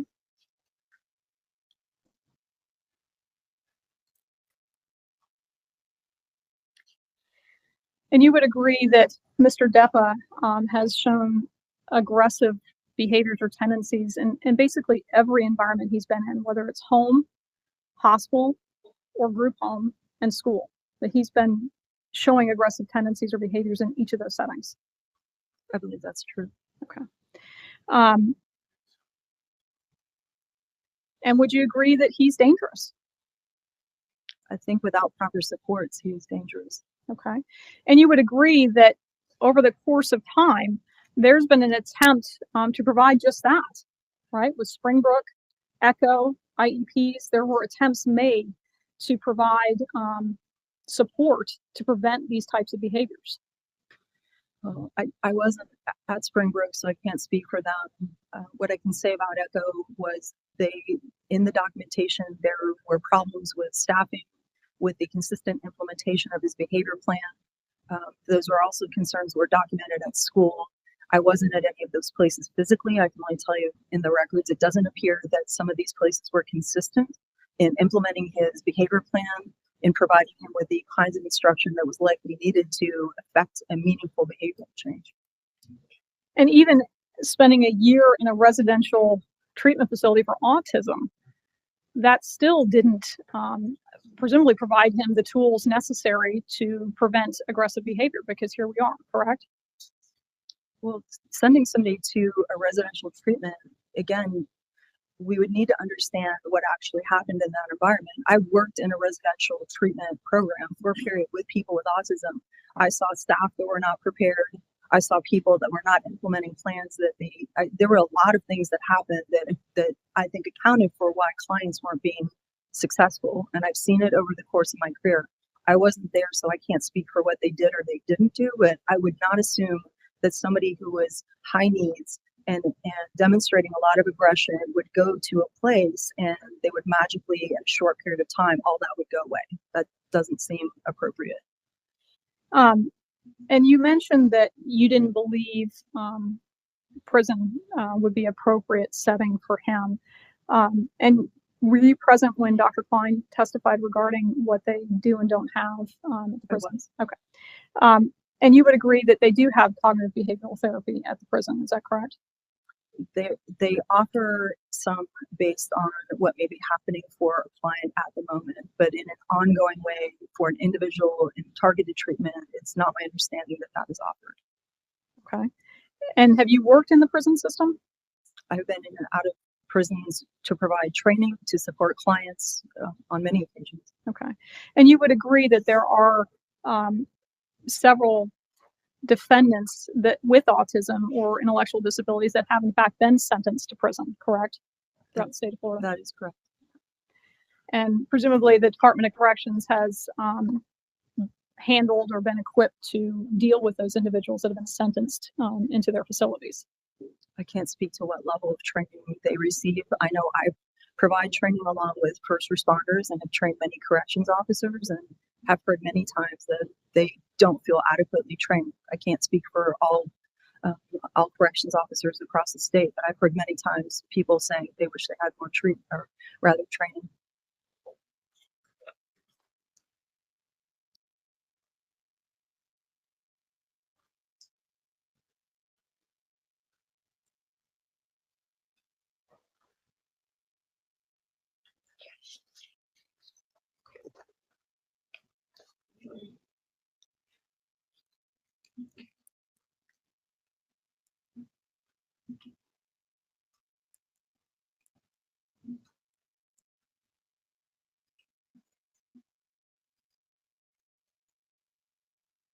In looking at some of the school records from Matanzas, it appears as though obviously due to his high IQ, he was able obviously to leave the primary classroom and go to an outside class. Is that correct? I don't know. I'm not sure how they made the determination for him to go to the computer class, so I'm not sure I can speak to that. Okay. It looked like his testing within the school system indicated he had a very high score for reading, vocab, and comprehension. Is that your understanding as well? Yes. Okay. And that prior to this altercation with the victim in this case, you had spoken briefly about there had been an altercation on a bus. Is that right? That's my understanding. And I think that occurred in December of 21. I believe so. And in that particular altercation, it's my understanding it was a quite long physical fight with the defendant and another student. Is that your understanding? Yes, 10, 15, 17 minutes, something like that. It took quite a bit to de-escalate that situation. I believe that's correct. And in that particular situation, did you see in the records that in that situation, the defendant, Mr. Depa, didn't show any remorse for that either? I don't recall seeing any comment about it.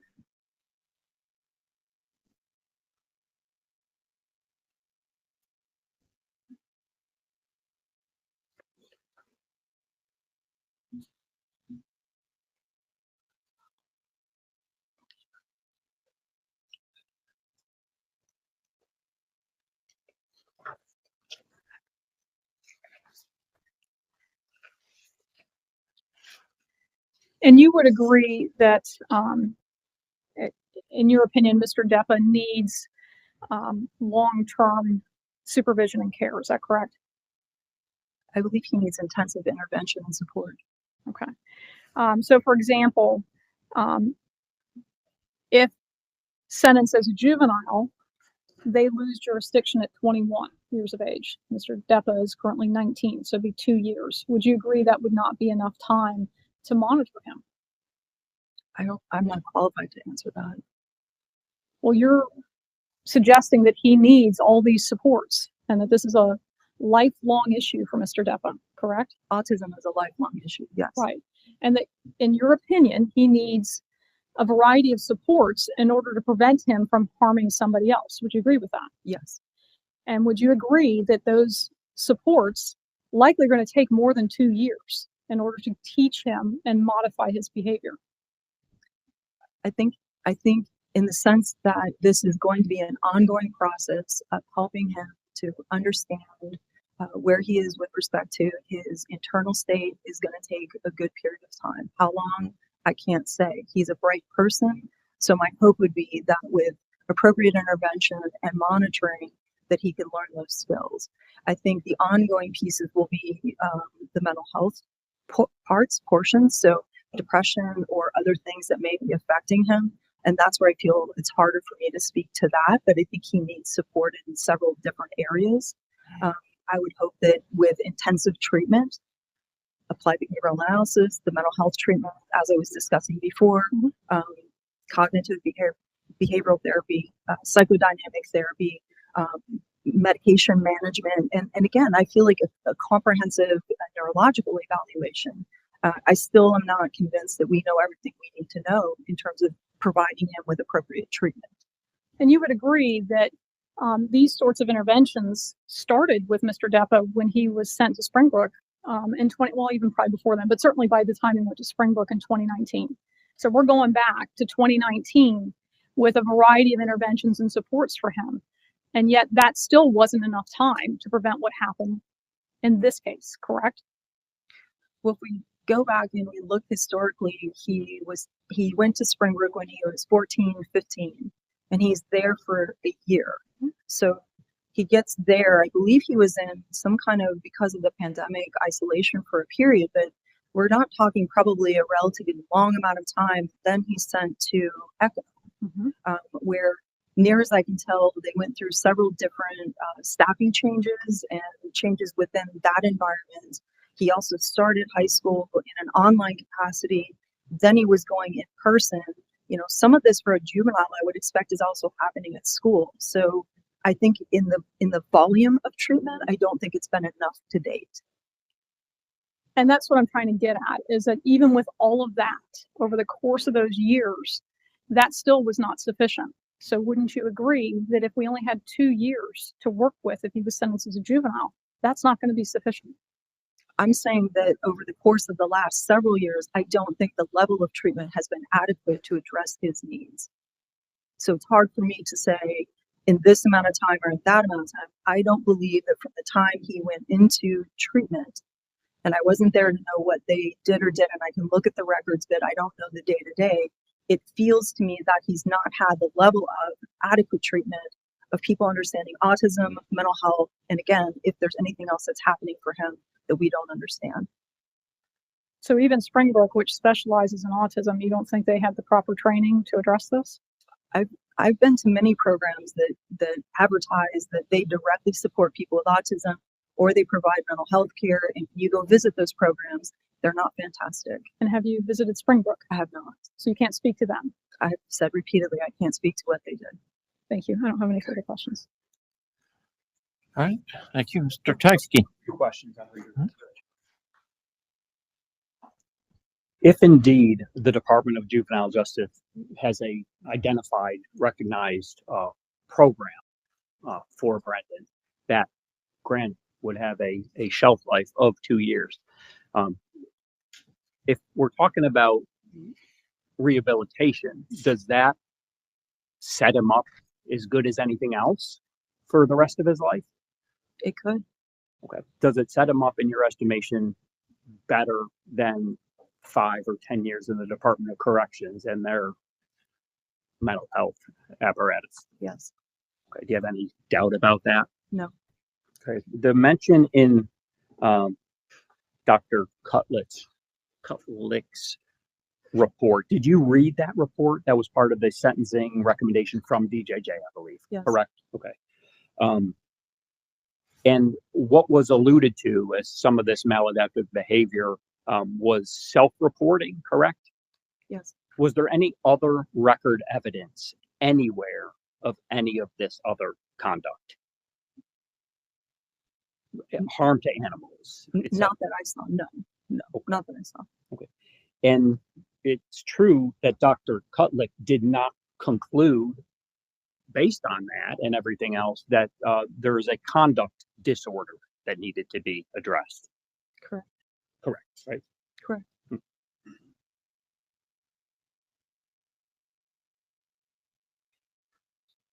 These were simply things that Brendan had said in the course of this interview, right? Presumably, yes. Okay. And you heard when Dr. Pritchard was testifying, Brendan made reference to, he told Dr. Pritchard that he was hearing voices, correct? That's correct. And Dr. Pritchard did not accept that face value, right? He testified that he did not. So. All right. Thank you. All right. Thank you. Dr. Spence, you may step down. Thank you, Your Honor. She released? In my estimation, yes. Okay. If you're under subpoena, you're released from any subpoena. Thank you.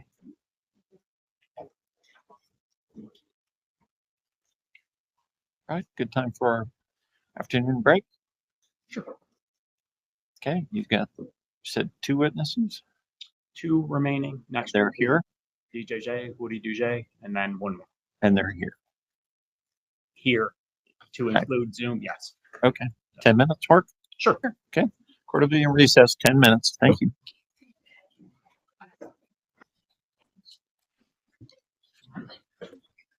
Witness. Woody Duje, he's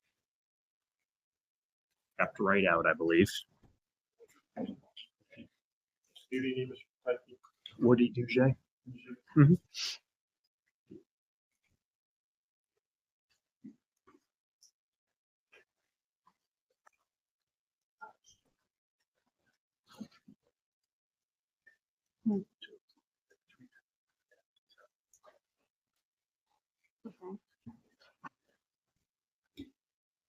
Let me switch gears. Okay. I'm going to recall Leanne Depa for 2 questions.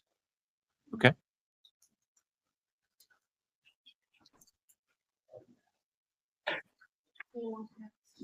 Yes. Can you raise your right hand? Do you swear affirm testimony about to give the truth, the whole truth, and nothing but the truth, so help you God? I do.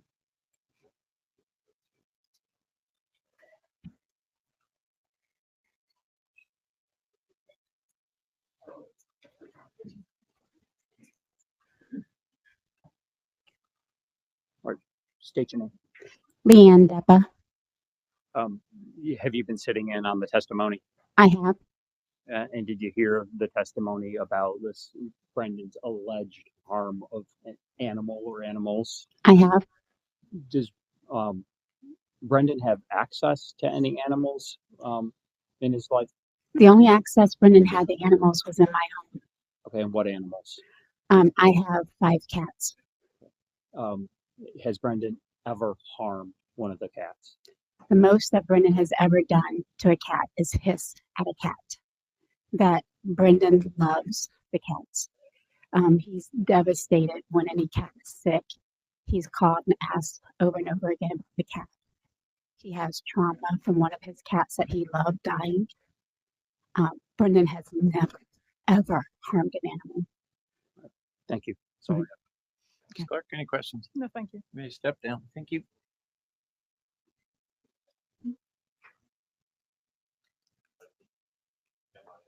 MIA.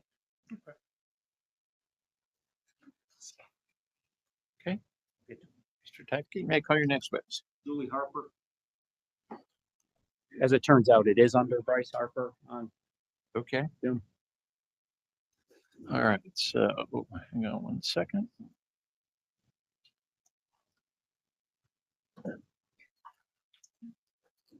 All right. This is Judge Perkins. Can you hear me okay?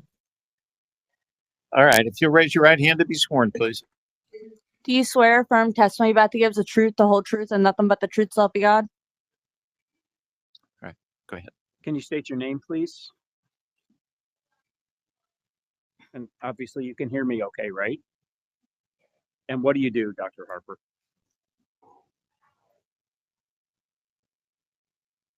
How long have you been a licensed psychologist?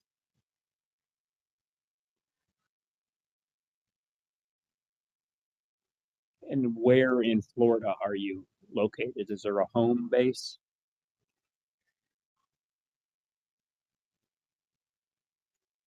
What, if any, is the current focus of your practice now?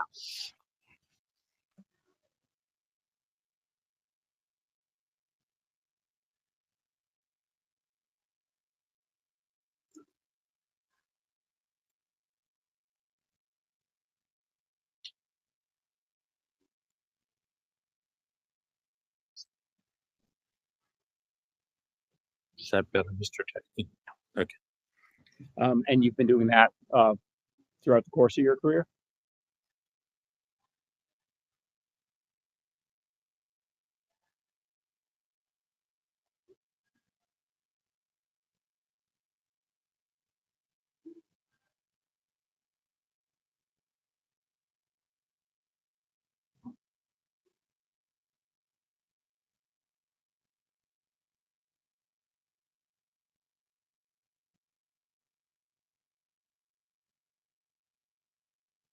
Okay, and let's back it up even a little further to your education to become you, to become a psychologist.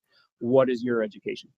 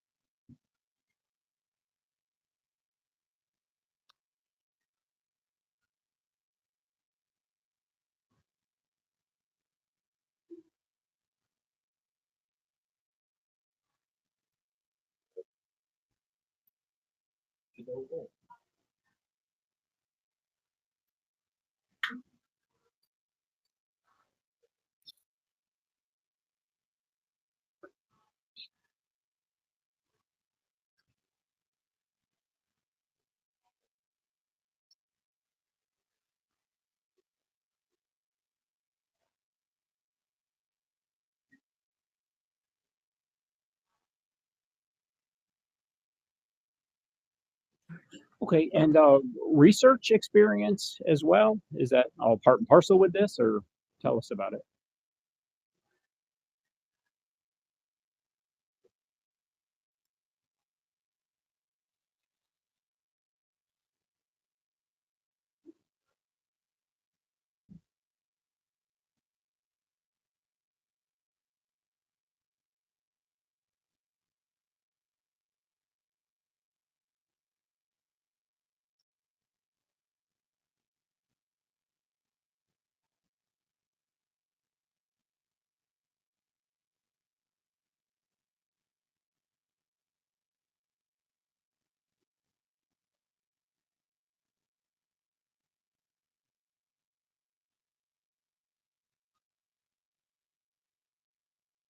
Okay.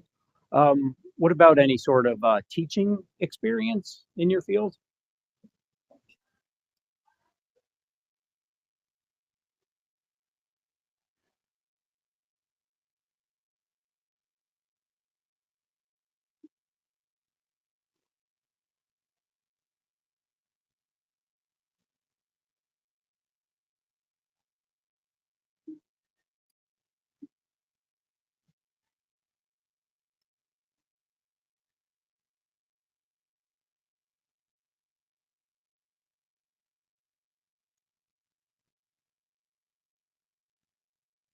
And do you have any professional associations that you're a part of, a member of?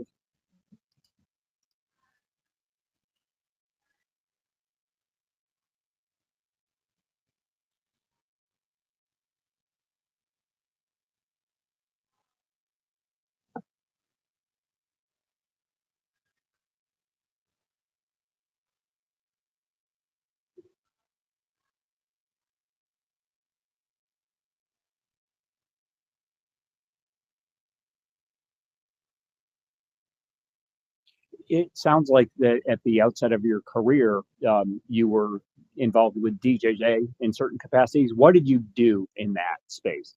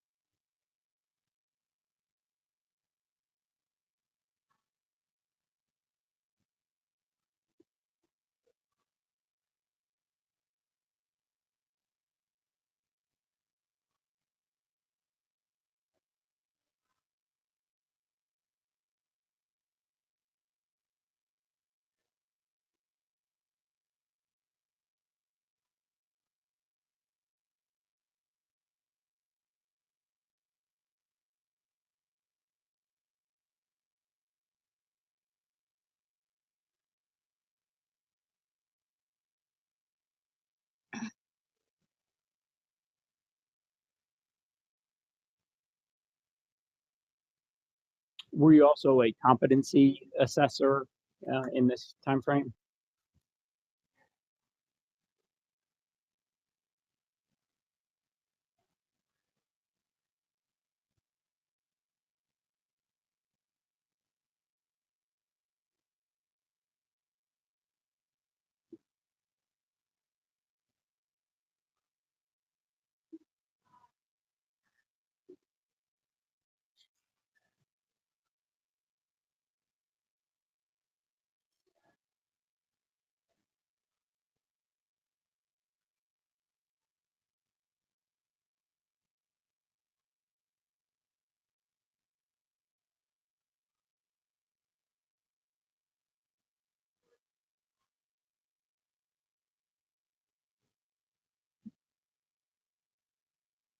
And have you testified as an expert in court before? And can you estimate a number of times or no?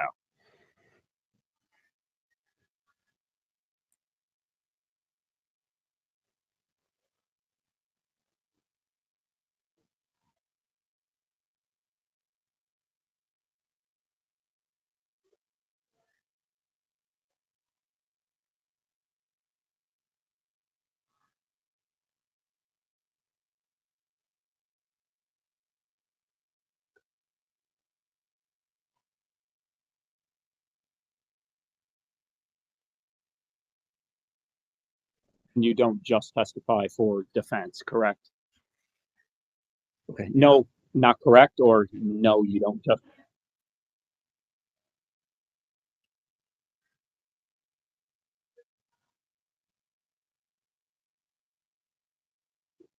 Okay. And you've testified also as a witness to juvenile competency, right? That's been part of your expertise.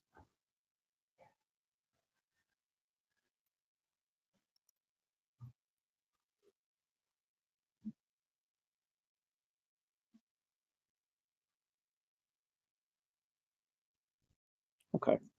And let's talk about that, just broadly speaking. What is Miller?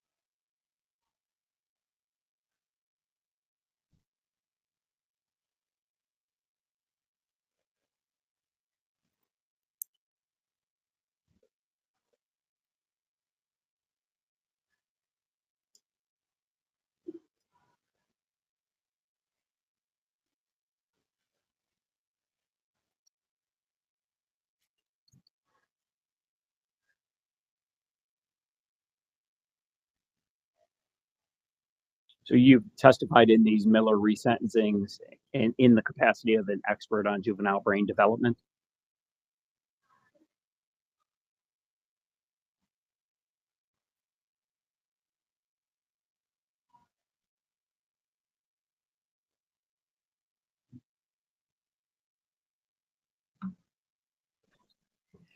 And in a minute, we'll get to why that matters. But how did you become involved in this?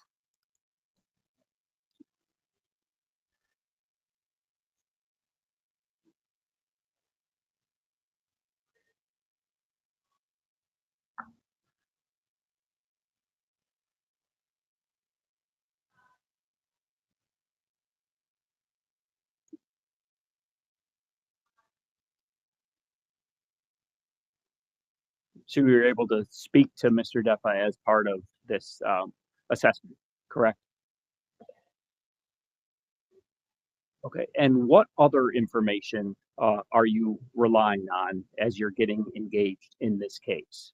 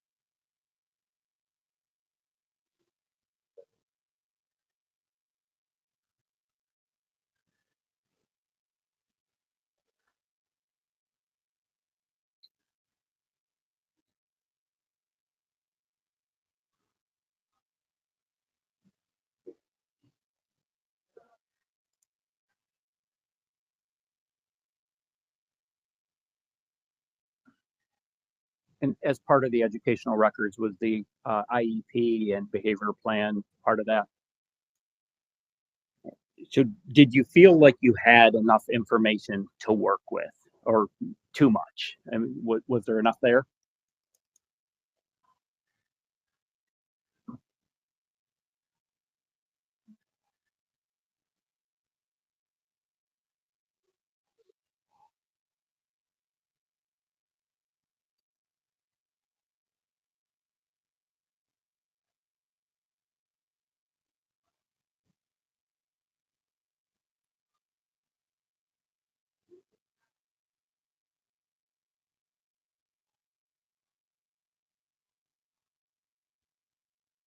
Is that background biographical developmental information that you gleaned from his mother, is that important part of this in your estimation? Okay. Is there anything that otherwise could have been useful that was lacking?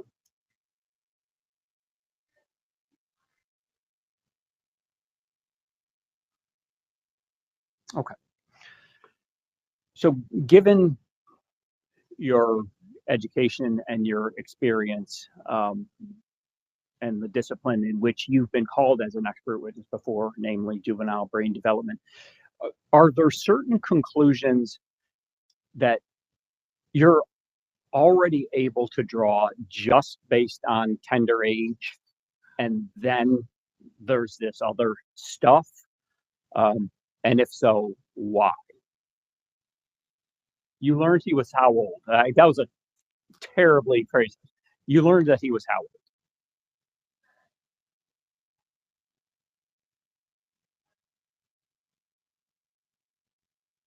Okay, so knowing that he's 17 years old, and given your area of expertise, are you already able to draw certain conclusions about brain development?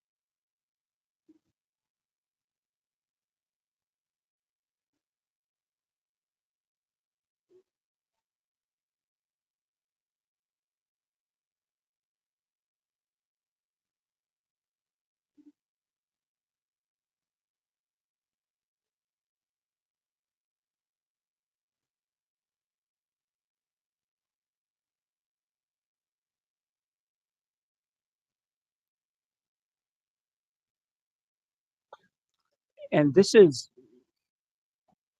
I mean, just something you have to wait to happen, right? This is software that has more updates to undergo. Is there anything you can do to speed up the process, or you just have to grow?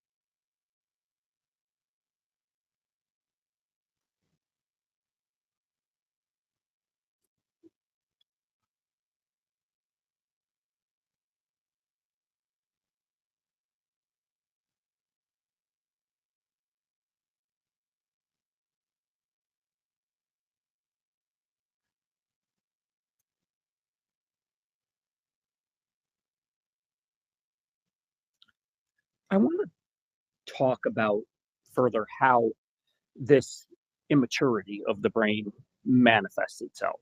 You know, what does it look like? Let's talk about further about decision making. How is it most impactful there?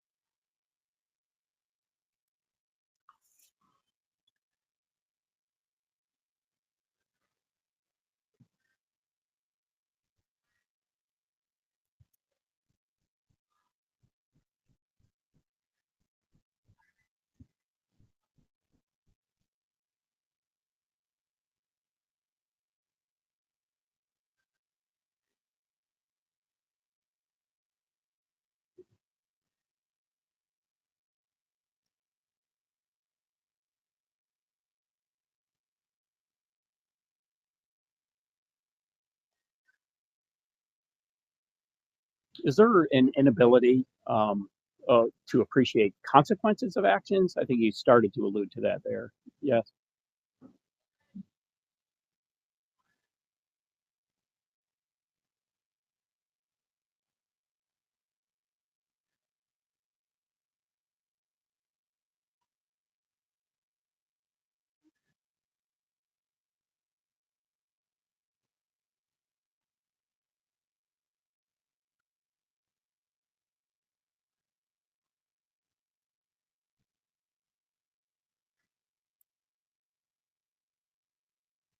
What about just the capability for empathy and compassion? Is that different in the juvenile brain than the adult brain?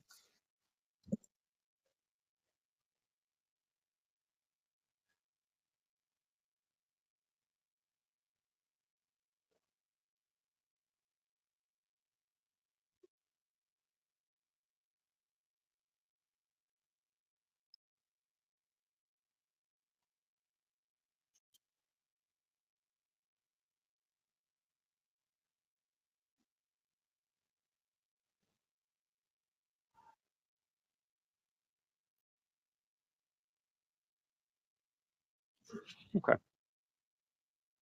Is the type of behavior itself, is there less appreciation of the consequences of certain behaviors that we might call risky? Is there more desire to assume risk in behavior?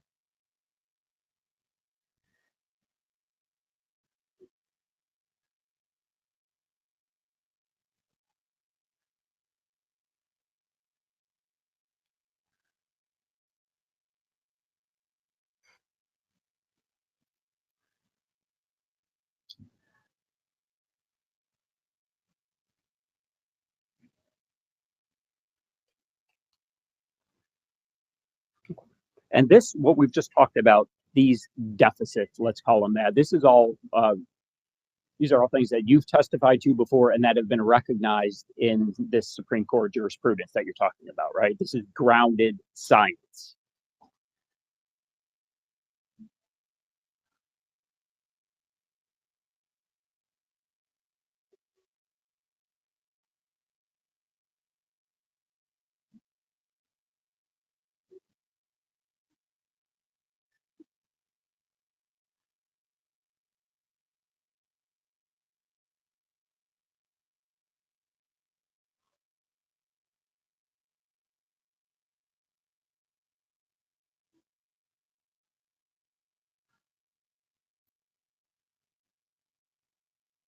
The effect of it being a diminishment of culpability, right?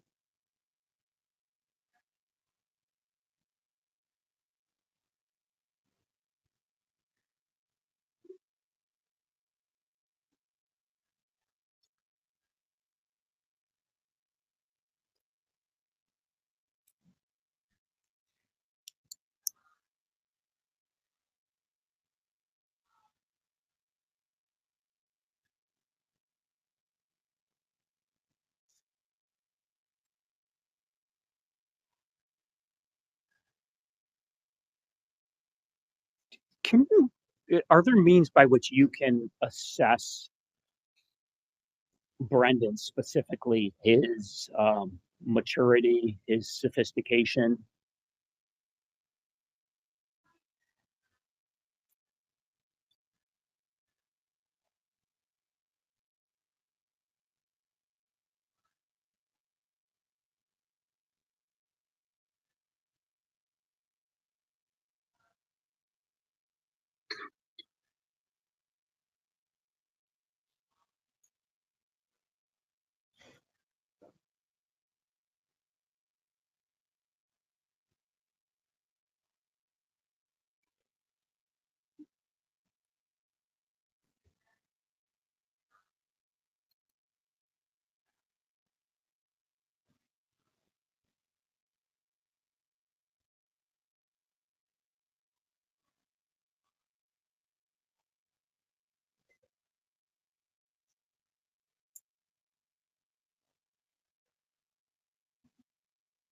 And do you assess his as average? If we're talking sophistication, do you assess it as average for his age or his age group?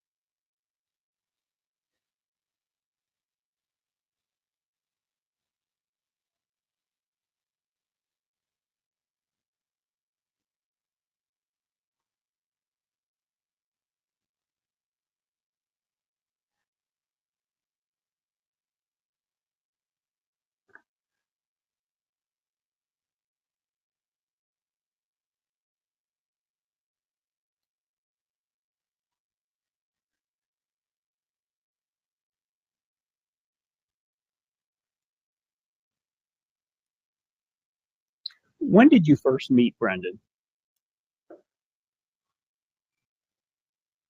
Okay, and at the Flagler County Jail. Okay, and take me through that. What did that consist of? It's an interview, it's an evaluation. Tell the court what you did with him.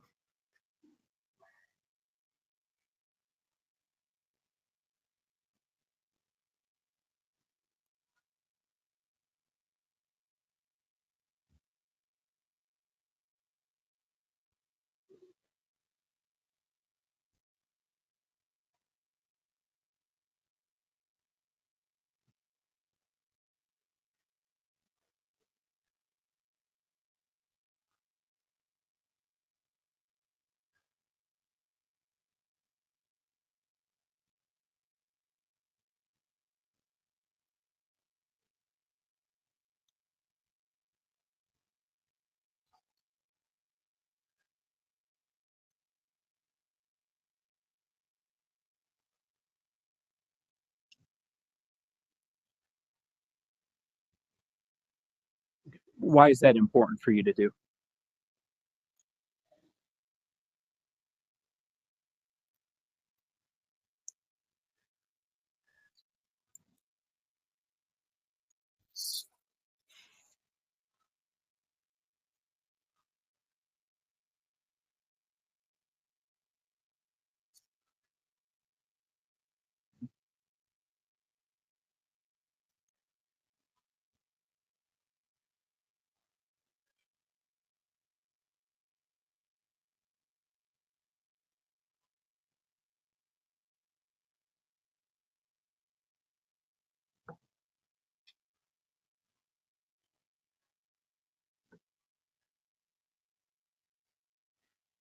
I see. So, and I'm sorry. So specifically here, that no evidence of malingering with Mr. Depa. All right.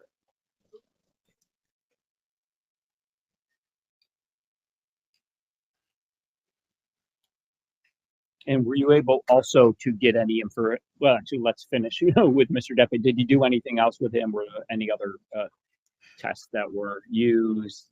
Any instruments? Did you also get any further information from his mother?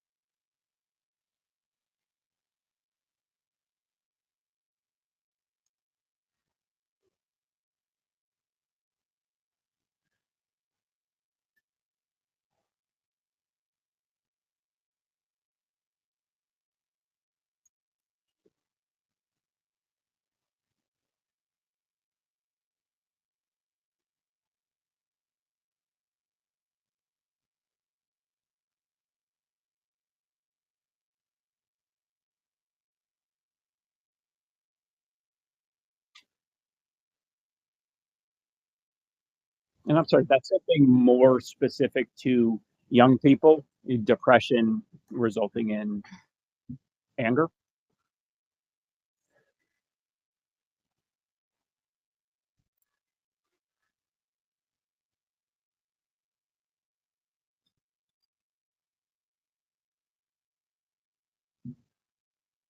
I see. Okay. And Brendan is, of course, adopted. Was there any information made known to you about his biological mother?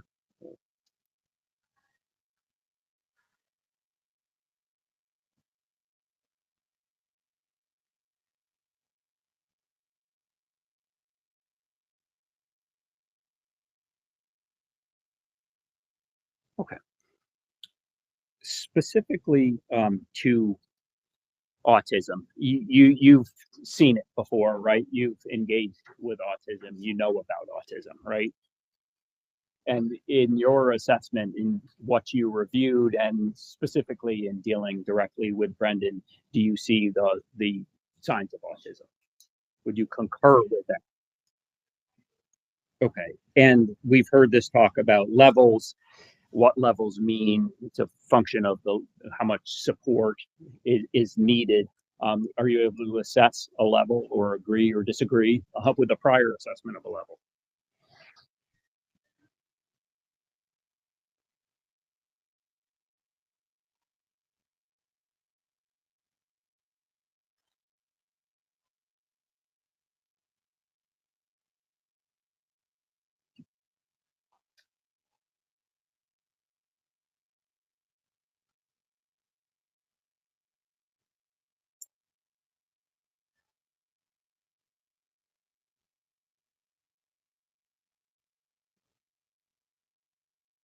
Okay. So you have confidence in that. That's the level that he occupies.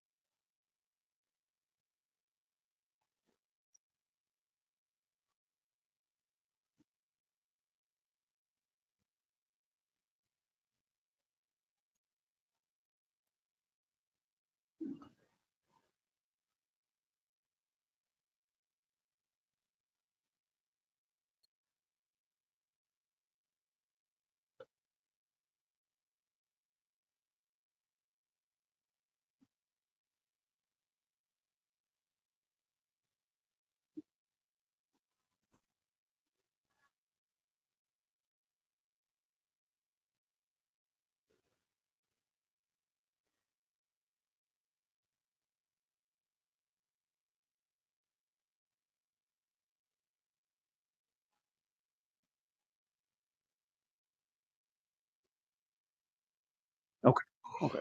Um, Other diagnoses that you land on, depression.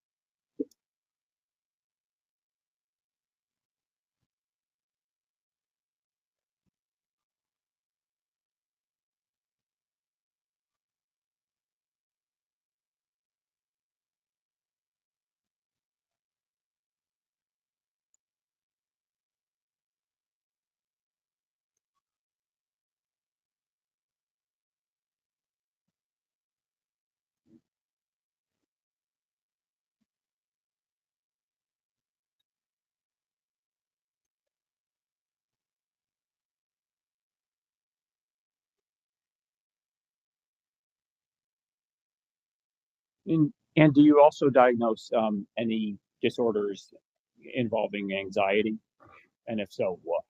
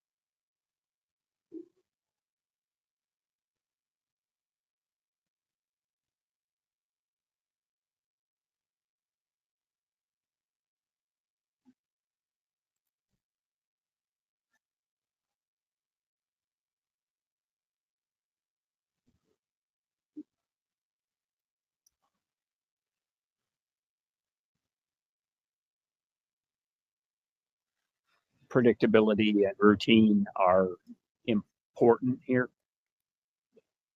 And you're aware at least of other diagnoses that have been made along the way, the intermittent explosive disorder, oppositional defiant disorder, disruptive mood dysregulation disorder. Are you aware of those?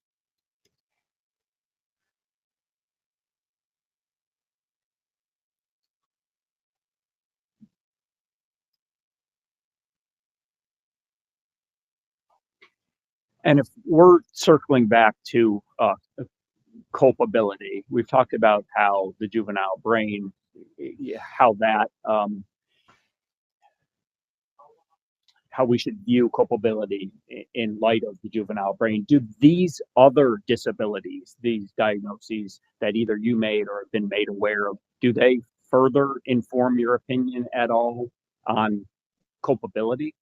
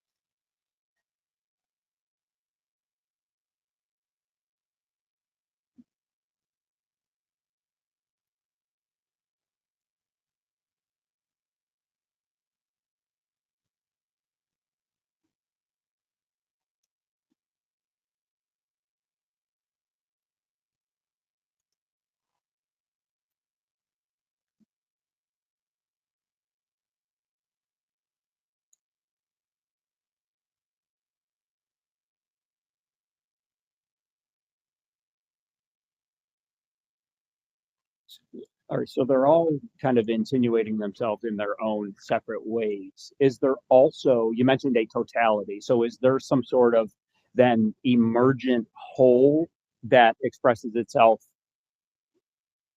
differently, or are we just talking about the sum of the parts?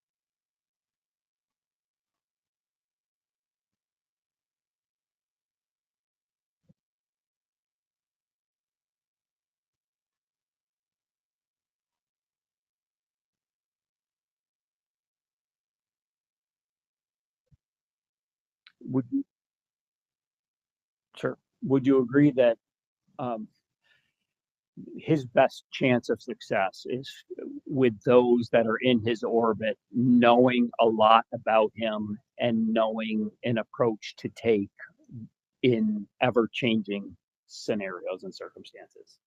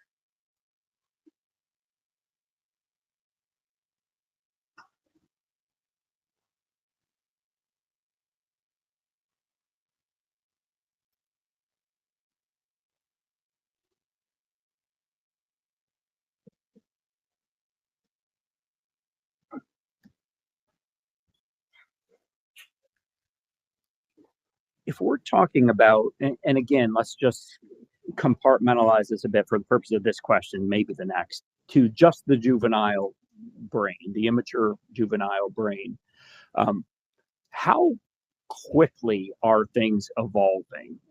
I mean, for example, you first meet Brendan on X date, and now here we are, and you've heard some descriptions in court about how he's doing in his classes and stuff. Is it evolving and maturing rapidly, um, or what is its pace?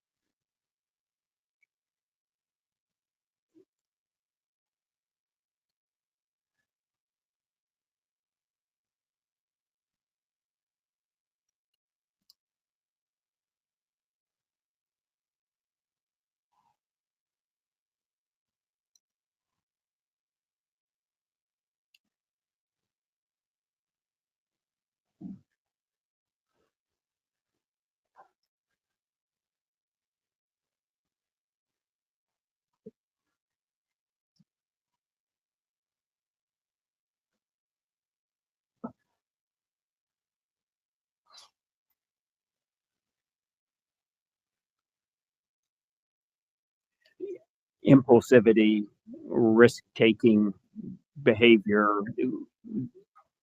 decreases as age increases, right?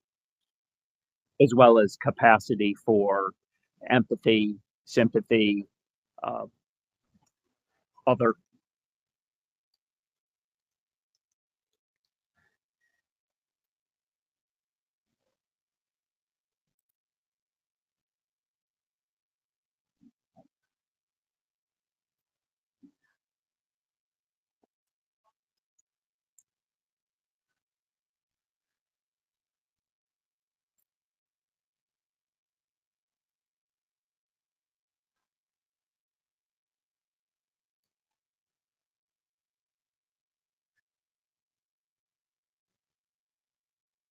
Is there anything that you've learned about him in meeting him, in reviewing records, and sitting through testimony um, that you think is irredeemable, or is it a matter of people around him knowing him and a certain approach being taken?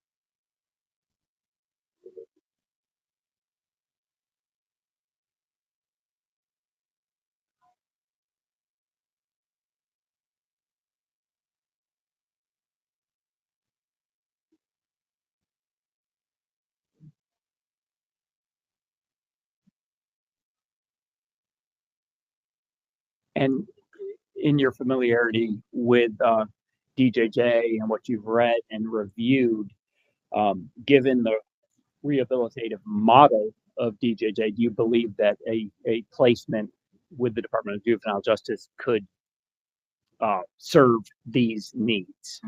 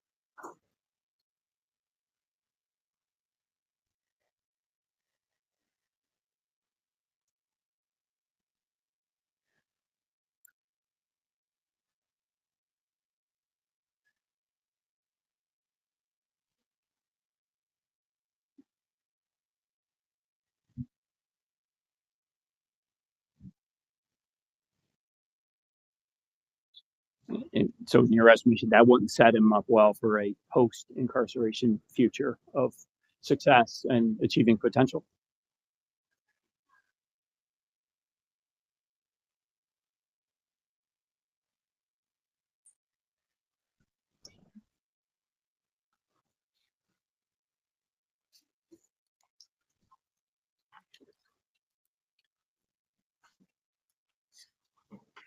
All right. Thank you, Dr. Harper.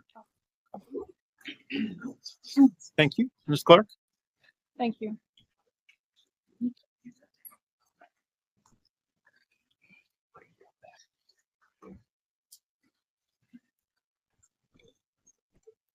Dr. Harper, can you hear me okay? Okay, good. Now I understand that you charge at a rate of $200 per hour. Is that correct? Okay. And that when I spoke with you previously, you had worked about 12 hours so far in the case. You know how many hours you put in to this date?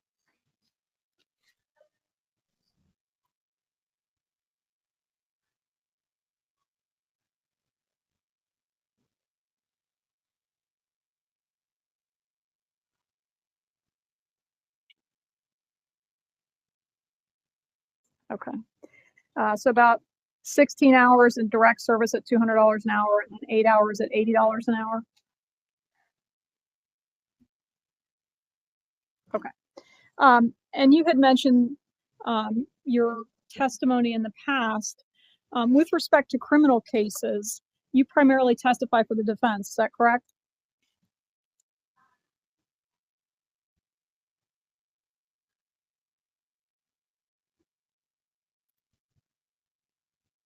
Okay, that makes up the bulk of your services in the criminal cases, correct?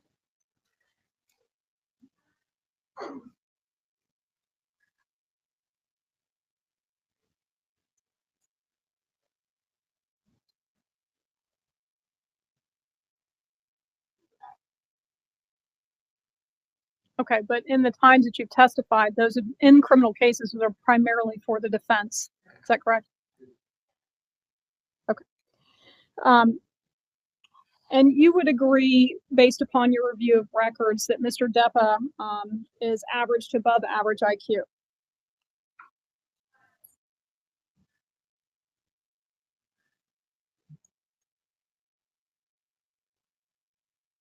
Okay. And you didn't do any IQ testing, correct?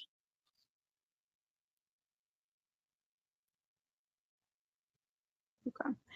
And your experience with autism and persons with intellectual disabilities, what sort of experience do you have with that?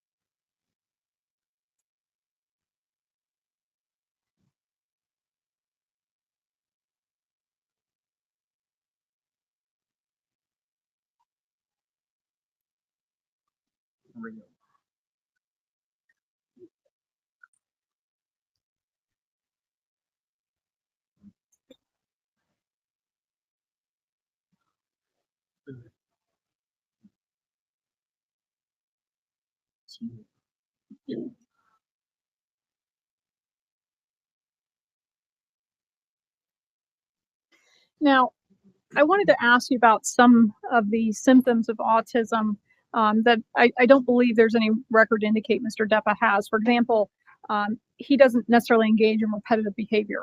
You didn't find any record of that, correct?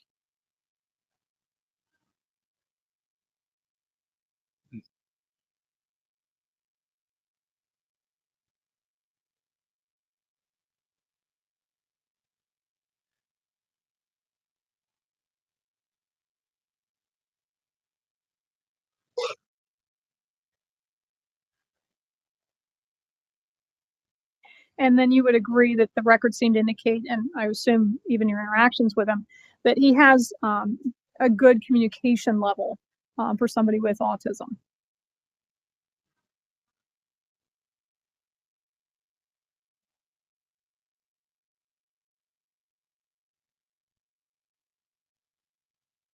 Okay.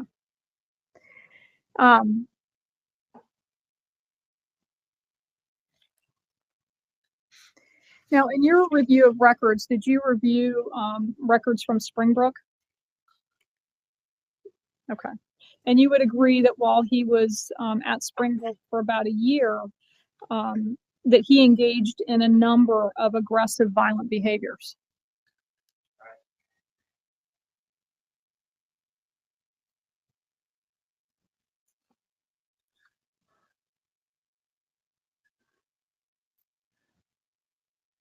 And my understanding is that Springbrook is a residential treatment facility that specializes in persons with autism. Is that your understanding?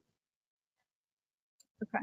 And so even while he was there in a specialized setting, there's records to indicate that he headbutted staff, punched a doctor at least twice. Right. Was throwing chairs and other furniture, things of that nature. Okay. And then you had an opportunity to review the records at ECHO as well. Is that correct? You would agree that even at ECHO, he continued to have aggressive, violent behaviors.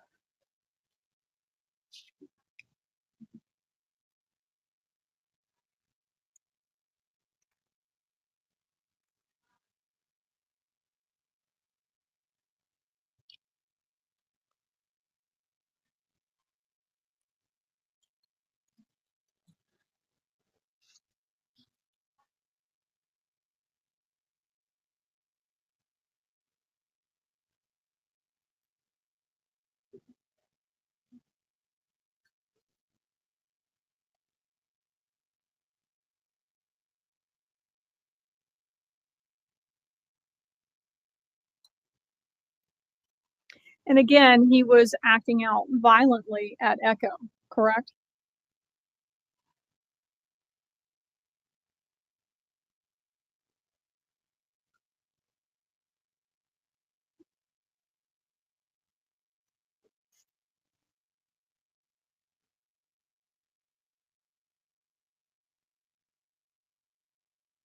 Okay.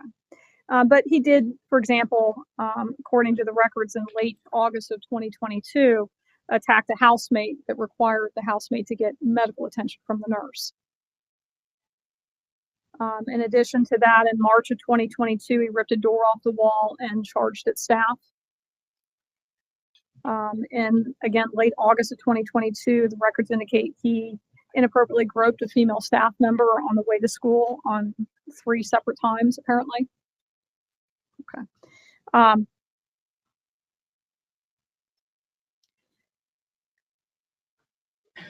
Now, you also would have reviewed the DJJ evaluation done by Dr. Kutlick, is that right?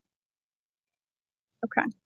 And within that documentation, she refers to the PADI 5 test that she conducted with him that I think is geared towards, I guess, conduct disorders and ODD. Is that correct?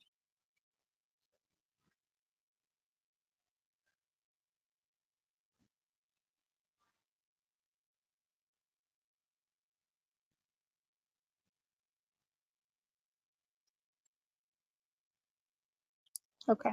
And within that testing, he indicated, Mr. Depa did, he endorsed that he did engage in certain behaviors that are indicative of a conduct disorder or ODD. Is that correct?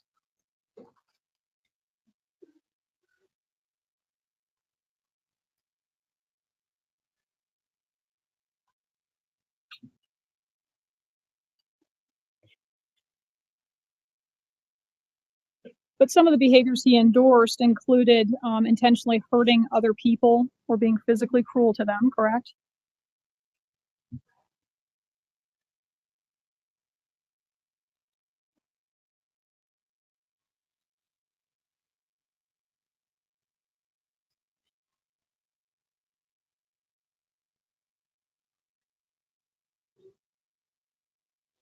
Okay. But again, he endorsed that he had intentionally hurt people or been physically cruel to them, correct?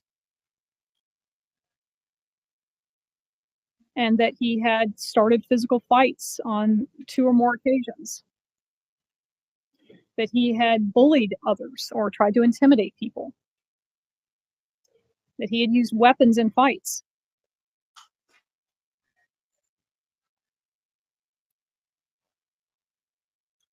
Right. That he had purposely destroyed other person's things. That he had intentionally hurt animals or done cruel things to them. He endorsed that he would lie to get the things he wanted.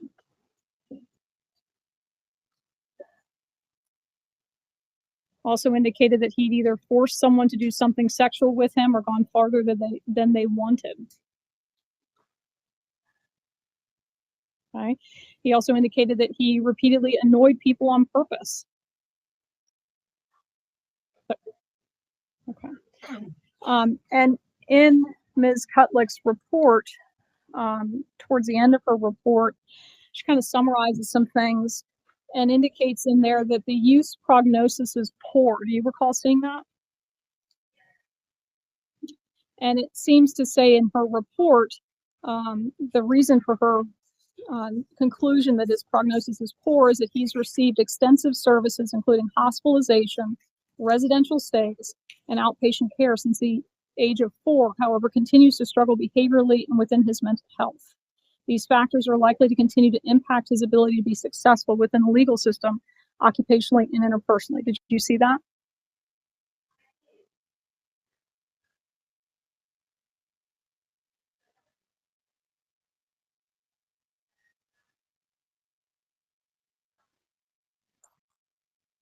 And you had said with Mr. Tyke that you believed a DJJ placement would be appropriate for Mr. Depa. Is that correct?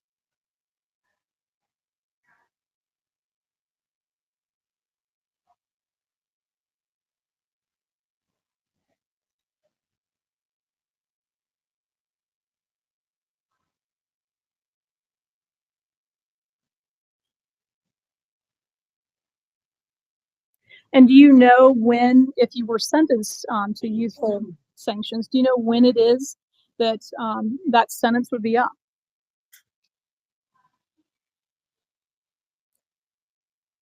Right. So we're talking 2 years if he's 19 right now, correct?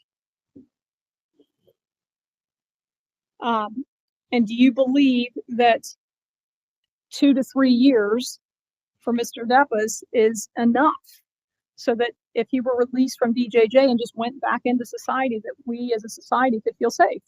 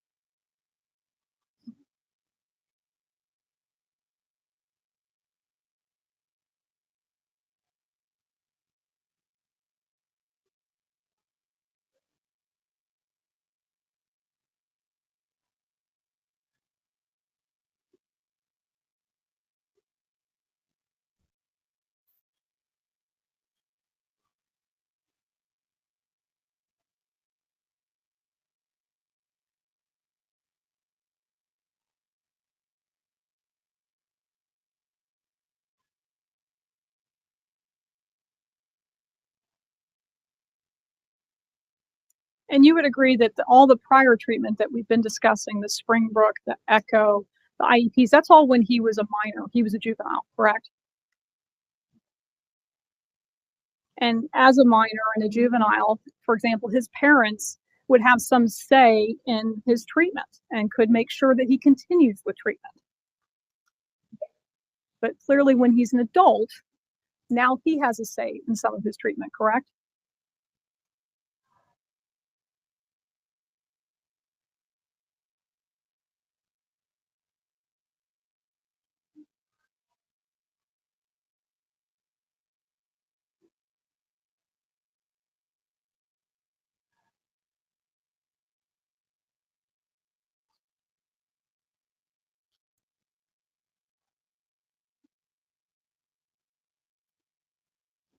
And you were present when Dr. Klein testified, correct?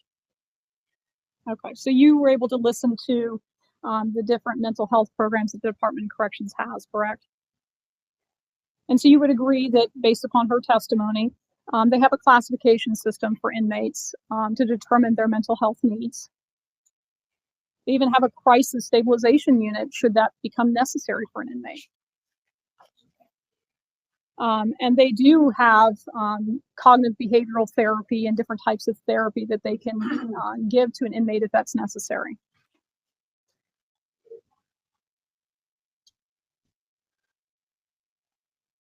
And they have the ability to medicate inmates to assist them with their mental health, correct? And you would agree that things like cognitive behavioral therapy as well as medication would be appropriate for Mr. Depa.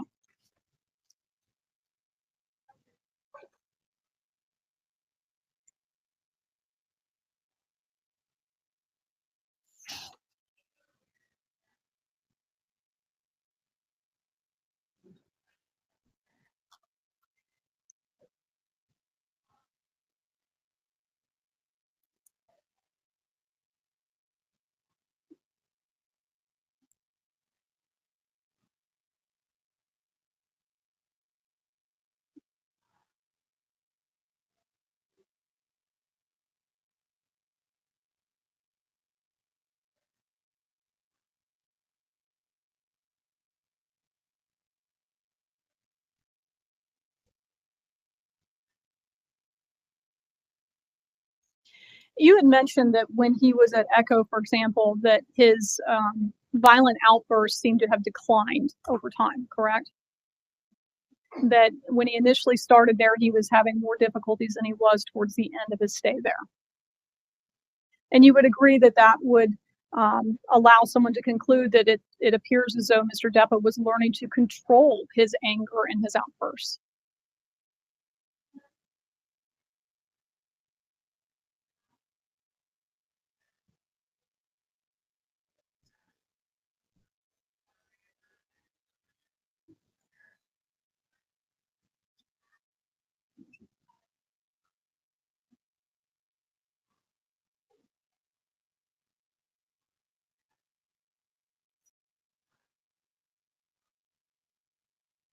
Okay.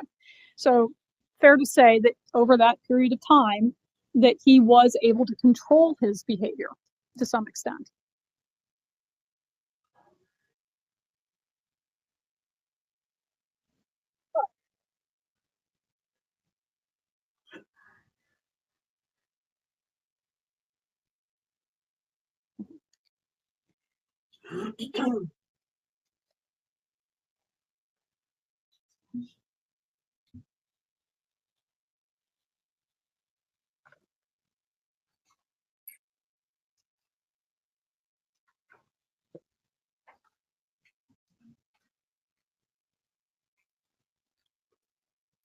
I don't have any other questions. Thank you. Hey, Mr. Tyfke, any redirect? Just a few, Judge. Dr. Harper, any of the aforementioned endorsements by Mr. Depa that appear in Ms. Cutlick's report, is there any other record evidence of any of that you've seen?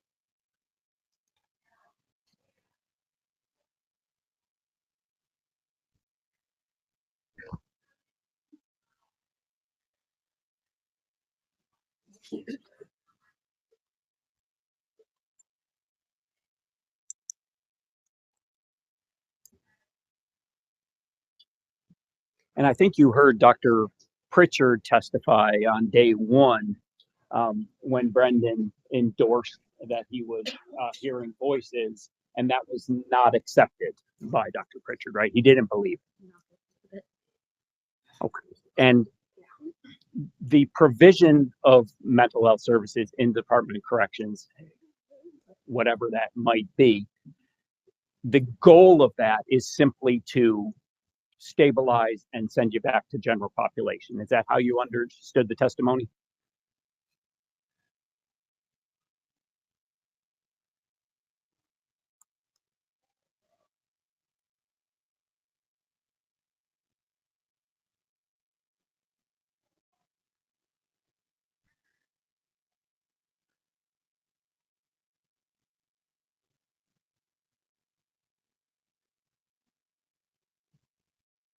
So it's not necessarily some finely tuned and arrived at team that is trying to solve for the future.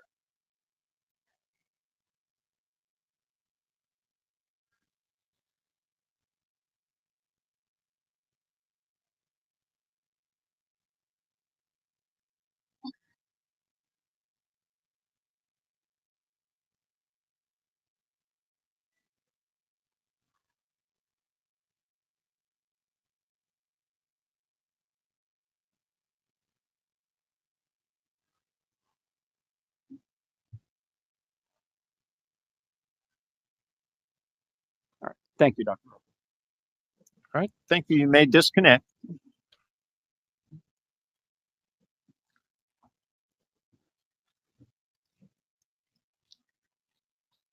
All right. Mr. Tyke, you may call your next witness. Woody Duget.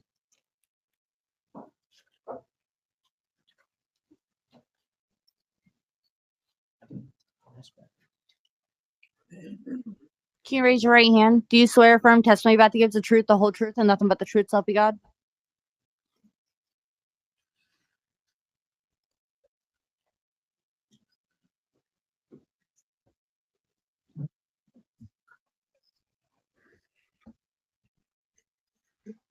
May proceed. Thank you, Judge. Can you state your name, please? My name is Woody Duget. Where are you employed, Mr. Duget? I'm currently employed with the state of Florida, the Department of Juvenile Justice. How long have you been employed there? For the last 20 years. 20 years. Okay. And what do you do there? I'm currently a senior probation officer, and I supervise juvenile probation in the community in Flagler County, and also conduct intake for new kids who get arrested or anything like that come to our case. Okay. The responsibilities in the supervision capacity. What else? I mean, what do you do to supervise? Are you looking after other JPOs, probation officers? What do you do? I'm also a senior probation, so I'm also a supervisor, so an acting supervisor. And then for that, also I supervise with the JPO also. And part of your responsibilities here and at other times are to provide recommendations to the court for disposition. Is that right? That's correct. And did you in fact do that and were asked to do that in this case of Brendan Depa? Yes. All right. And you're the assigned JPO, Juvenile Probation Officer for Mr. Depa? That is correct. What is your first involvement, Mr. Duget? With the department or with? No, in this case. In this case, so the initial case, when it happened back in February 23rd, the case came to our office.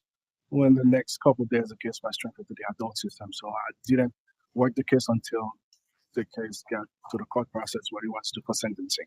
Okay. So, yeah, right. At the time he enters a plea, it is set for sentencing, and then DJJ, you get a phone call to prepare a report for the court. Do I understand that right? That is correct. Okay. And what information gathering is done as part of that process? For the process, the department conduct what is called a multidisciplinary staffing. That's when the department is considering commitment for a residential program for a youth. That's what the staffing. Okay. And what is that? Who are the players, the participants? For the staffing, we do send out an invitation to the state attorney, the youth lawyer, the youth, mom, dad, school official, um, anybody involved with the youth, those are people are invited to participate in the staffing. Okay, so there's several invitations go out and it cuts across Yes, many aspects of his. counselor or former therapist or anybody that's involved with the youth, they get invited. And is part of this also a mental health assessment? Yes, that is correct. The department was part of that process when we staffed the case. We did request a comprehensive evaluation from Miss Amy Koenig. Okay, the one that we've just been talking That about. is correct. All right. So that's part of the DJJ end of this. It's an evaluation for that purpose, right? Yes.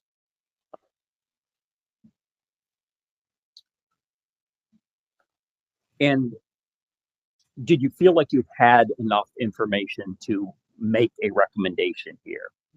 Based on the history that I have with the youth face sheet, which is all his record based on whenever he got involved with the department, and the police report that I have in hand, and also the evaluation that was provided to us, and whatever collateral information we collected to present to the court, school behavior, any history of the youth, we collect all those information in order to present that sentencing summary for the court. Okay, and there is certainly a lot of information on offer there for Yes. you to consume, correct? Yes. Okay. And is the staffing that is held amongst these participants, is there a give and take? Are there differing opinions, or is it just everybody's bringing their own information to the table? Tell me a little bit about how this works. The staffing is typically how we have a commitment manager. She's the one that leading the staffing. So my goal, my job as a probation officer is to present the information because she doesn't know anything about the kids, right, or anything like that. So I present the information what I have, which is history, criminal history, school history, mental health, or any information that I have, I present that to her.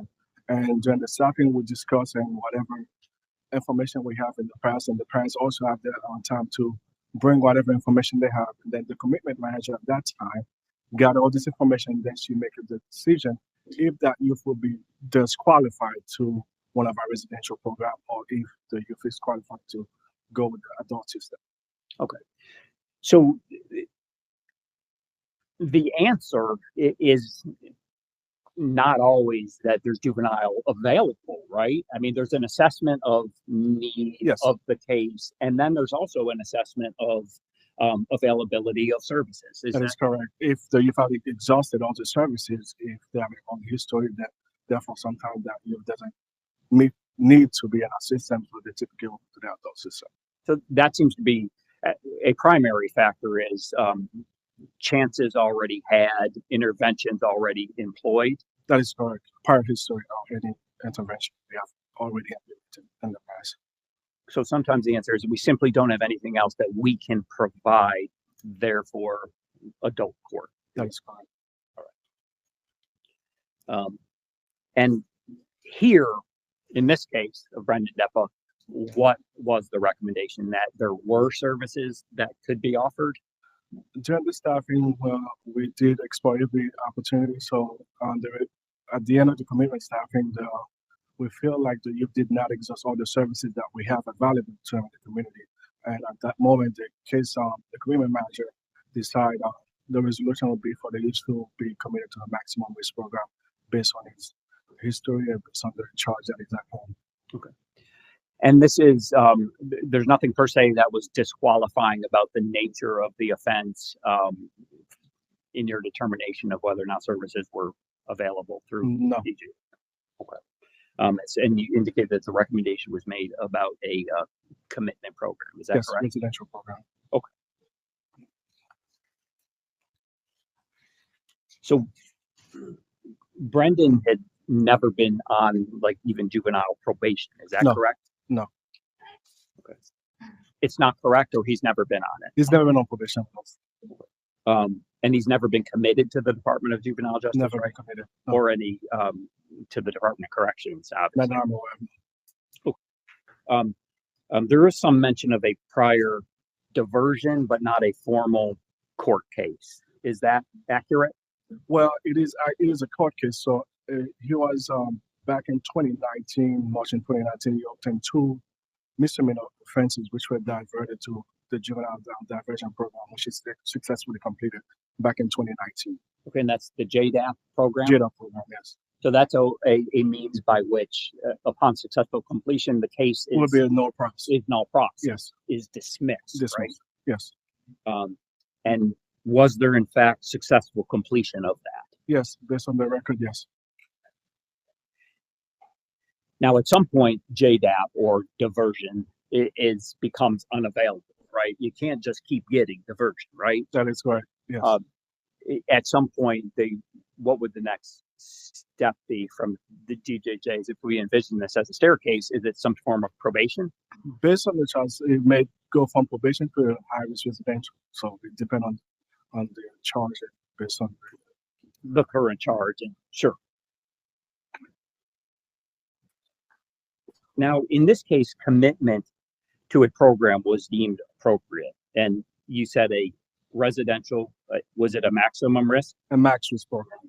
Okay, so now what would that look like? How long would it last? What does it entail? A max risk typically from 18 to 36 months is a hardware facility, so it's not like something you can walk out. It's just like a regular jail, as a prison, in fact. So, and it's a secure facility, it's locked, so everything is monitored, and you have been supervised by staff, and there won't be any chance for anybody to leave or anything like that or escape or anything. All right, so secure facility, and that's the highest risk. There's tiers of programs, yes. Right? That's the highest risk. That's the highest risk we have right now. Okay, and hence that's the one that can last the longest, the right? Last, yes. So if Brendan's coming up on 19, it could clearly last until he's 21. Is that right? It's on the treatment, based on his treatment, so it can last until 20. Yes. 21. Okay. And specifically, the commitment programs, what are they geared towards? You've indicated they're secure facilities. So what other components are there to it as you understand them? Our goal, the department goal, is rehabilitation. So the program is geared towards try to rehabilitate the youth based on mental health, if they need for mental health, education, and behavior management and medication management. All those components are included when the youth is go to a program. So these are all the services provided. Also psychiatric evaluation, all these different components try to help the kids and try to help them and to become a successful citizen at the end of their program, become a successful person in the community. I see. Okay, so there's a mental health professional in there. Yes. There's medication that is available. Yes. And then there's other counseling also. Yeah, they go to weekly counseling session and they rotate. They have substance abuse counseling. The youth need substance abuse counseling and mental health. All those components are included in that process. Now, are there several aspects of that then that you think specifically can apply here, and that's why it was deemed appropriate? That is correct. Brendan can avail himself of? Yes.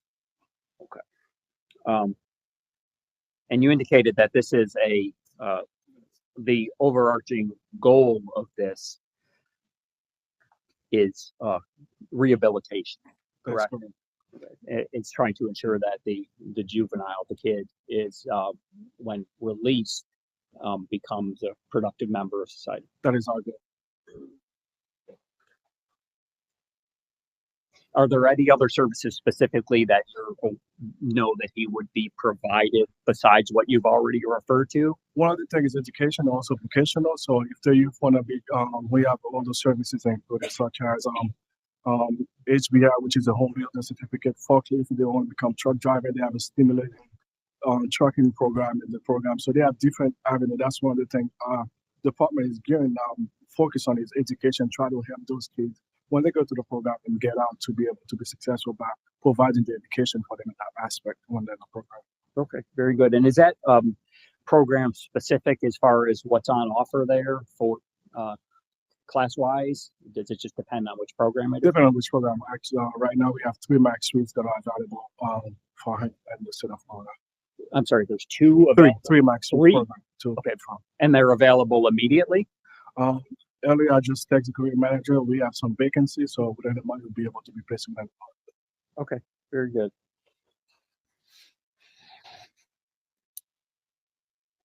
Is there is it simply a matter of a vacancy at a max risk, or is there communication with a particular max risk that says, hey, we've reviewed this and we think this is a perfect fit? Like, So the commitment manager, which was the person that held the commitment manager meeting on staffing, she's the one that, based on all the information, the evaluation, we get all the documents that were collected, and she determined, okay, which program would be best services need. So if they have a mental health overlay, all these different components, she'll decide, okay, this is the program that's best fit for him out of the three programs and the setup that she's decided aspect.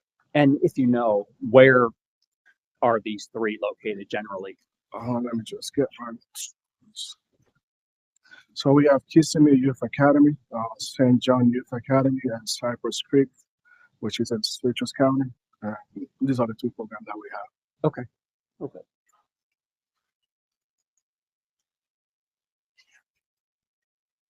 And if he's not successful in a commitment program, there's a mechanism by which he can be returned to the court system, correct? I mean, you have to elaborate on that next step in what sense, if he's getting into trouble or if he's not, because the program is 18 to 36. So if there were an incident or incidents at a program that were to such an extent that resulted in his discharge, them saying we're done. Yes, come back to the court system. Back to the court system. Okay. Is there anything else that we didn't talk about the program itself and what it offers? No, pretty much covered. All right. Thank you, Mr. DJ. All right, thank you, Ms. Clark. Thank you. Now, in DJJ's assessment, you all did not review the records from Springbrook, did you? No, we reviewed no, not at this time, no.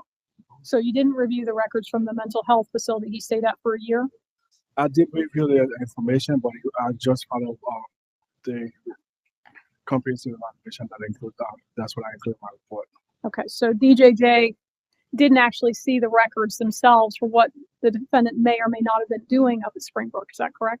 Just followed by the recommendation that I have in the comprehensive evaluation. That's why I went by the information that was collected. I read from that point. Okay. So, for example, were you aware that Mr. Depa had attacked staff up at Springbrook? Based on the report that when I reviewed that comprehensive evaluation, that's what I saw that. So you were or were not aware? No, not at the beginning, until I saw the reporting, the document I was sent. Okay.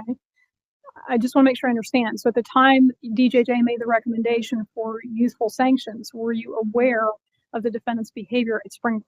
No. Okay. And DJJ also did not review records at Echo prior to making its determination, correct? No, not this time, no. So again, to make sure I understand your answer, when you all made the recommendation for youthful sanctions, meaning DJJ sanctions, you all had not reviewed the records from Echo. Those were discussed, but I wasn't reviewing them personally. Those were discussed with the staffing, what happened in the staffing, but all our recommendation based on the evaluation we did, the copy file, and then based on the actual charge that was at hand.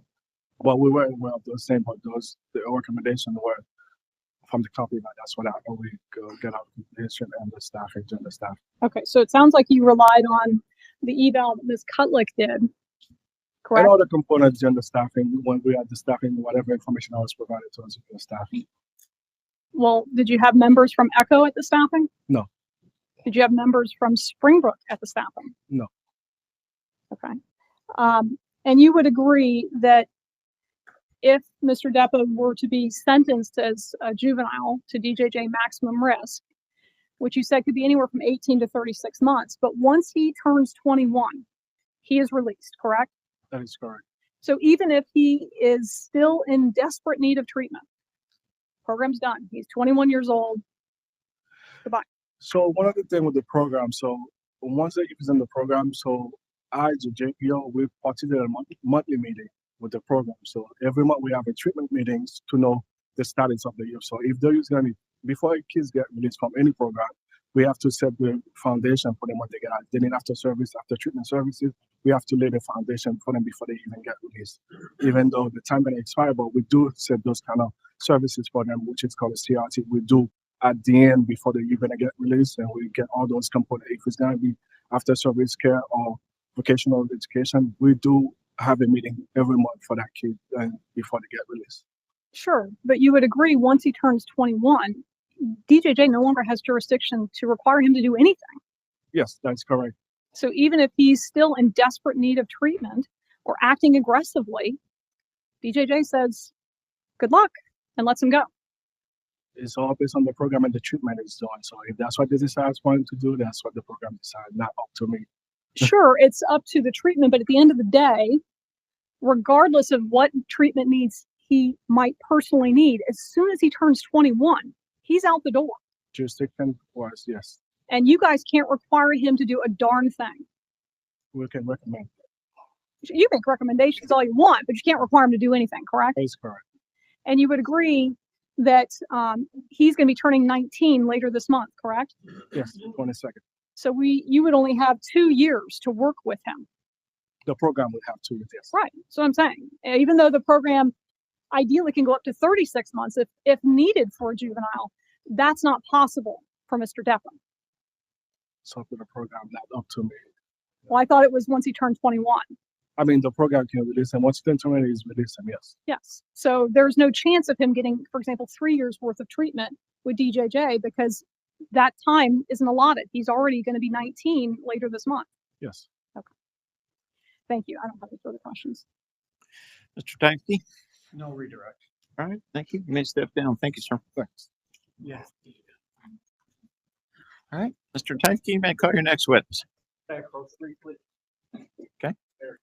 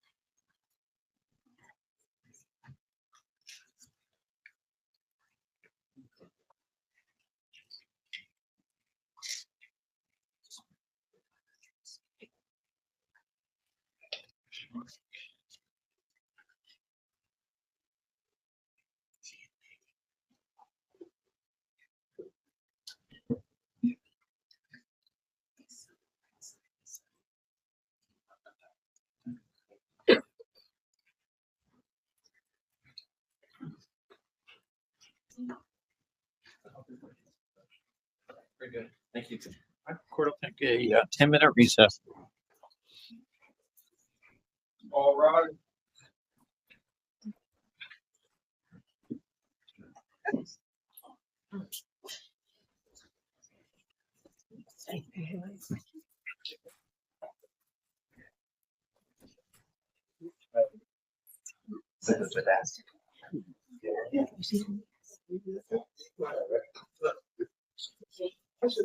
You'll probably get that. That's fine. All right. Please be seated.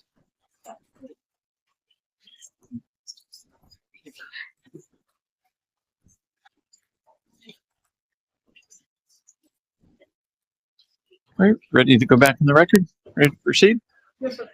Okay, so Mr. Tyke, you indicated that Mr. Depa, your client, may wish to read a statement to the court as part of the sentencing today? We have a change of heart on that, Judge. Okay. Okay, so he does or does not? Not. Okay, all right, very good, thank you. Any other evidence or testimony from the defense? That's all, Your Honor. Rebuttal from the state? Just briefly, Judge, the state would call Dr. Pritchard, who's on Zoom with us. Okay. All right, give me just 1 second here.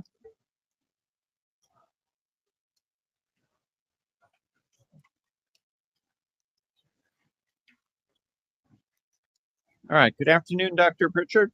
This is Judge Perkins. Good, good. We can hear you loud and clear, and I see you got my link to turn your audio on. So I think we're ready to proceed. Ms. Clark, you may Does he need to proceed. be sworn in first, Judge? Yeah. Does he need to be sworn? Can you raise your right hand? Do you swear or affirm testimony you're about to give is the truth, the whole truth, and nothing but the truth, so help you God?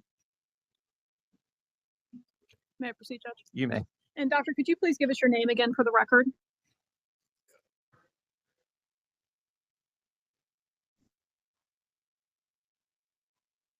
Now, I wanted to speak to you about something specifically. You just listened to the testimony of Dr. Harper and Spence, correct? And I know previously you had testified that you opined the defendant was dangerous and had a propensity for future danger, correct? Now, Dr. Harper and I believe Spence both endorsed that they felt the better placement for the defendant would be with the Department of Juvenile Justice. So I wanted to speak to that with you.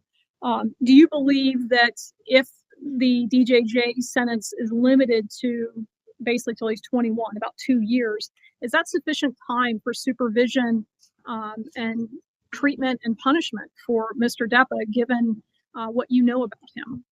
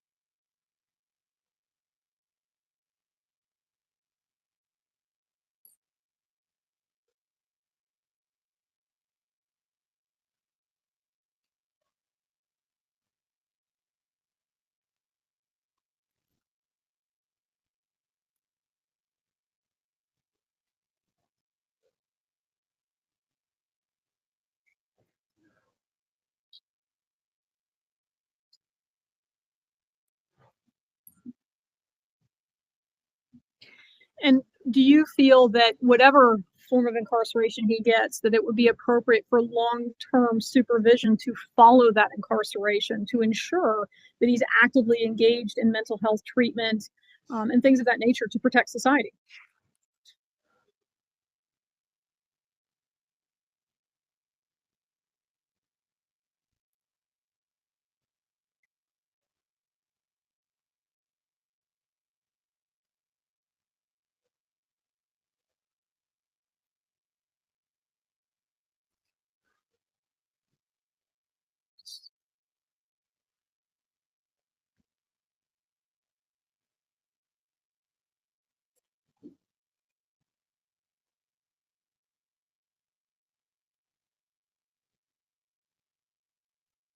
And you would have heard from Dr. Klein testify in the prior hearing, is that correct?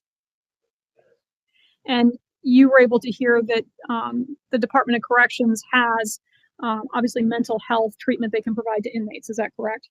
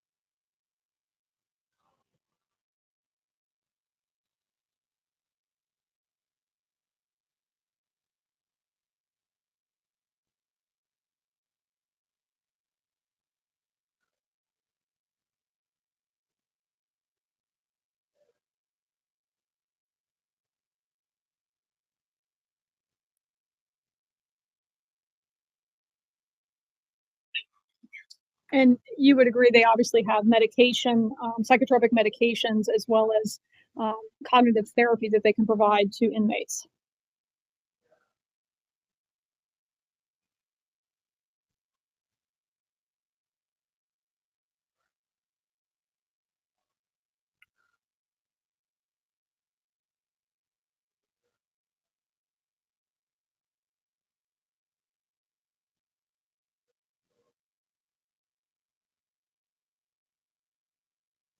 And going back to Department of Juvenile Justice, you had mentioned that if that were the sentence, he obviously would be housed with potentially other juveniles, children that are even younger than him. Is that correct?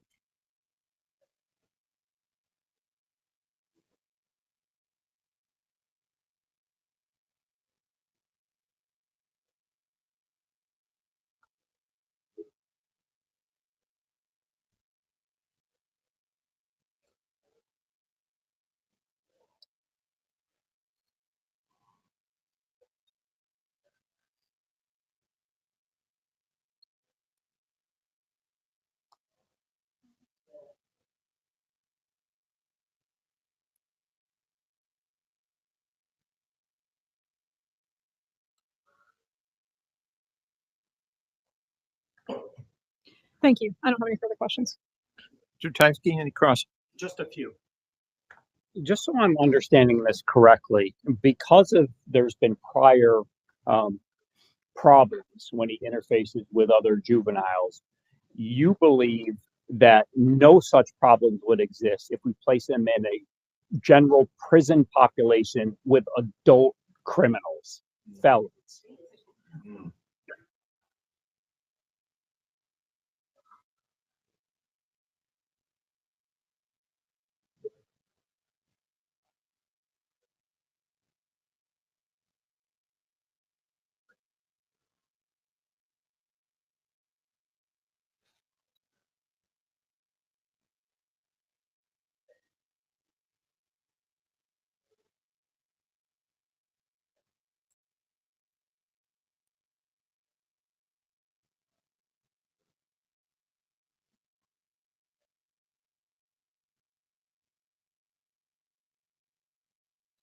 How much do you know about mature adult Department of Corrections populations?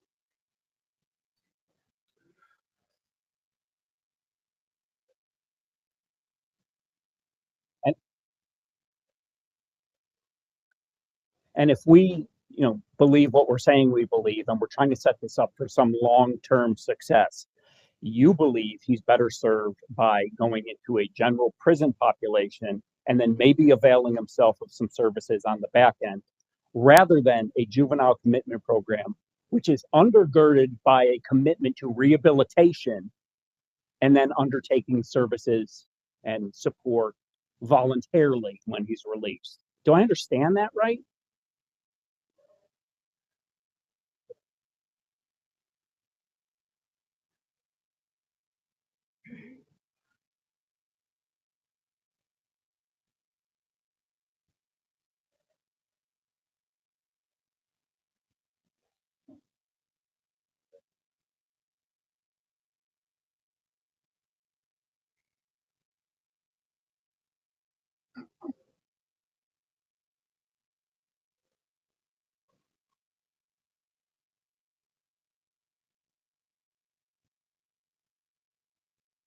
And your primary concern, to the extent that there are any, about a DJJ sanction is that you're assuming that there would not be support and services voluntarily in place, whether it's under the auspices of a court or it's ordered. Doesn't your answer assume that everything you've heard about the support he has is not in fact true?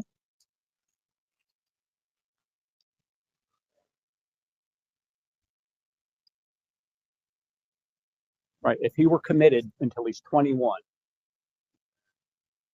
your reluctance to endorse that seems to be that, well, yeah, till 21, and then he's just set loose on the world.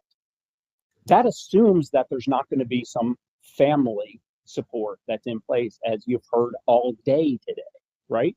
Aren't you making that assumption?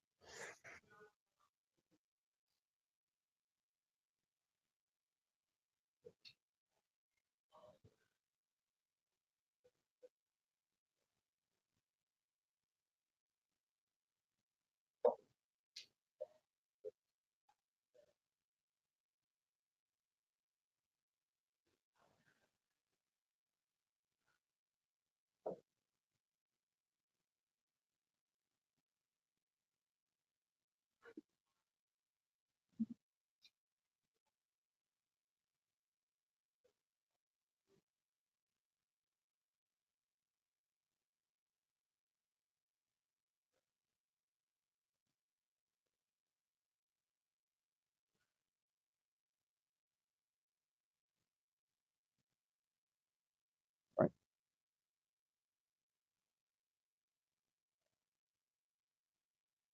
We just have to assume that everything everyone testified to all day long here today under oath was in fact true.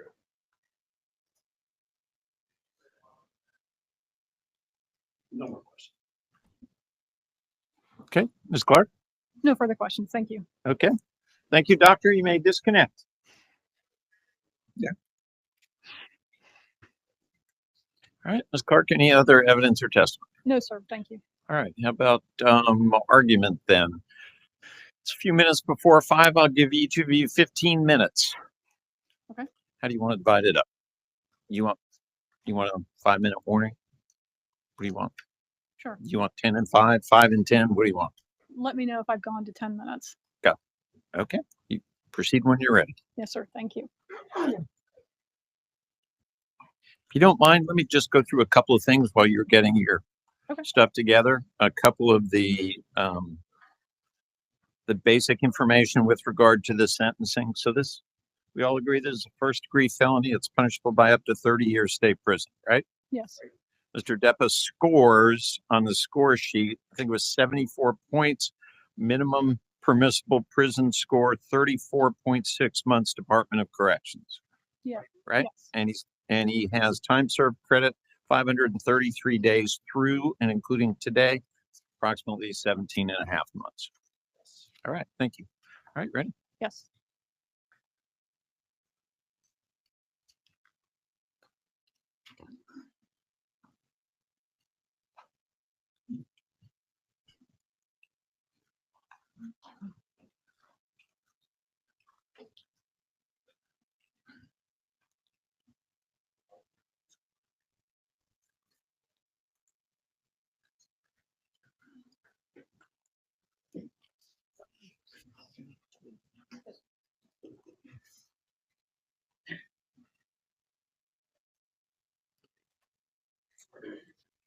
Judge, I kind of want to go through a little bit of the timeline that you've been hearing from the various witnesses as to kind of what brought us here.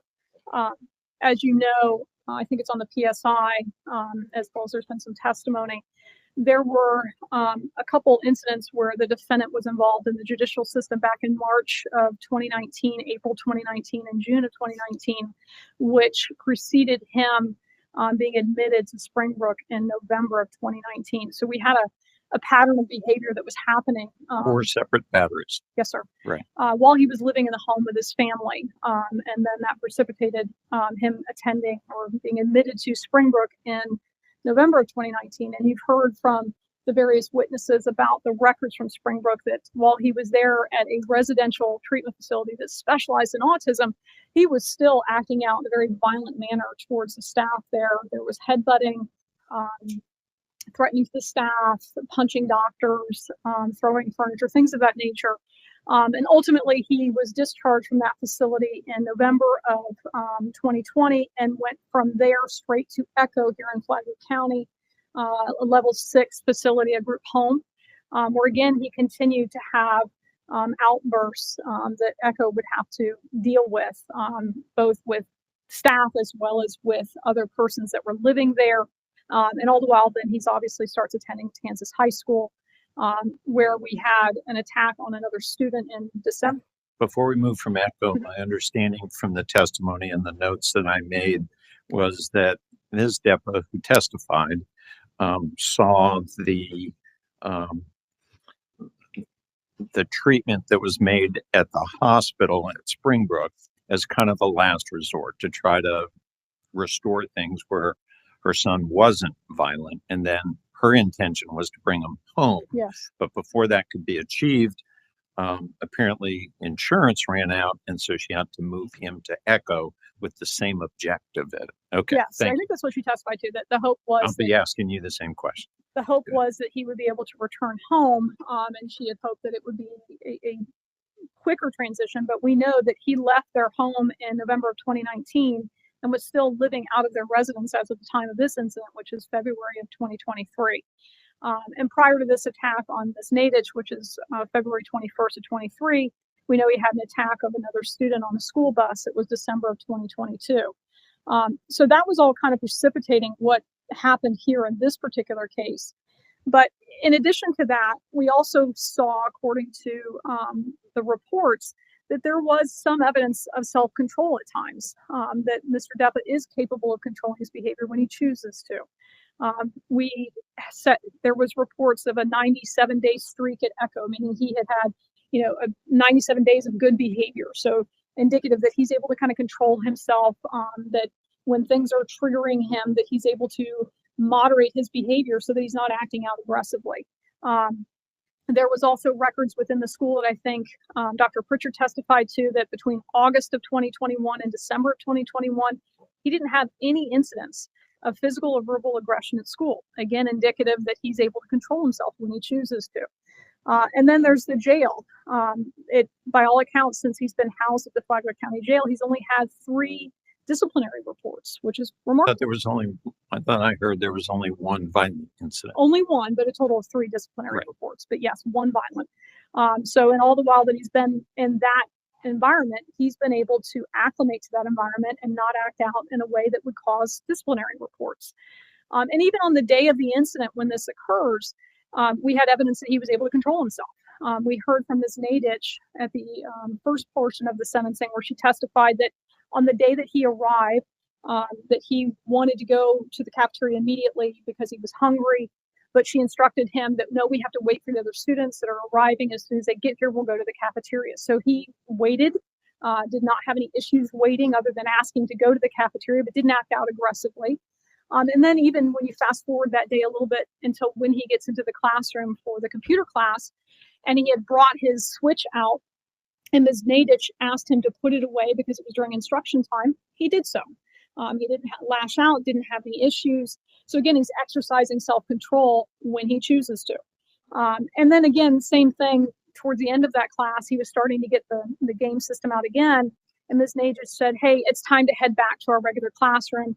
meaning put that away, we're going to go. And again, there were no issues with him doing that. So it was clear and is clear that he can exercise self-control when he chooses to. But obviously, in this particular incident, we had a vicious attack of Ms. Nadich, which you've seen the video in this particular case, where he pummels an unconscious woman for a good period of time. And it's extremely disturbing. You watched the video. I debated playing it for you again, but I'm sure you've seen it multiple times. But if you look at the video closely and you slow it down, you'll see I counted 15 times that he punched her while she's completely unconscious, that he stomped her at least 3 times. It took 5 people to pull him off of her. I would assert to you, but for those 5 people pulling him off, I don't know if Ms. Nadich would be here today. I don't think he would have stopped on his own. He was obviously extremely angry with her. Mind you, all she had done was talk to his teacher. If you recall the testimony, it was the teacher that had brought up the whole switch issue to begin with. It was the teacher that had confronted Brendan, and she never even took the switch from him. And he chased her out of that classroom.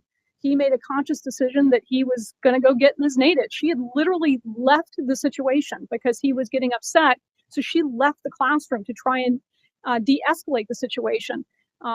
But that didn't work. So she had tried to distance herself from Mr. Depa in the hopes that he would calm down, but instead he chased her out and viciously attacked her.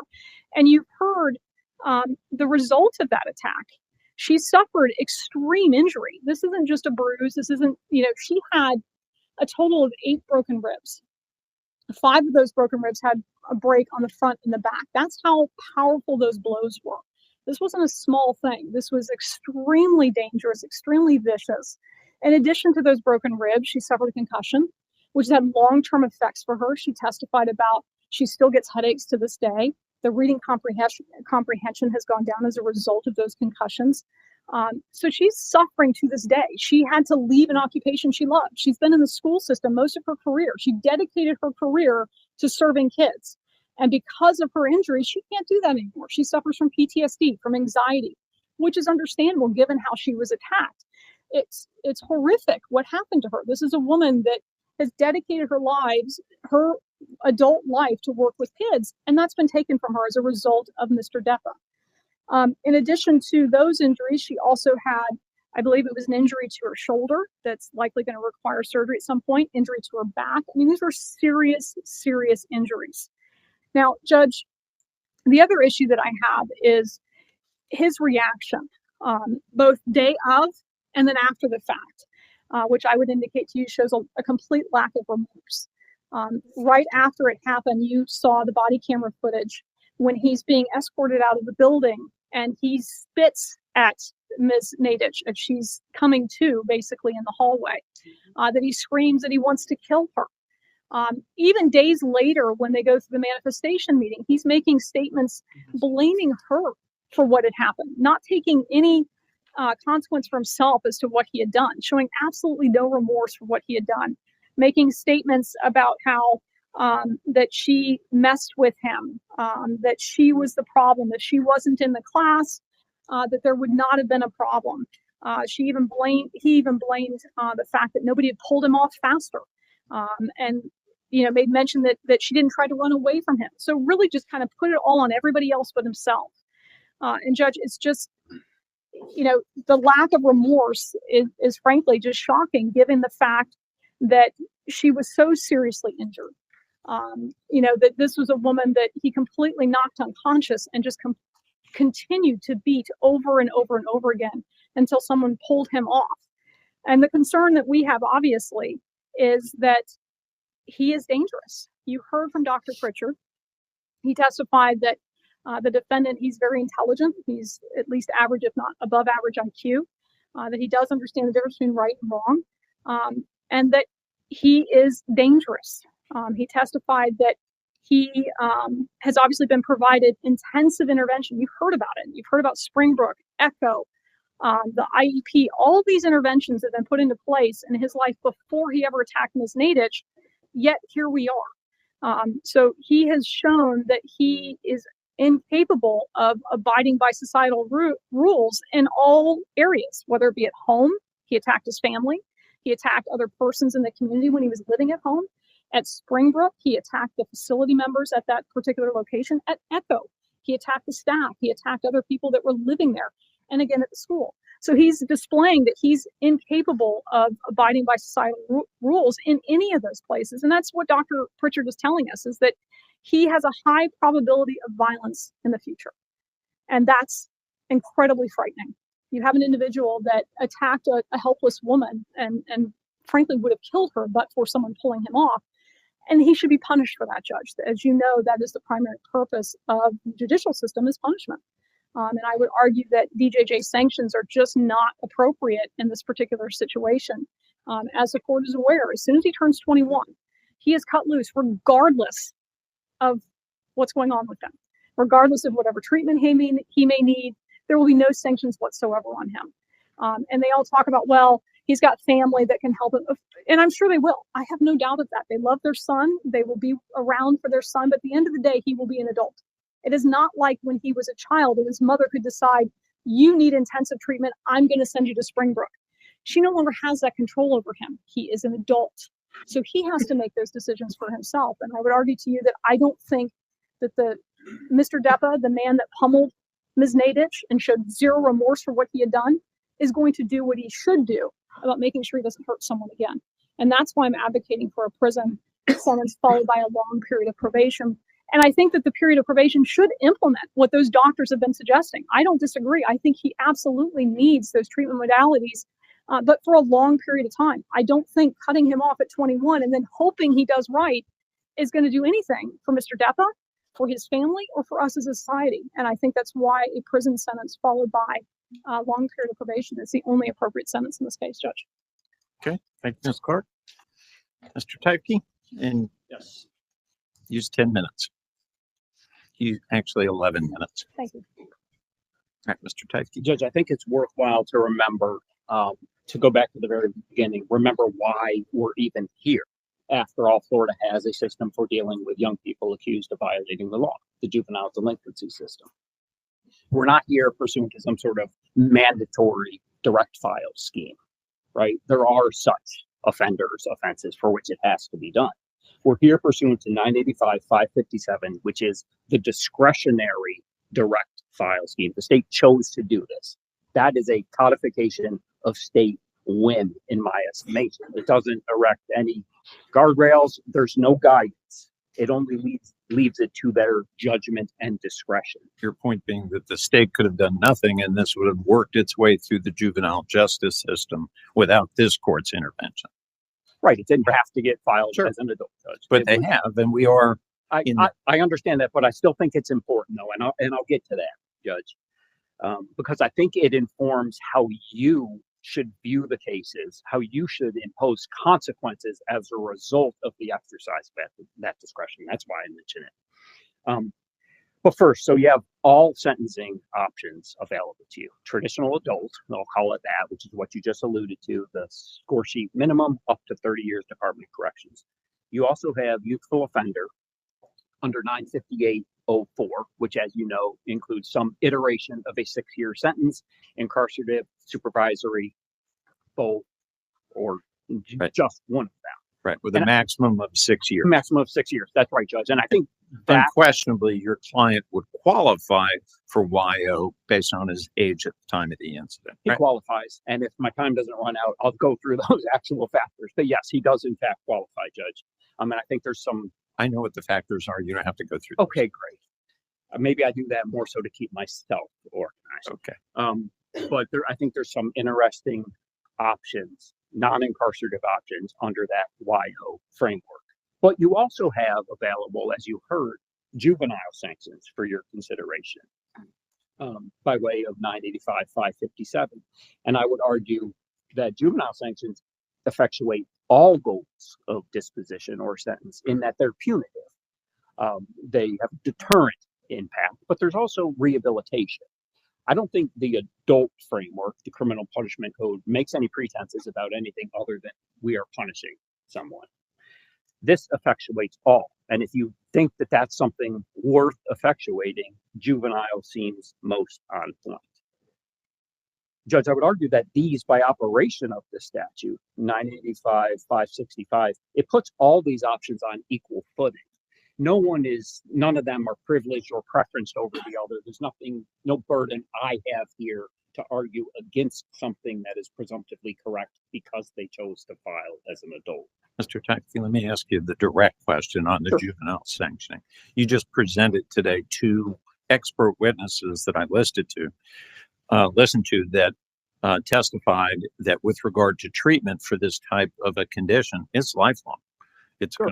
The earlier you start, the better, but it's a lifelong condition and a lifelong treatment. How do I square that with the limitation imposed of 2 years on the juvenile sentencing? You disagree with Dr. Pritchard's assumption that it's only going to be 2 years of intervention. So you have under the auspices of the court, sure, the sentence that has an expiration date. Right. But you've also heard detailed testimony about the framework that will be in place as part of a sentence or as part of the tail end of a sentence. Do I ignore the prior history? You don't ignore it at all. And I don't think we're in denial about that, Your Honor. That's why we're specifically identifying need and telling you about what the plan would be to address that need. Okay. So 985, 557, Judge, the direct file statute says that when in the state, in pertinent part at least, when in the state attorney's judgment and discretion, the public interest requires that adult sanctions be considered or imposed. I think that's interesting. So that's the authority they're relying on. And I would ask the court to wonder why it isn't just so that when they decide to file direct, then it's adult and we're just arguing within the CPC framework. I think what that statute does, it basically renders it to nothing more than a suggestion to the court. Makes it discretionary. Right. I agree with you. It is, but I think that statute gives them a burden because that suggestion has to have a foundation of a showing of the public interest requires an adult sanction. Not what the statute says. It is what the statute says. Okay. It says, when in the state attorney's judgment and discretion, the public interest requires that adult sanctions be considered or imposed. So they're exercising that discretion and passing on to you the imposition of a consequence to that, right? Agreed. Mm-hmm. So I would argue that that is something that you are considering. Is that in fact true? Does the public interest require that I impose an adult sentence? Because I believe that to be true, part of what I submitted to the court was what I believe to be just a small snapshot of the public interest in this case. I think it's the first exhibit, Judge. Letter from the Autism Society explaining autism, explaining whenever possible the use of non-incarcerative options, outlining the perils of imprisonment. The ARC of Florida is one of those, an advocacy organization on behalf of people with intellectual and developmental disabilities, urging an understanding of disability and how it is implicated. An occupational therapist who's worked with Brendan, who's intimately aware of his limitations and who's urging mercy. There's one from an educator with 42 years experience in exceptional student education, an author, a researcher in the field of behavior disorders, who's had the opportunity to learn about Brendan, pleading for mercy, etc.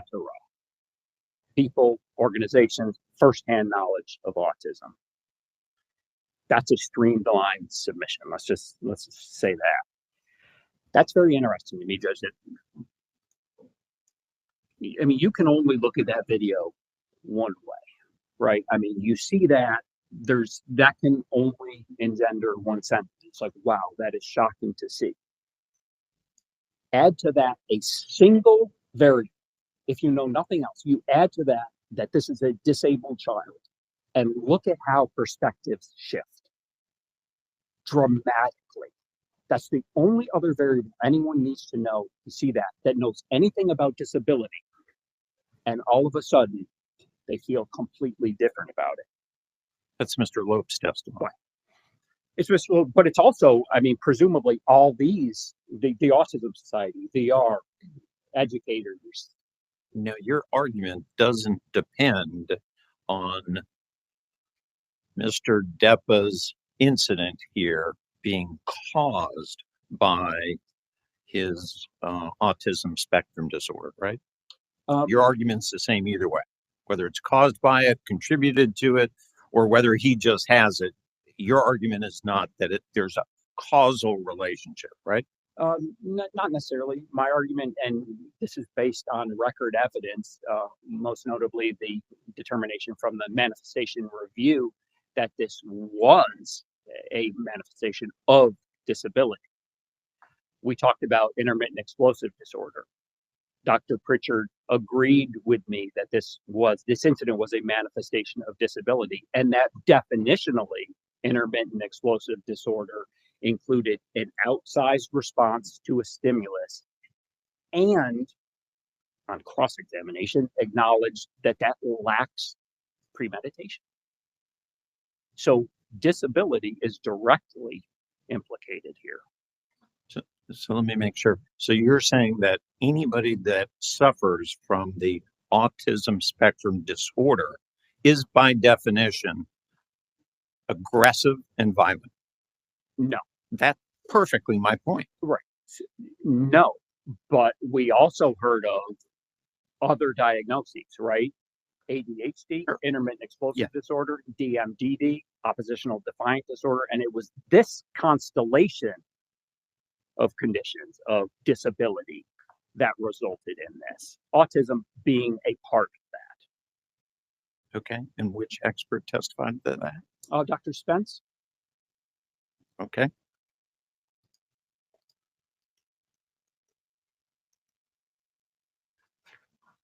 Also urging juvenile sanctions because sanctions are typically proportional to the offense, sure, but also graduated in every respect. DUIs, the third one's worse than the first. Battery, theft, drugs. I mean, it always gets worse the more you get into it. You get some chances. This, I would argue, that sentencing this disabled young man to the Department of Corrections is not a graduated sanction. To the extent that the court recognizes, values that as, or believes me that is, part of how sentences are meted out, this certainly isn't that. This is he's had a prior diversion, and now he is being considered for entry into the Department of Corrections. I don't believe that's graduated.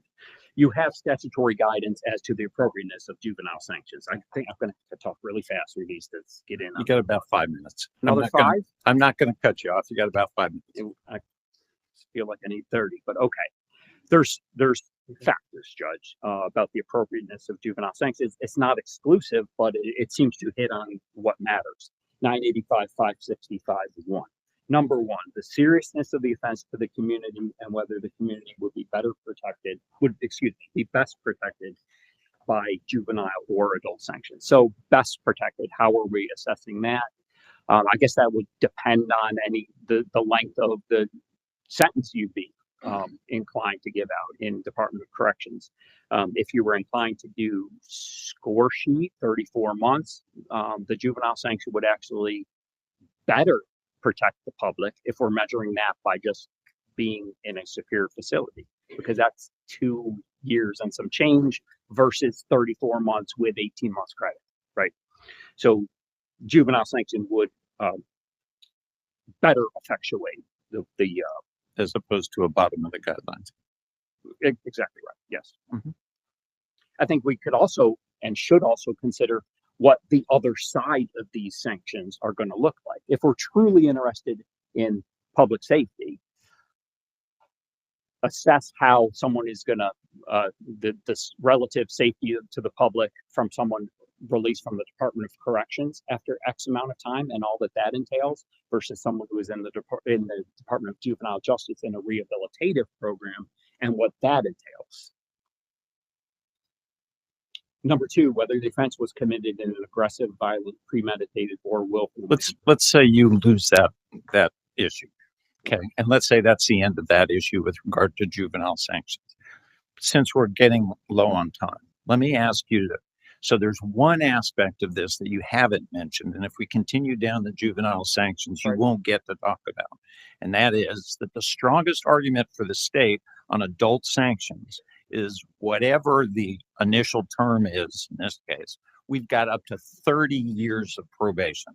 So we can provide the treatment that's required, and we can do it in a supervised environment, and we can have it go as long as it needs to take, even if it's 30 years, up to 30 years, or terminate that early if he's successful in that regard. Why aren't you making that argument? Honestly, that's what I expected. Yeah, because I still believe what I'm saying, to be honest with you, about juvenile. I think given the circumstances, the exceptional circumstances here, his age and these other factors, I think it favors juvenile treatment. And he's 18 years old, Judge. He was 17 when this happened. He is disabled.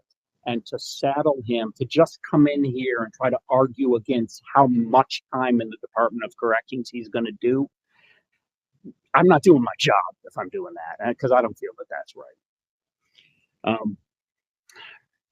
The other, I'll skip juvenile.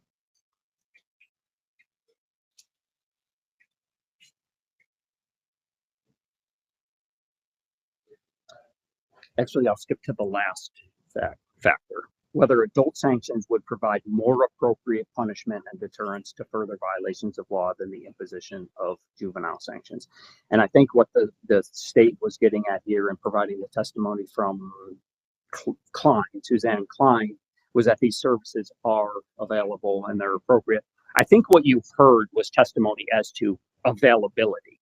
I don't think that really speaks at all to appropriateness, because you could see some of the questions I asked, just how loose an apparatus that is. It can start to break down at the intake stage, where there's supposed to be this interview with the person coming in, an assessment of records, and then a classification decision that is made.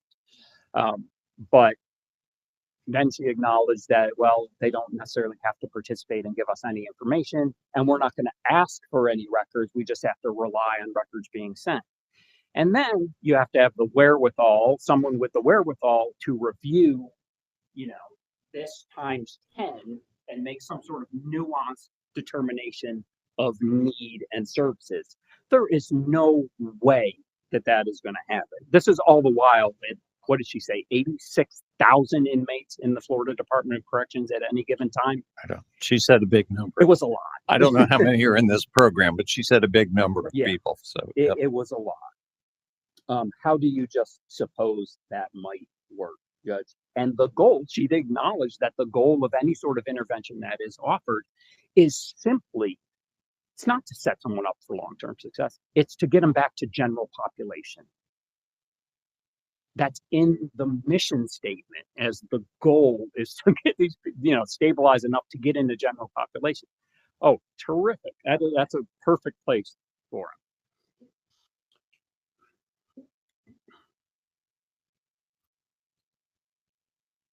Their mission statement, their moonshot mission statement was, constitutional adequacy, I think it was. So let's just try to do everything not to be cruel and unusual. That's not good enough for an autistic disabled child, Judge. And lastly, on that, if you're believing that would work, that structure is in place, just being in place, again, is not enough. The structure was in place here on a smaller scale, with less people involved, with more participants in the process, with more information. The plan was written up, and then it wasn't followed. Is the Department of Corrections going to adequately deal with mental health needs? This is not something he picked off a shelf, Judge. He has been gifted this. He can't help it. He can't navigate the world like you and I can. It's not his fault. What is the price he has to pay for that? I think you're out of time, Mr. Tyke. Thank you. All right, Ms. Clark, you got 4 minutes. I guess I gave Mr. Tyveke an extra almost 10, so I won't cut you off either, but go ahead. Judge, first I want to speak again to the DJJ recommendation from the defense. That same statute he was turning to, 985.565, goes through a list of things you should consider, whether it should be adult versus juvenile. I know you're familiar with them, but I wanted to highlight a few. One, the serious offense and community best protected by adult sanctions. Clearly, this was a serious offense. Ms. Nadich would be dead today, but for the 5 other citizens that pulled off Mr. Depa. And clearly, adult sanctions, which I'm going to argue in just a minute, are more appropriate. Obviously, this was violent, aggressive, willful. There's no doubt whatsoever. It was against a person and not property. We have a previous history of violence. He had had those 3 prior juvenile batteries in 2019 before this ever happened. Plus, he had the fight at school. And then, again, I would argue that juvenile sanctions are not appropriate because as soon as he turns 21, they're letting him go. Now, the defense is trying to argue, well, his family will step in and they're going to help him. We have a history of what that looks like. We are here today. And by all accounts, the Depas did everything they could for their son, and they tried the best to try and get him the help that he needed and potentially try and avoid being in this courtroom. But we know that's not viable. That is not a viable option to just turn him loose and hope that all the pieces are going to fall into play and that he's going to get the help that he needs. He will be an adult. His parents can't force it. The court would have no jurisdiction to force it. And that's just frightening, Judge. I think that the more appropriate sentence is, in fact, the Department of Corrections. And again, Mr. Depa does need to be punished for what he did. I think everybody's losing sight of what happened here. You had a woman that was just doing her job, that she likes working with kids. She'd done that her entire life. She liked working with special needs kids, which I think you've heard testimony. They have a hard time finding those people. Well, she was one of them. And when things got out of control, she left the situation. But he chased her down. He threw her to the floor. And while she was completely unconscious, he viciously attacked her. Let's not lose sight of that. And I'm sorry, but Mr. Depa should be punished for that. He almost killed a woman. We can't just sit here and say, well, he was having a bad day. No, he almost killed a woman. He should be punished for that. And that is the Department of Corrections. And while he's there, you heard from Dr. Klein. They can provide him with the services that he needs. He needs mental health treatment, they have it. He needs medication, they have it. If he has a crisis, they have a stabilization unit for him. They have what he needs. I'm not advocating that we just send him to prison and be done. No, I'm advocating for a split sentence. He should go to prison. I would advocate he should go for 7 years, Judge. I think that the bottom of the guidelines is not enough. He almost killed a woman. He should be sentenced appropriately. And then when it's over with prison, there needs to be long-term probation, at least 10 years, if not longer. You have up to 30 to work with. You heard from the doctors with the different types of mental health treatment that he needs. I agree with all of that. Absolutely. I don't think he should just be cut loose into society and we hope that he gets it done this time. No, we know that's not realistic. He should be placed in a group home once he's on probation, much like Echo had, a level 6 if that exists, wherever he's going to be. And he needs severe mental health treatment, anger management, MRT, obviously no contact with Ms. Nadich. GED programs if he hasn't already gotten it, absolutely. Everybody wants to see Mr. Depa succeed, but at first we need to deal with what he did. And there are consequences for what he did. And that's why I'm asking that you forego DJJ. That is not a viable option, because we cannot rely on Mr. Depa to get it done. It absolutely should be adult sanctions. It should be prison followed by long-term probation with all the recommendations you've heard from the doctors, Judge. And that's what I'm recommending. Thank you. All right. Thank you very much.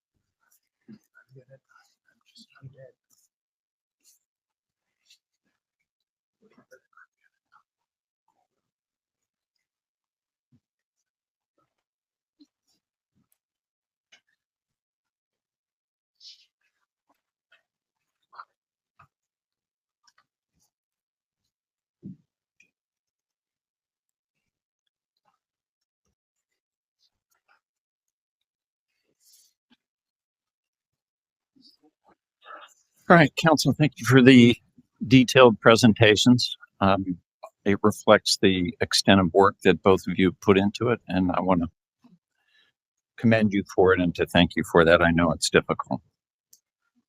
So Mr. Depa is charged with one count of aggravated battery on an education employee.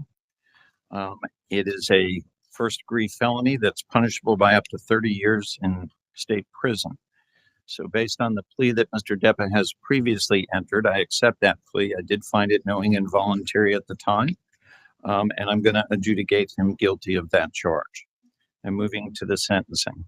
So through the testimony, I want to remind you that we started with a competency hearing in this case, and we heard from experts at that point in time. We've heard from additional experts today. And I think all of the experts, especially the ones that we heard from today, all agree that Mr. Depa does not have an intellectual disability. He has above average intelligence by all accounts. He has educational and vocational goals of his own that he wishes to achieve. He accurately perceives his circumstances. He's got insight, and the experts disagree slightly, but to say good insight into his mental health. And to a large extent, Dr. Harper, Dr. Spence, I believe, and Dr. Pritchard agreed on most of that. In that context, then, with regard to I am not forgetting, of course, that Mr. Depa has been diagnosed with and suffers from autism spectrum disorder. And although this event was senselessly violent, I don't want to lose sight of the fact that at the time of this event, Mr. Depa was 17 years of age.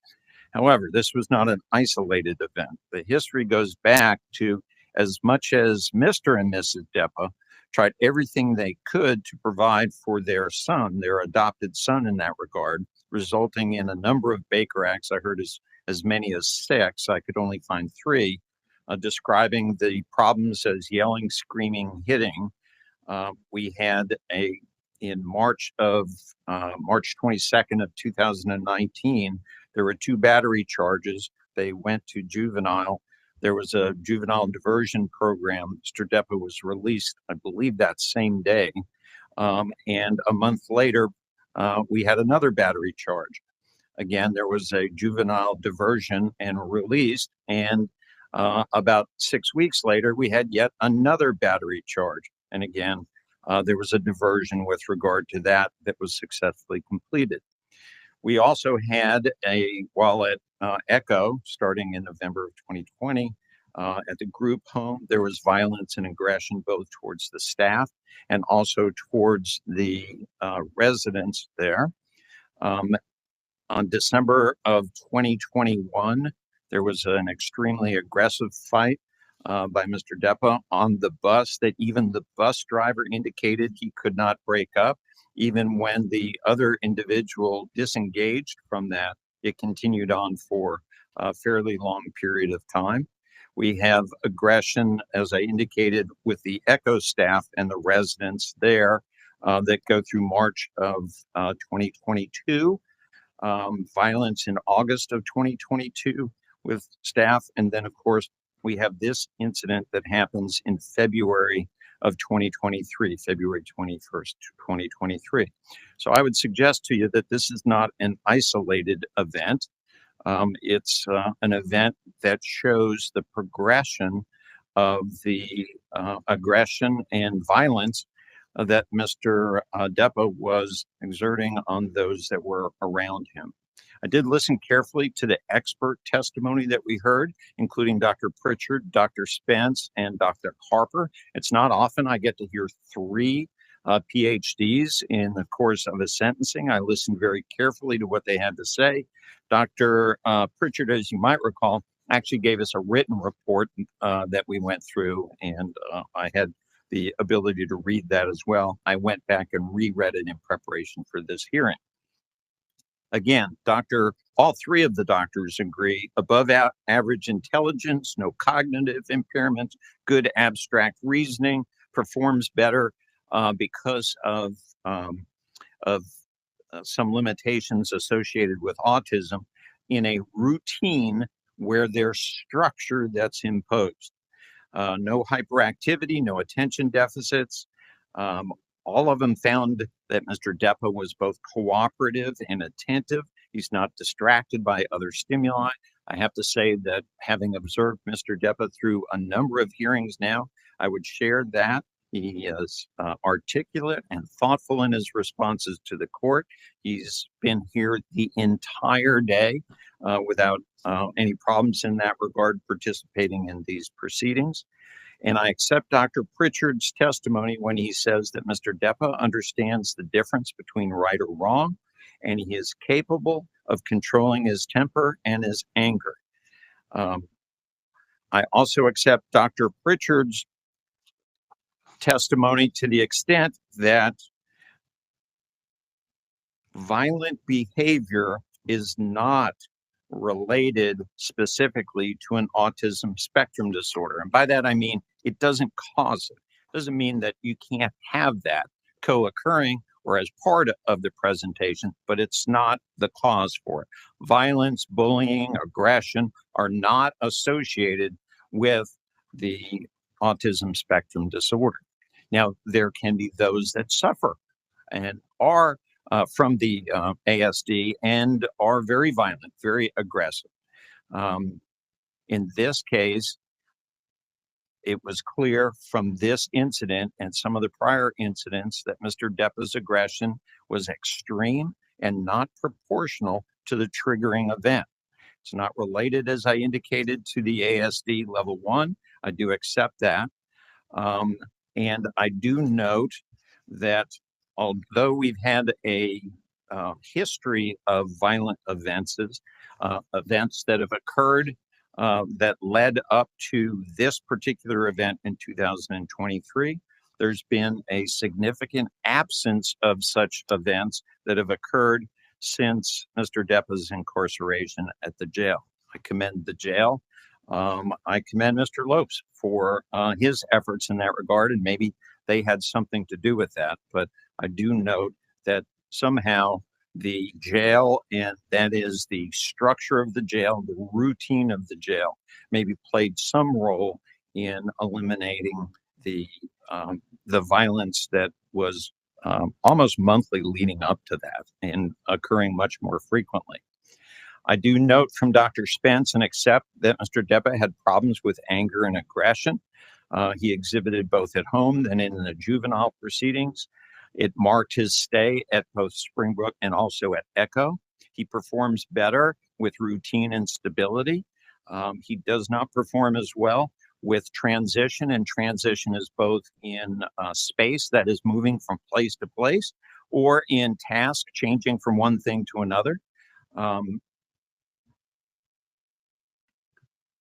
He would benefit from intensive intervention, stable living environment, routine, repetitive activities, therapeutic intervention, prescription medication, management, and cognitive behavior treatment.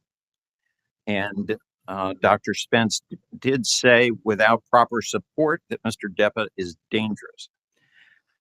In this case, I found no warning testified to by anyone with regard to the rapid onset of both extreme aggression and senseless violence that marked this incident.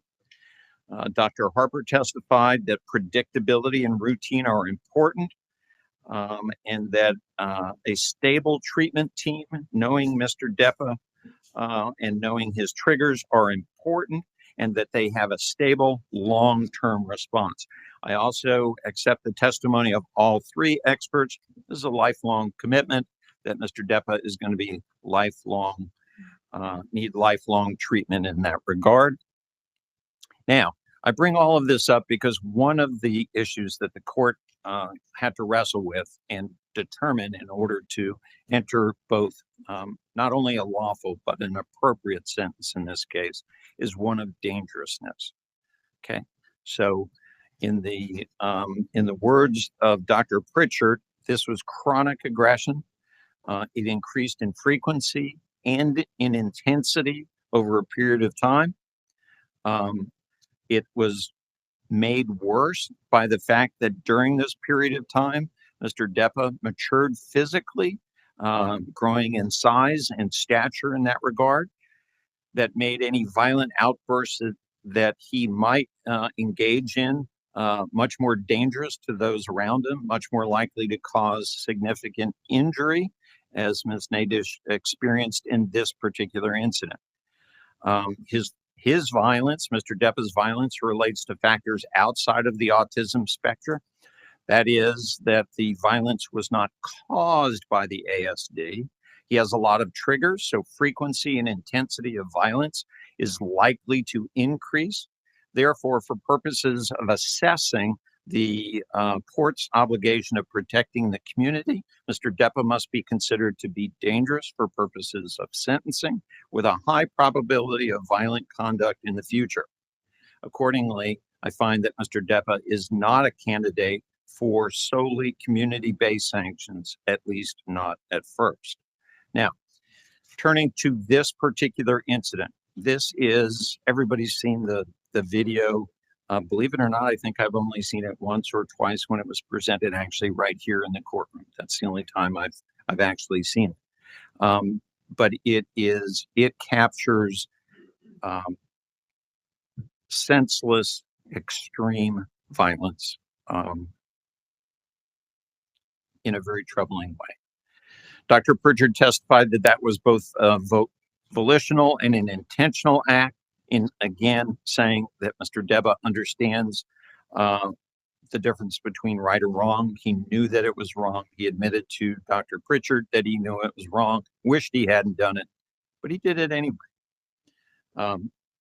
Compounding the senseless physical violence was the screaming of obscenities, spitting on Ms. Nadish, both before and during the incident.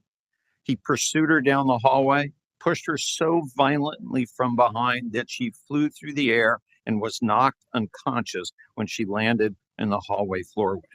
He then proceeded to kick her, then jump on top of her, striking her in the head and body more than 15 times. It took several strong men, I counted 5, but several, to pull him off her.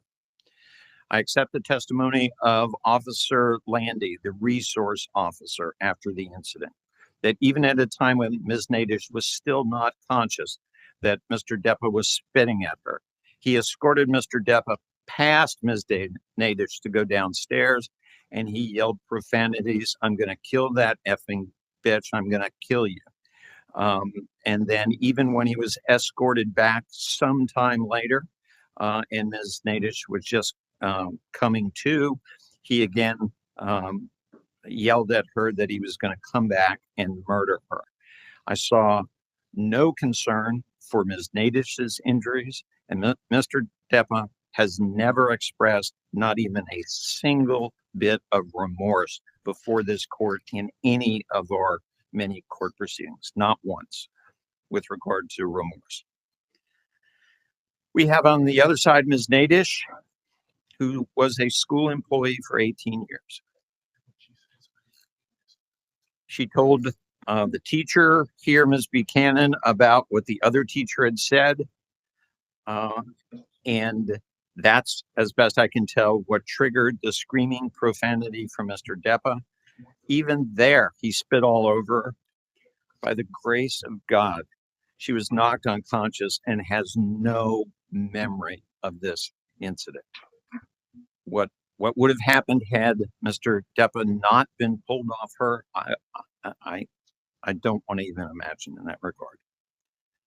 What she does remember now is the pain that was caused by her 5 broken ribs, her concussion, her herniated discs in her back, her headache, her dizziness, her hearing and vision losses, her cognitive problems, PTSD, panic attacks, all of those things.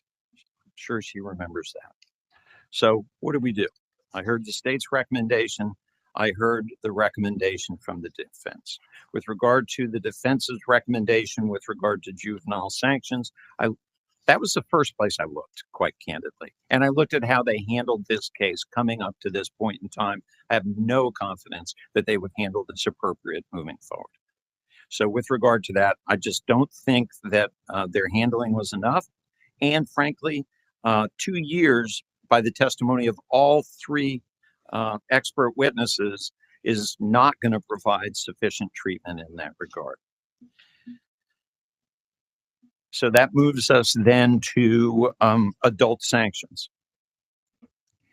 There were two issues that were brought up, Mr. Teifke, by you with regard to adult sanctions. One was a youthful offender sanction.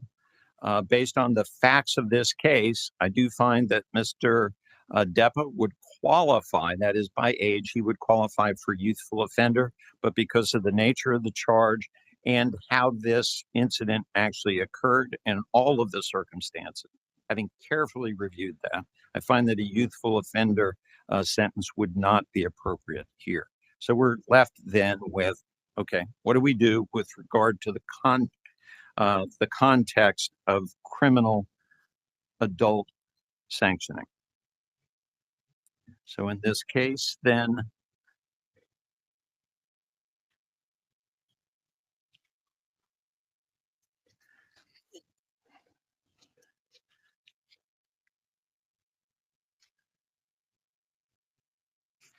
the court sentences Mr. Depa to 60 months of Department of Corrections, followed by 15 years Department of Corrections supervised probation.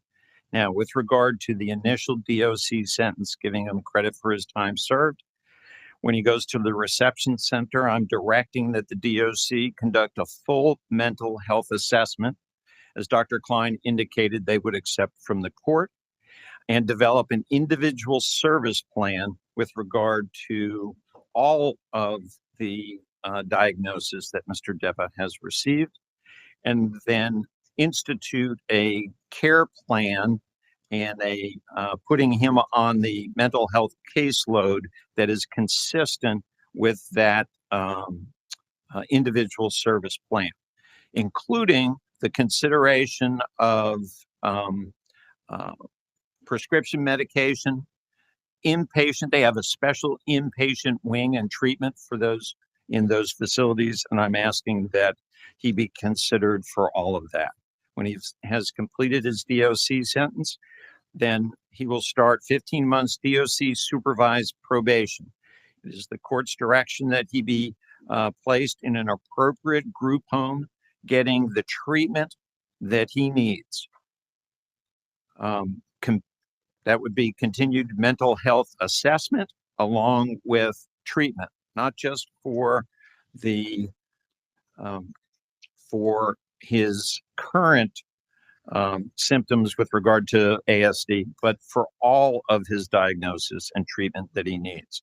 That he be evaluated for his prescription medication on a regular basis, that continued mental health treatment occur in an appropriate residential setting where he would receive continued vocational training, GED program, anger management classes. Once Mr. Depa is stabilized, the court would consider home health care options, similar to the types that I've heard here today. But stability, safety, routine will be the earmarks of the court sentence in this case. All right, Ms. Clark, any questions? I just want to confirm, you said it was 60 months Department of Corrections followed by 15 years? Yes. Okay. Yep. Mr. Teifke, anything else? No. All right. All right, Mr. Depa, you'll be remanded as you have been to the Sheriff of Flagler County for pending transfer to an appropriate facility and assessment. Please understand that although you had entered a plea in this case, that you may appeal the court sentence. If you're going to do that, you have to do it in writing. If you can't afford a lawyer, I would appoint one for you. If you have questions about the basis of what that sentence would entail, about what your appeal might challenge in that regard, please talk to Mr. Teifke about that and he'll explain it all to you. And Right. Judge, I'm sorry, I don't think I heard you say no contact with Ms. Nadich. I would certainly request. Yeah, of course, no contact with Ms. Nadish, and obviously costs would be assessed. Anything else? No, sir. All right. Thank you all. Thank Court's adjourned.